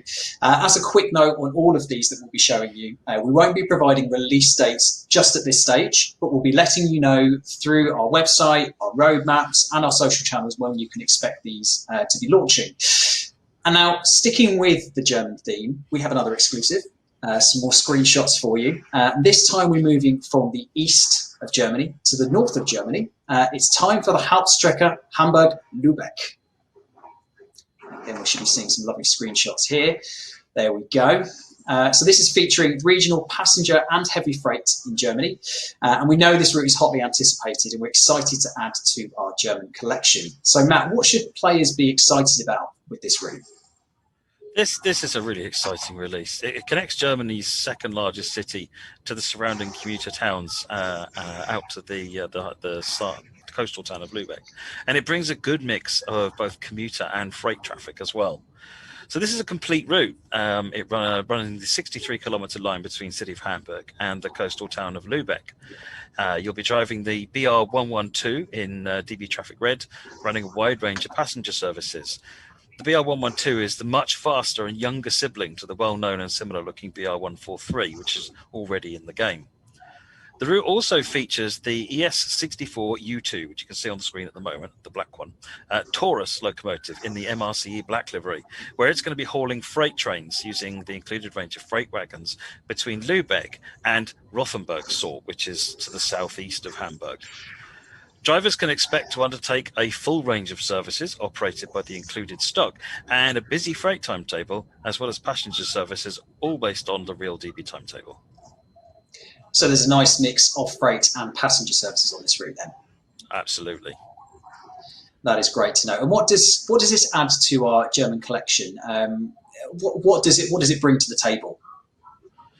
Probably the most important thing this brings to the table is that MRCE Black. It's the freight version of the BR182. So up until this point, the players have been they've wanted to drive the Taurus hauling freight. They've had to use the passenger version, the DB Red version. This means that you can now haul it using the freight version of the BR182, which is only really different in terms of its livery, but it also doesn't have the passenger information display, which is on the front of the train.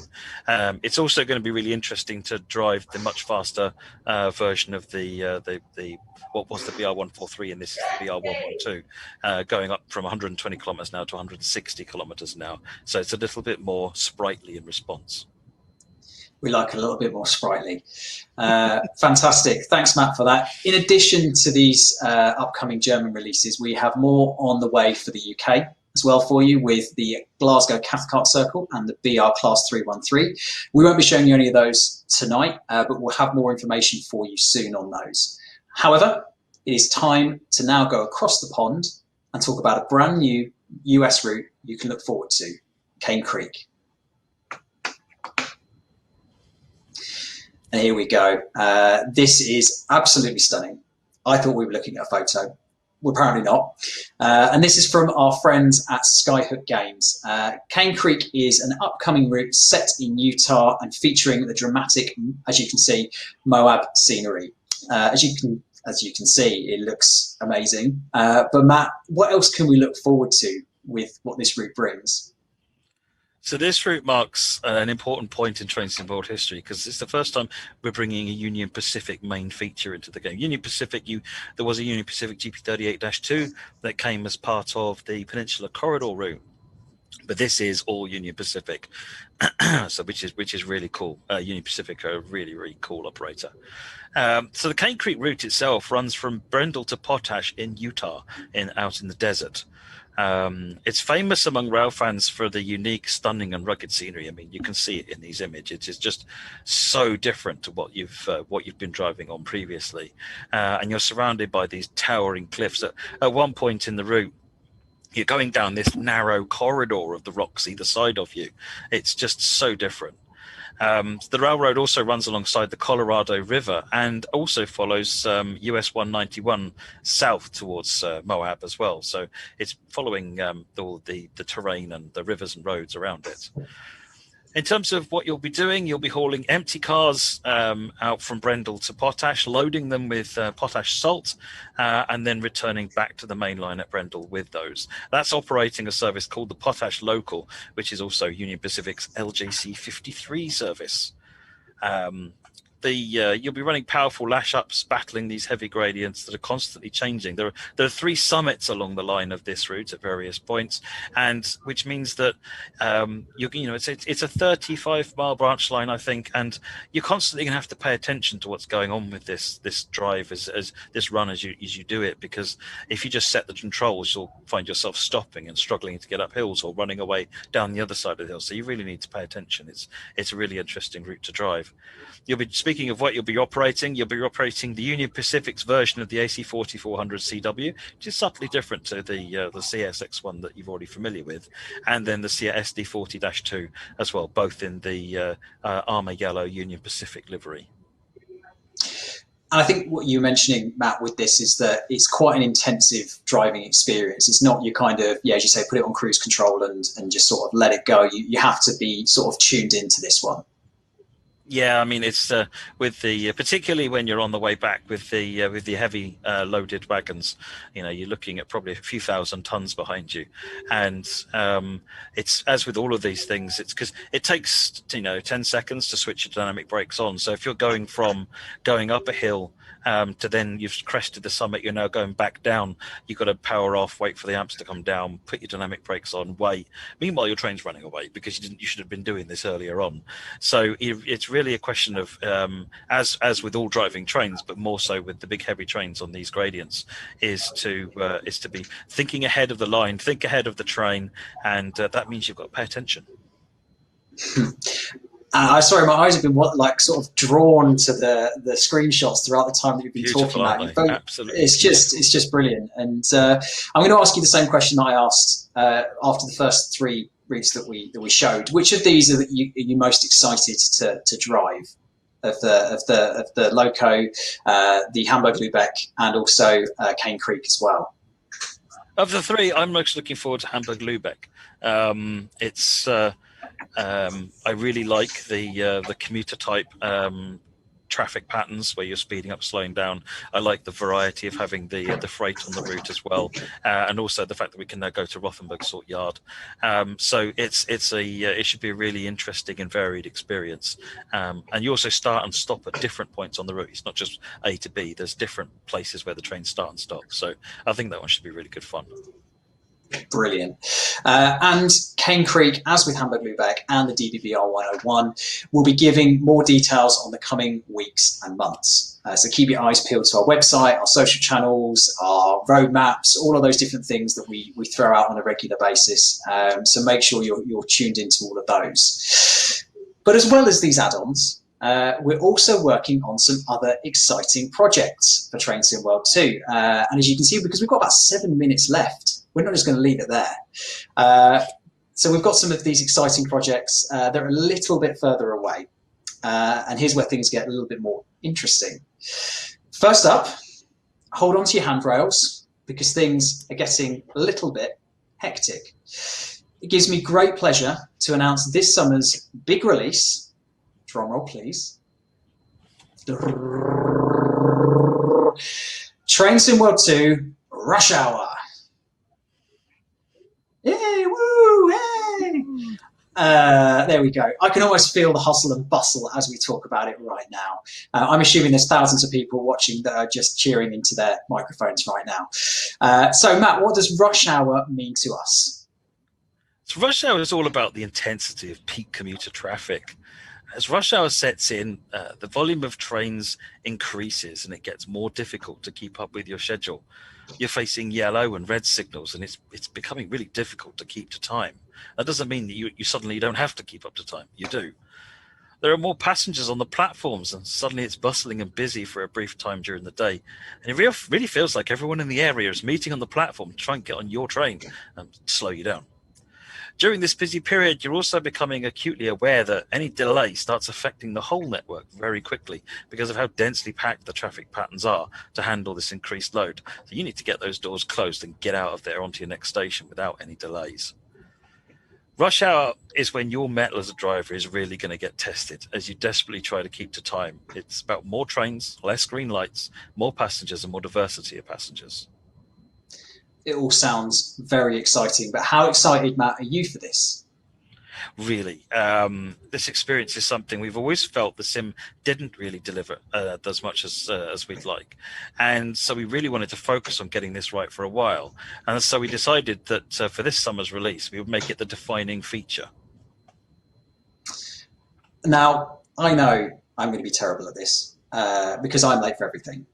But I can't wait to get into the thick of this, try it all out, and just sort of get stuck in, really. But now everybody at home knows what the theme and the concept of this summer's big update is going to be. We're going to leave it there for tonight. We're going to be revealing the new routes and more information on Rush Hour on our website, which is trainsimworld.com, in case you weren't already aware, on Tuesday, the 4th of May at 3 p.m. UTC. So a little bit of a while away, but we wanted to try and make sure that we've got everything perfect for that announce. We can't wait for this to be in your hands later this summer, and we can't wait to be giving you more information. So make sure you put that in your diaries. So we've still got a little bit of time left. So there is one more thing we wanted to talk about. Finally, for today, we wanted to give you a quick update on a release which is a little bit further away than that. And it's something that I know a lot of the team are really excited about. Matt, I will let you do the honours. That's right. For those of you that follow our channels, you know that we've recently started working on Steam for Train Sim World 2, and we'll be bringing this to the sim with Spirit of Steam.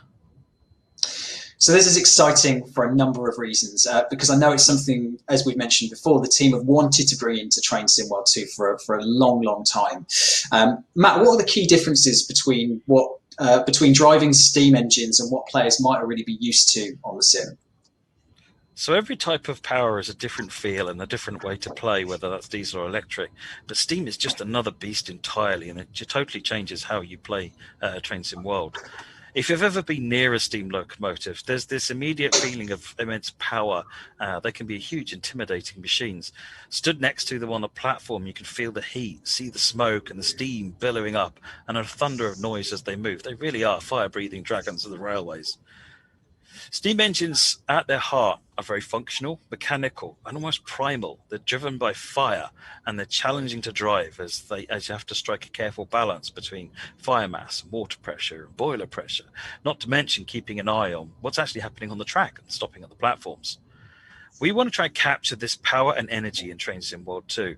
This spirit of steam is what makes these mechanical marvels the childhood hero for many rail fans, and we're working on this right now.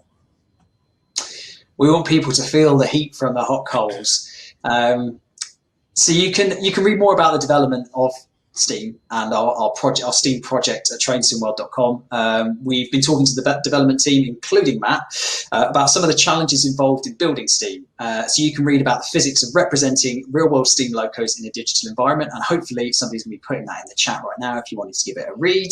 And our next article will be covering how we are approaching route building, particularly routes that don't exist in the modern day. Now, in a couple of the other sections, we were talking about the challenges of creating routes that don't exist anymore, and the same is exactly the same for Steam.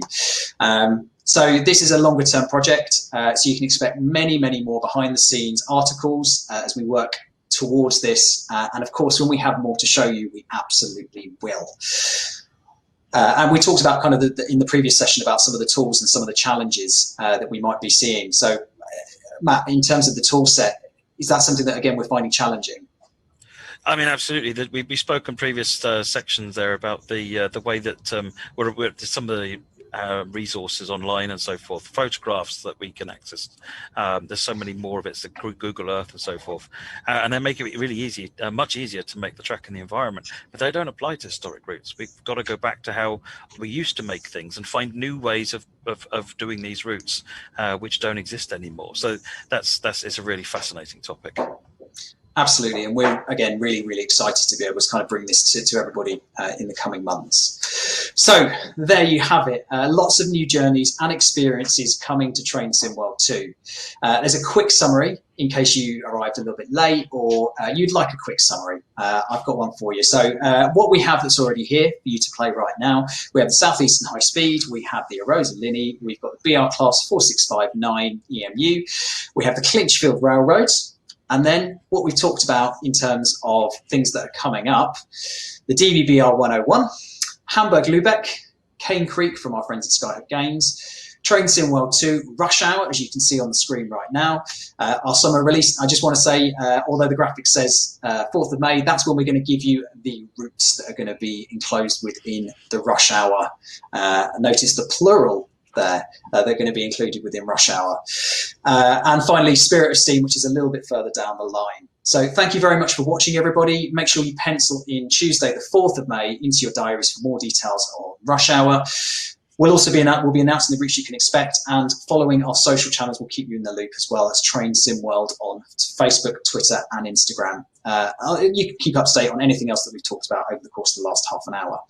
And if you've missed any of the other Train Sim World 2 segments from Railfan Fest, I had a ball in the 8 till 9 o'clock slot with everybody else discussing all manner of different things. So make sure you check out the VODs of the event as well.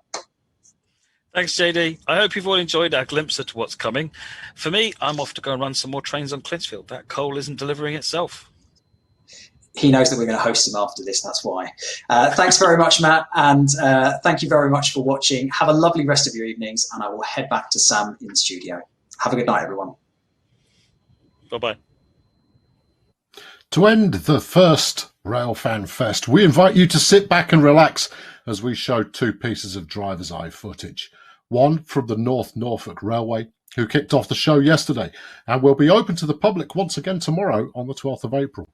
The other is exclusive footage provided by Pico's tourism arm, Picorama, showing their 7.25-inch gauge Beer Heights Light Railway, one of the longest railways of that gauge in the UK, and planning to reopen from the 18th of May. We hope you've enjoyed this weekend's talks, events and videos. Let us know what you thought via social media so that we can make sure the next one is even better still.